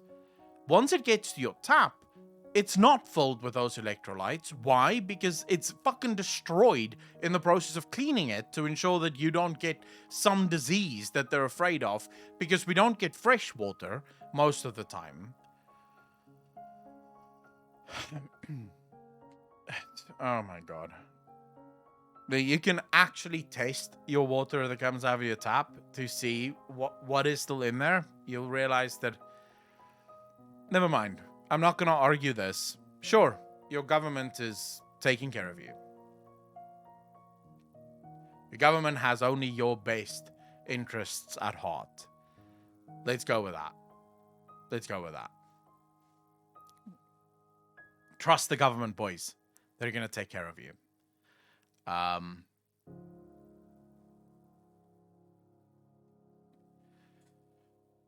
It's one or the other. It's one or the other. Will literally kill you, you say. Literally, right? All right. I mean, certain types of unclean water could kill you, sure. If it has bacteria in it that could kill you. If it doesn't have that bacteria in it, then it's not going to kill you. But, you know. The best interests, but there is no need for chlorine here. We all know people immediately loses all impulses to do bad shit, such as steal or leech of other people. The moronic thing here, and what makes people morons, is you have an organization that sits at the head, in charge, right, of an entire group of people, of an entire nation. This organization can tell by force, by fucking force, legally, it can tell you what you can and can't do. Right? It can tell you, you will not do this. And if you do it, we'll fucking shoot you. Because it can. Because it's the only one that can. If you kill someone, that's murder. If the government does it, that's punishment. All right? So they're the only ones that's allowed to use force and violence in our societies. They sit as the complete monopoly on power within our societies. And you have people that believe that they're a force for good, that they take care of us. They love us. What is the one thing that psychopaths and sociopaths are attracted to? Power. So when you have literally the most powerful business that anyone can ever belong to sitting at the top, there are people that believe that that same thing isn't filled with sociopaths and psychopaths that couldn't give two fucks about you and me. No, they only care about the poor man. They just want to help people, even though the government has never done anything to help anyone. The world governments around the world has had a war on poverty for the last 60 years, and poverty is just there still. They've not won the fucking war. There's been a war against terrorism for the last 25, and there's still terrorists everywhere. So, what is the government actually doing? Well, clearly only the good things, you know? Only the things that we really want. Most young people today will leave school and they'll never be able to afford a home. They'll never be able to afford a life for themselves, and they'll never be able to put enough money away to actually retire at the end of their life. But the government looks out for us. The government makes sure that we're okay, right? The government really has our best interests at heart. And the most genius thing that the government has done is they have managed to convince all the stupid people that the reason countries are as fucked as they are is because of capitalism. It's not our fault, boys. Even though we control all of it, and even though we make all of the rules, and even though we make all of the regulations, and even though we tell the companies what they can and can't do, it's not our fault that you guys can't afford homes, and that you guys can't afford food, and that you guys get fucked.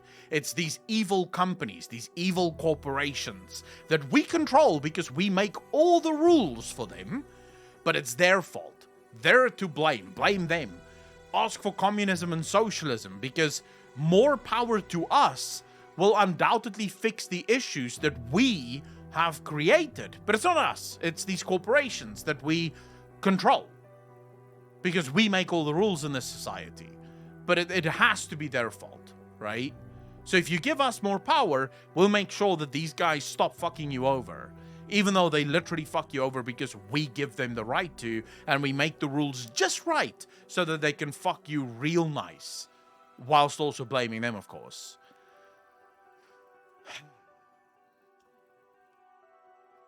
If it's not the power of governments, it would be the power of religion or the power of corporations, etc. It's all a shit show.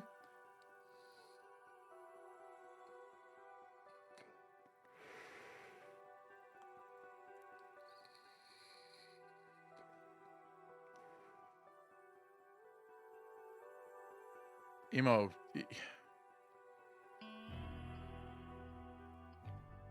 I tell you what, bro. If you want to come with an actual argument, I'd be happy to hear you out. If you want to come at me with fallacies, right, and simply throw out useless sort of factoids about things that you think could be blamed for something because you fucking read it somewhere, shut the fuck up. Cool? Now, you want to actually have an argument, you want to actually discuss something, tell me. I'll get you onto Discord, we can actually fucking discuss this. You can tell me all about your 1800s theory. And how that is to blame for all the problems in the world. And how that is the fucking problem of the world. Until such time, let's not have this discussion. Because you're going to keep saying words that I'm going to keep disagreeing with. Because you still haven't made a single fucking argument against me. Other than saying, well, we need government now because of the fucking 1800s. No, it's not a capitalistic country. Who the fuck said it was? There's not a single capitalist country in the world. So I don't know who said that it was.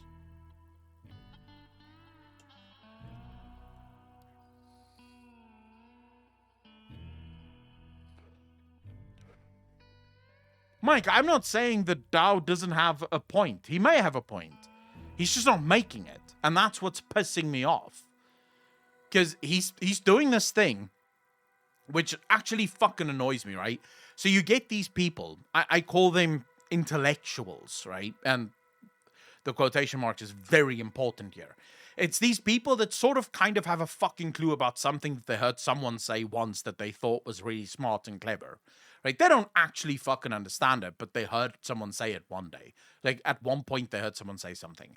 And now they just keep repeating it. They don't have a fucking clue what they're actually saying. They don't know how to back it up. But at least it sounds smart. Right? And they're just throwing it out there because they want to sound smart too. If you can't make an actual argument, and all you're saying to me is, oh, this is just a reaction to the 1800s. Like, what the fuck are you talking about? I can't argue against this. You've not made an argument for anything. You're just saying words. Like, what am I supposed to fucking argue? You're just using words. Like, what? The 1800s didn't happen? What the fuck are you talking about? I don't know what to say. You're just using words to sound smart. It's not an argument. So that's why I get fucking annoyed. Make your argument. Say something that's actually fucking intelligent. Or better yet, just say something that you've actually thought about. And not heard some idiot dick fucking what professor say one time when you were in college and paying attention and wasn't blind drunk. Right?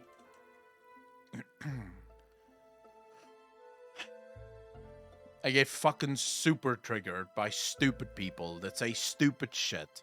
And I'm not sitting here pretending like I'm fucking smart or that I know everything. That's not it. I'm more than open to changing my mind on just about any of my beliefs. If I hear an argument that really stumps me, that really puts me in a position where I don't know what the fuck to say because this is just a great argument, I will be the first to go, hi, you've got me. Yeah, I changed my mind, bro. You must be right, because I don't know how to refute this, and it sounds absolutely fine what you're saying, so clearly I'm wrong. I don't mind admitting when I'm wrong, because that's the only way you learn. Norway is not a capitalist country. There is no such thing as a capitalist country. Capitalist countries have not existed for a really long time. There was a short period of time, about 100 years ago, where America was kind of capitalist. And that was, like, the government fucking stomped that out as quickly as they could. There's no capitalist countries in the world. There's like a bunch of socialist countries that's on different levels of socialism. But they're all socialist. Not a single one of them is capitalist. Actually, I would say there's more corporatist countries in the world. There's like a shit ton of corporatist countries in the world, but there's no capitalist countries. Honestly, I would welcome lizard people and really shake things up a bit. I mean, it would give us something to fight other than ourselves, right? I could get involved with that. Why not? If you didn't have a government, society would probably live in towns, tiny countries, and have pseudo governments where powerful people do what they want and get followers because those. You're like, you mean like now? Any criticism that you can lob against anarchy exists in the world today. Powerful people right now control you, bro. So what's the difference? You want to talk about a bad government? Look no further than the Imperial Man. Swanky Tiger. I mean, that's obviously bad, right?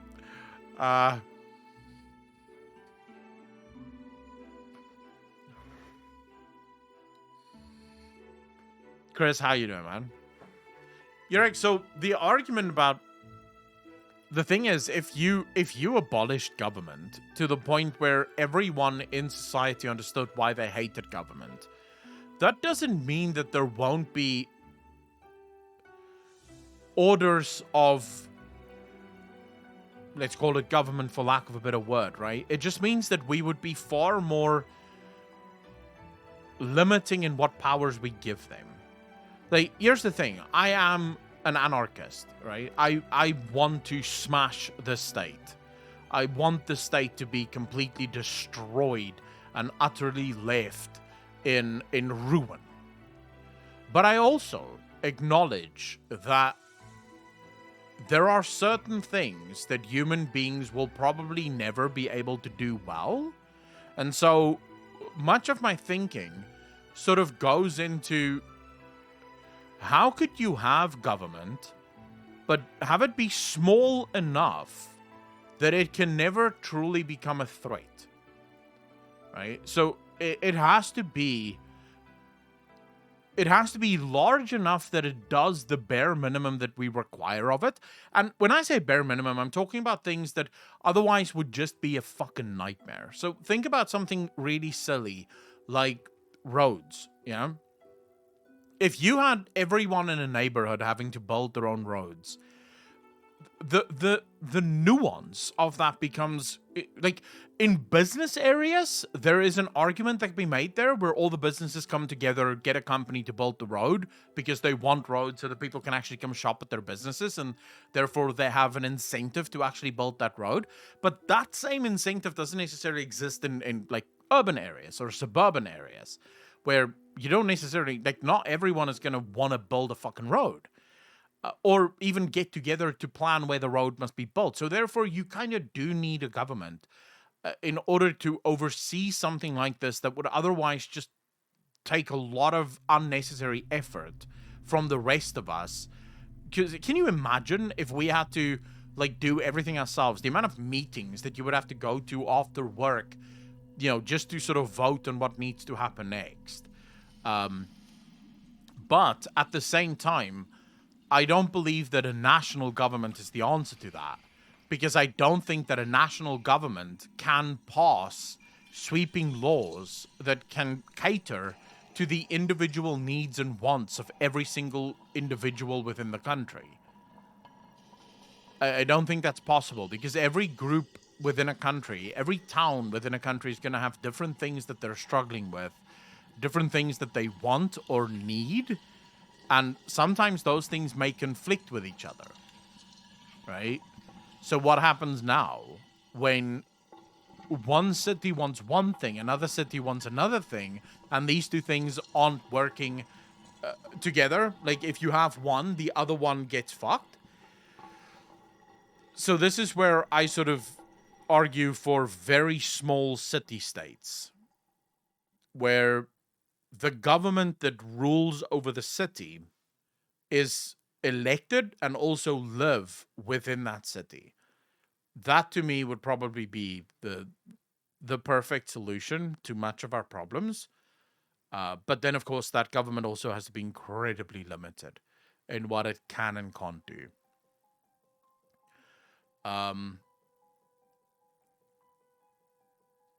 And you have to constantly look at what they're doing, because they're always one of the founding fathers of America. I forget which one it was. it may have been Jefferson, or was it Washington? It may actually have been Washington.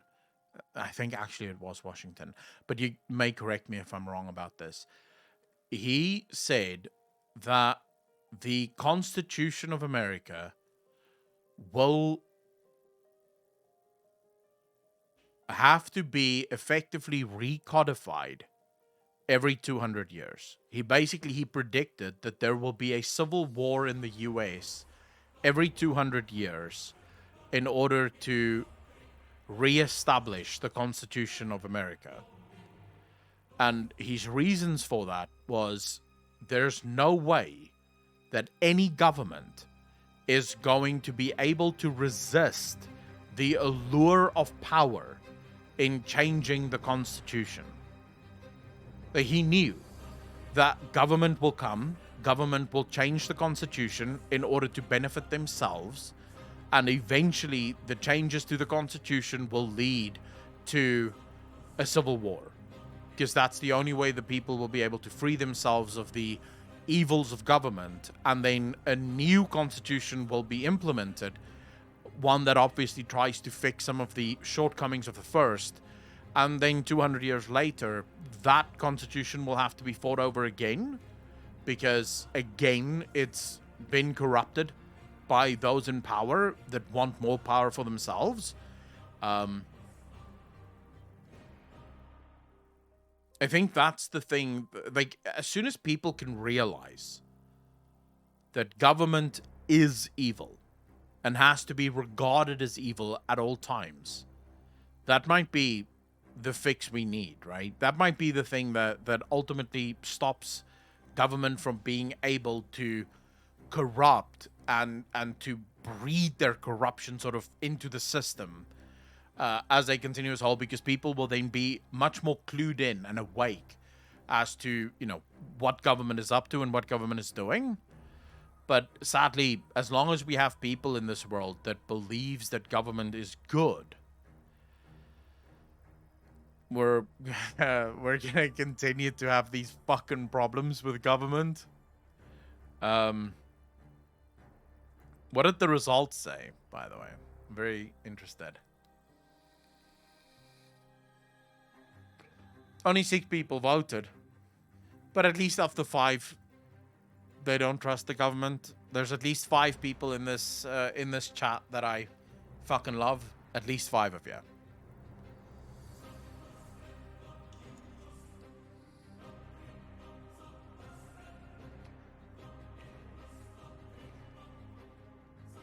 Evans, no. No. The vote's over. You're not getting another one. It's over, bro. It's democracy. It's just how it works. You'll get fucked by those that did vote. Them be the rules, fam.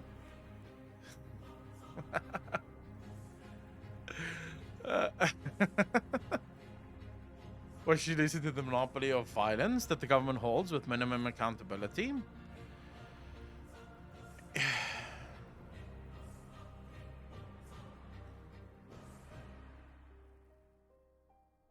Well, it depends. There's 2 schools of thought on that, Emo. So you could go with the violent anarchists that believe that the only answer to the monopoly of violence of the government is an equally armed citizenry. So the anarchists there believe that whatever government has, the citizens should have as well. So that, you know, if the government tries to overstep, the citizens can push back.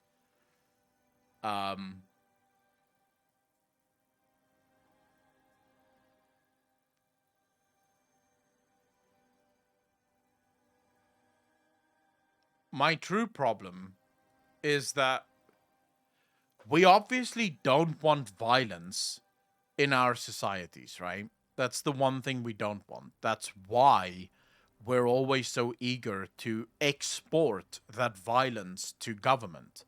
To say to government, hey, you guys have the monopoly on violence because we don't think that the citizenry should have violence as a means of engagement. The problem with that is that one thing is also the very reason why government becomes corrupt.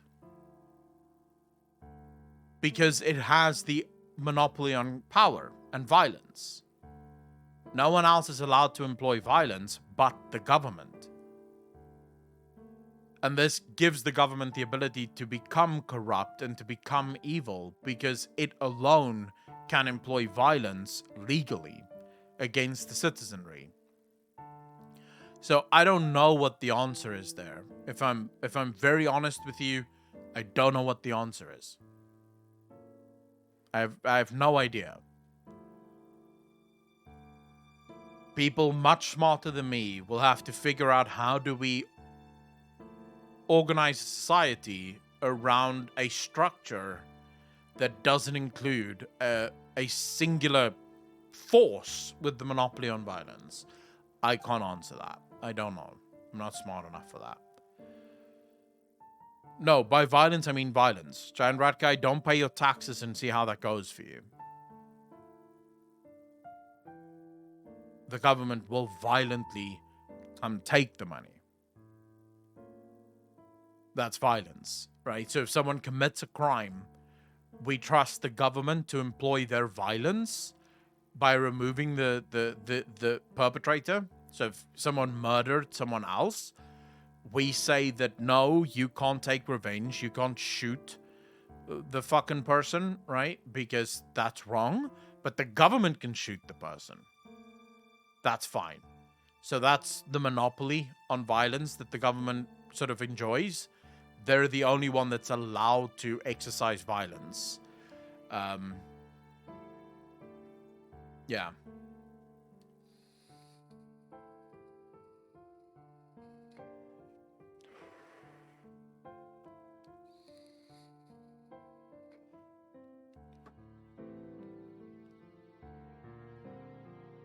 Sucking off ET for an extra sip of water, betraying their neighbors. It depends. What does ET look like? If ET looks anything like the Asari in Mass Effect, you are fucked. I will be selling you out in a New York minute. I'm just telling you now. I love humanity and all. But if ET looks like the Asari in Mass Effect, peace out, fam. I'm joining the other side. The infected ballsack from the movie? Yeah, then fuck that. I'll fight on the side of humans. The assumption is that government is the only one that can properly administer justice, but history proves otherwise over and over again. Second Nature, that's an interesting point. There is a possibility that government is simply the most lazy answer to who can actually distribute justice, right? Or administer justice. That it's just the lazy answer because we don't want to deal with the more, like, the better options that would take a little bit more pressure to implement. I'll tell you this. In South Africa, that violence has been privatized.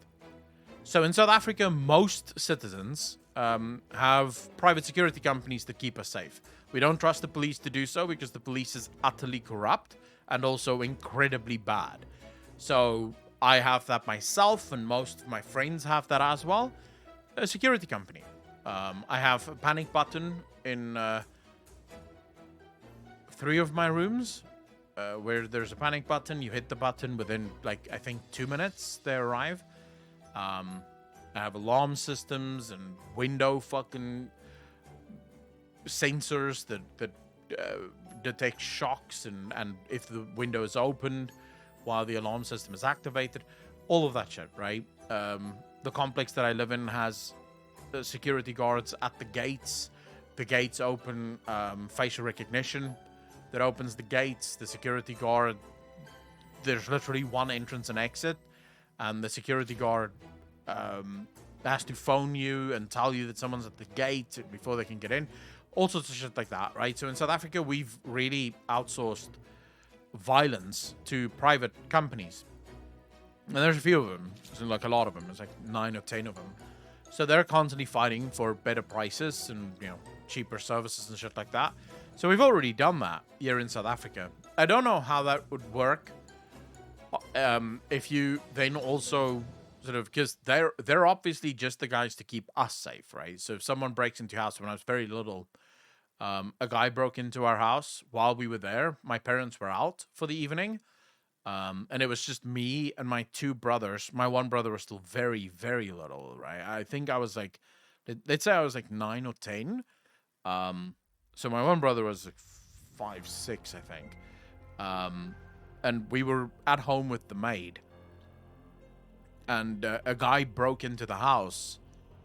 By shattering the window, it sent a silent alarm to the security company. And about a minute later, we just see these fucking lights flashing and guns fucking blazing. Not shooting, but you see the guys running with guns.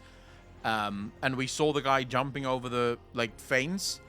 And about 5 minutes later, they apprehended the guy. So they came back with the guy sitting on the back of the truck. And they asked us, is this the guy you saw? And we were like, yeah, this is the guy we saw. And so they phoned the police, and the police come, and they hand the guy over to the police. So obviously they don't do the whole justice system thing. They just do the whole catching the guy and keeping you safe thing. And then the police just arrives to take the guy away. You know, and open a report or whatever. We waited almost half an hour for the police.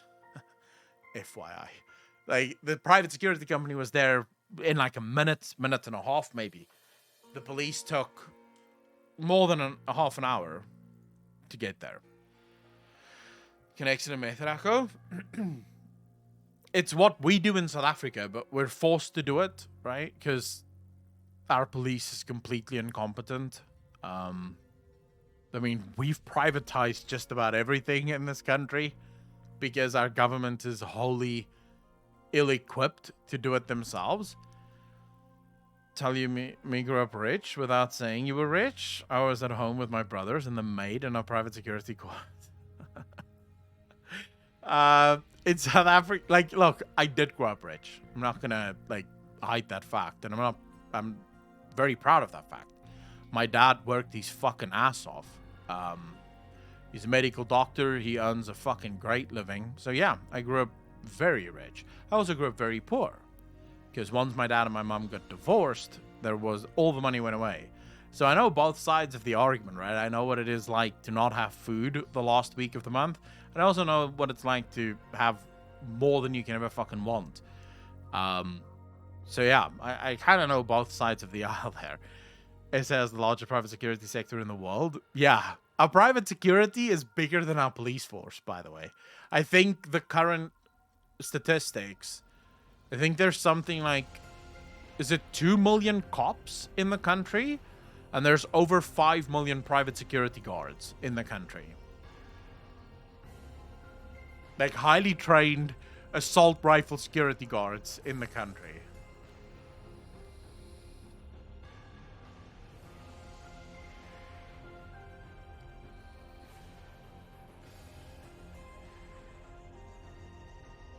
You're like, I don't think so.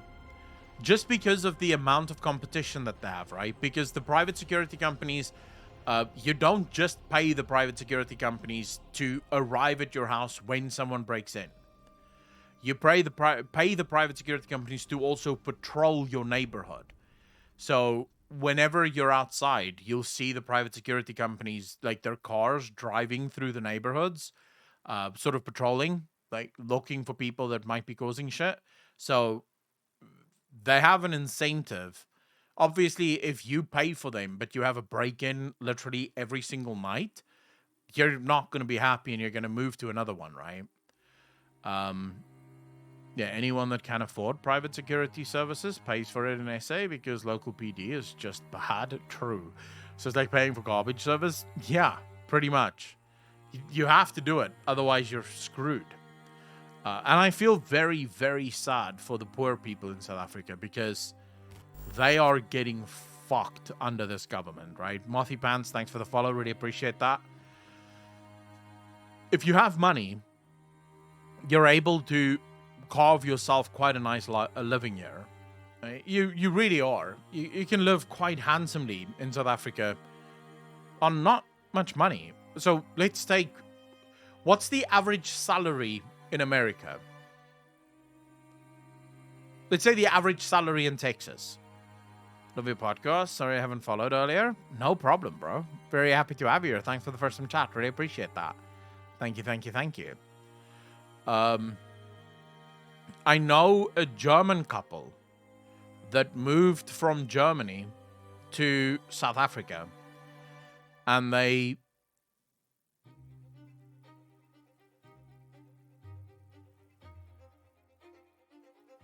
in Germany, for the same price as what they paid for a 2-bedroom flat in Germany, they were able to literally get themselves a 4-bedroom house, like large house, large yard, beautiful view of the ocean for the same price. Okay, so the average salary in Texas is about 30 to 40k, right?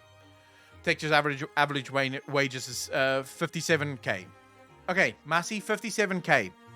That puts you nowhere in America. It puts you in the 1% of the top 1% of the country in South Africa. That salary right there puts you in the 1% of the top 1% of people in South Africa. You will live like a fucking king in South Africa, and you won't know what to do with your money.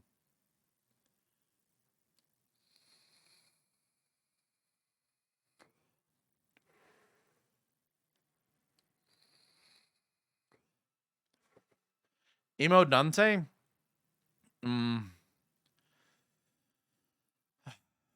That's a very large conversation, but a competent government... competent government, that is such an oxymoron. But if you had a competent government... You see, I view, in a perfect world, if you could have a competent government, right? If that was a possibility, I would view government as sort of the organization that guides rather than the one that leads. So South Africa desperately needs education, and I mean good education. The vast majority of young people that leave school in South Africa can't even read at a 3rd grade level, can't do math at a 2nd grade level, and they're done with school. They've got their matric certificates, and they can't even fucking read or do maths at a very basic level. So you need education.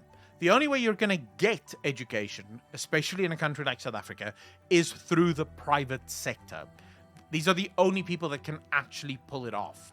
And there's evidence of this. They're already doing it. You have these homeschooling centers in South Africa that's very cheap, right? And they provide facilities, teachers, everything, but it is a quote-unquote homeschooling system.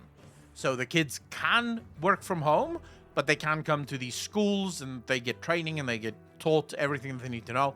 You need the private sector involved because it's the government schools that is currently failing, and that's worldwide.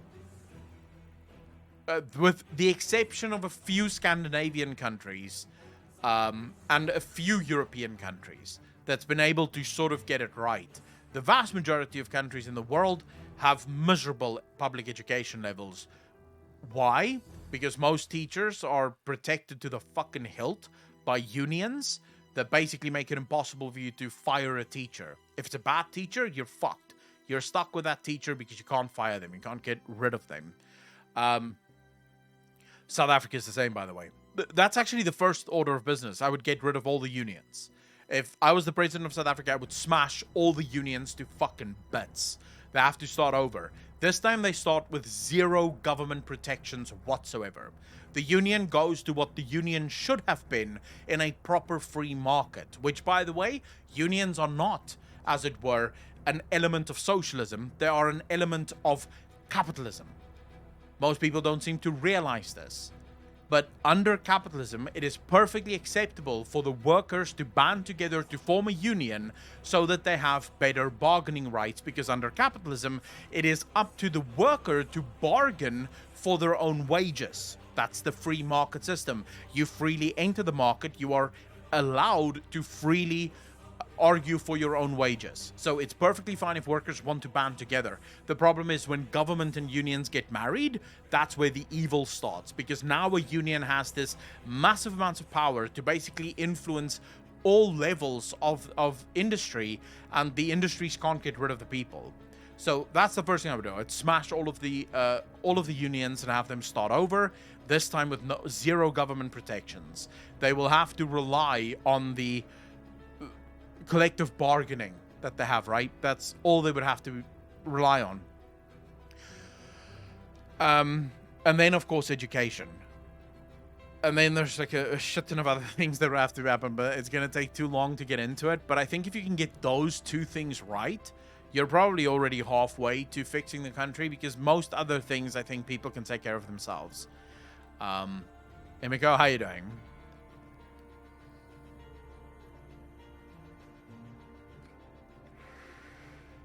Last year from an old schoolmate. That's because private schools have to follow pretty much all the same rules as public ones, so there's no difference. In my university, one time in the humanities, they censored a paper because the guy found out that a union colluded with a company. The response was something like, that's impossible because unions are against capitalism. Lol. Me 200, dude. I'm at 320 and I buy a discounter. What the fuck are you guys talking about?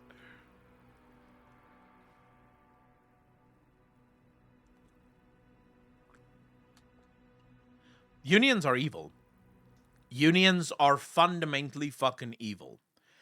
They're businesses. They're corporations that fight other corporations so that they can get better shit. That's what unions are. And they do it under the mask of, quote-unquote, socialism.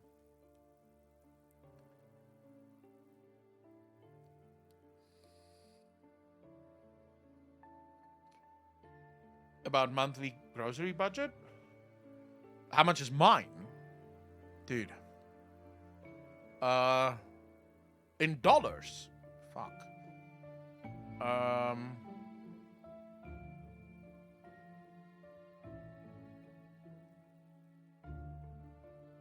I don't really check, but let's say between $150 and $200 a month.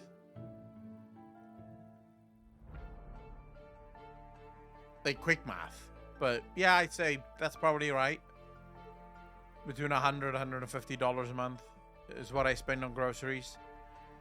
But I mean, I probably eat a little bit more expensive than most people because I pretty much only eat meat. You know, so steak and shit like that. You could probably eat for much cheaper.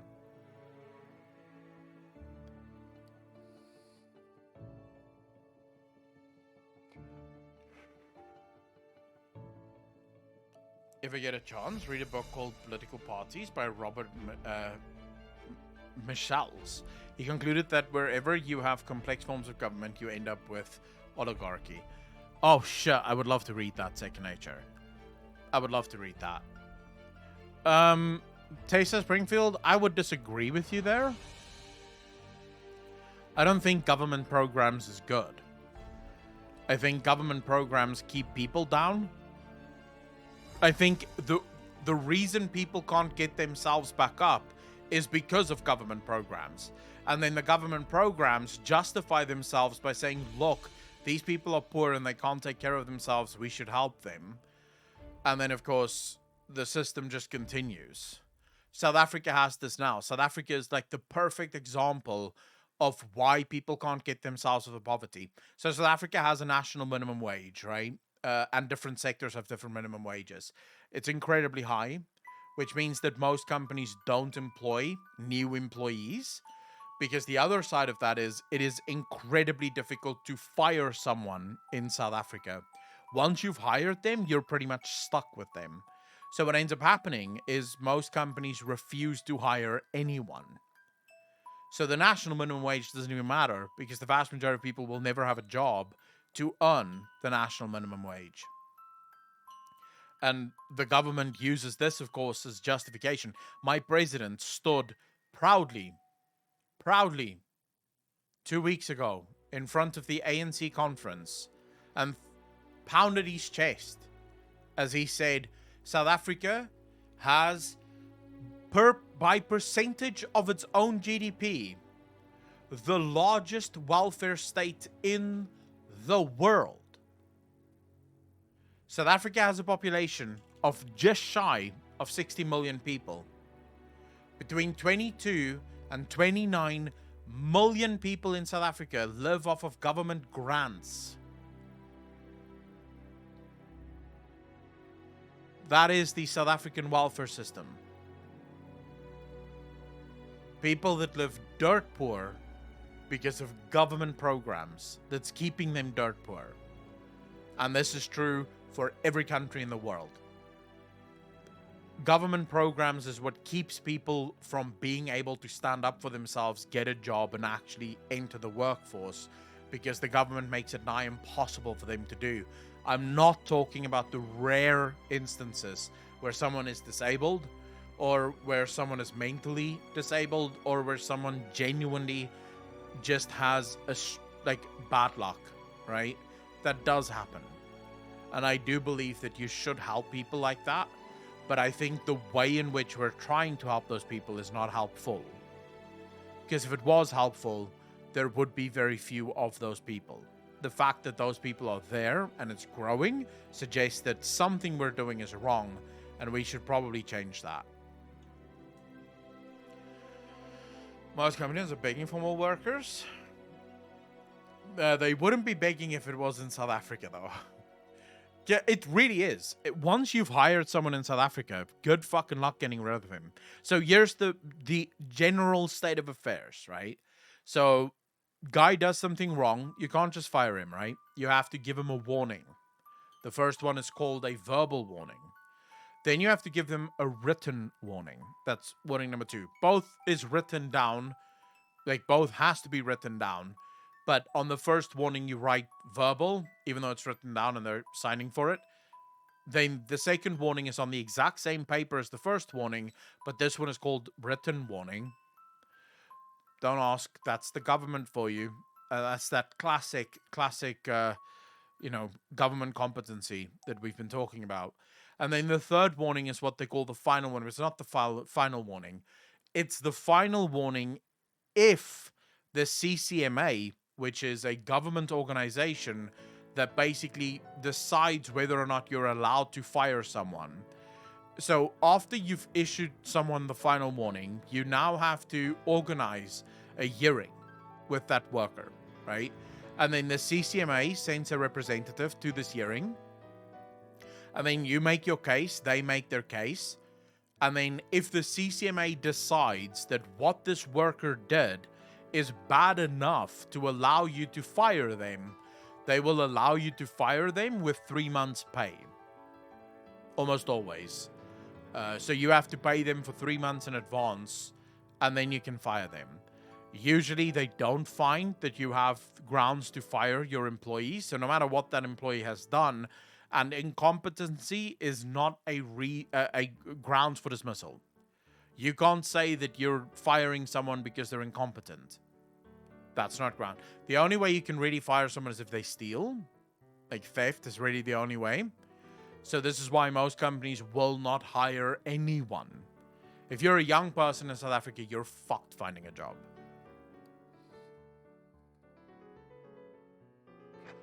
What usually happens here is most people sort of organize under the table.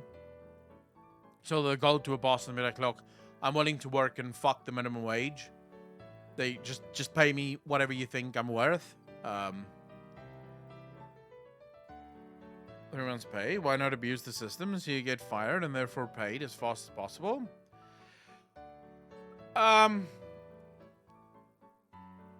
There are probably people that do that. Based on the workers that I've seen here, there probably is workers that do that. Tracker example, half JT's cabinet is incompetent and we can't fire them. True. I mean, it is what it is. Life is just one big fuck up. And it's annoying as fuck to me, but sadly I don't think most people realize it. But guys, how you doing, bro? I'm doing good, man. I'm doing very good. Thanks for asking. Alright,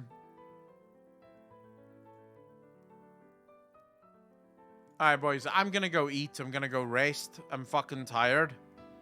But we'll raid...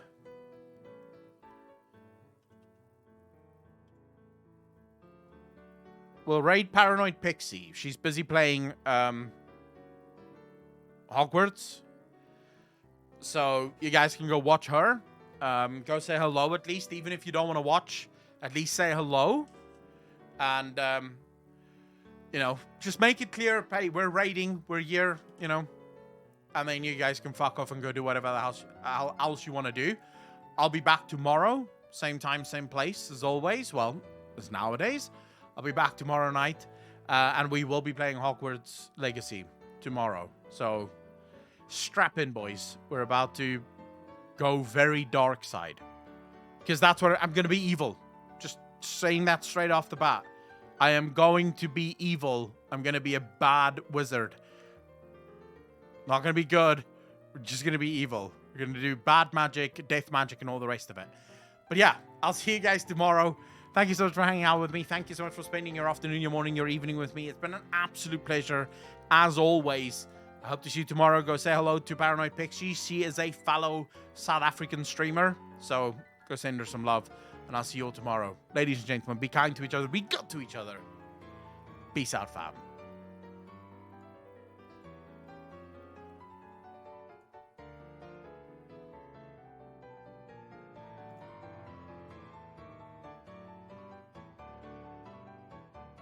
Consumers have. Our scene is so small, so if you're putting up a camera and playing game. Did the raid work or did the raid not go through? Yeah, it seems the raid didn't go through. It says I'm already raiding Paranoid Pixie, even though I'm not raiding Paranoid Pixie. There we go. To be honest, I think, oh my goodness, Akelon.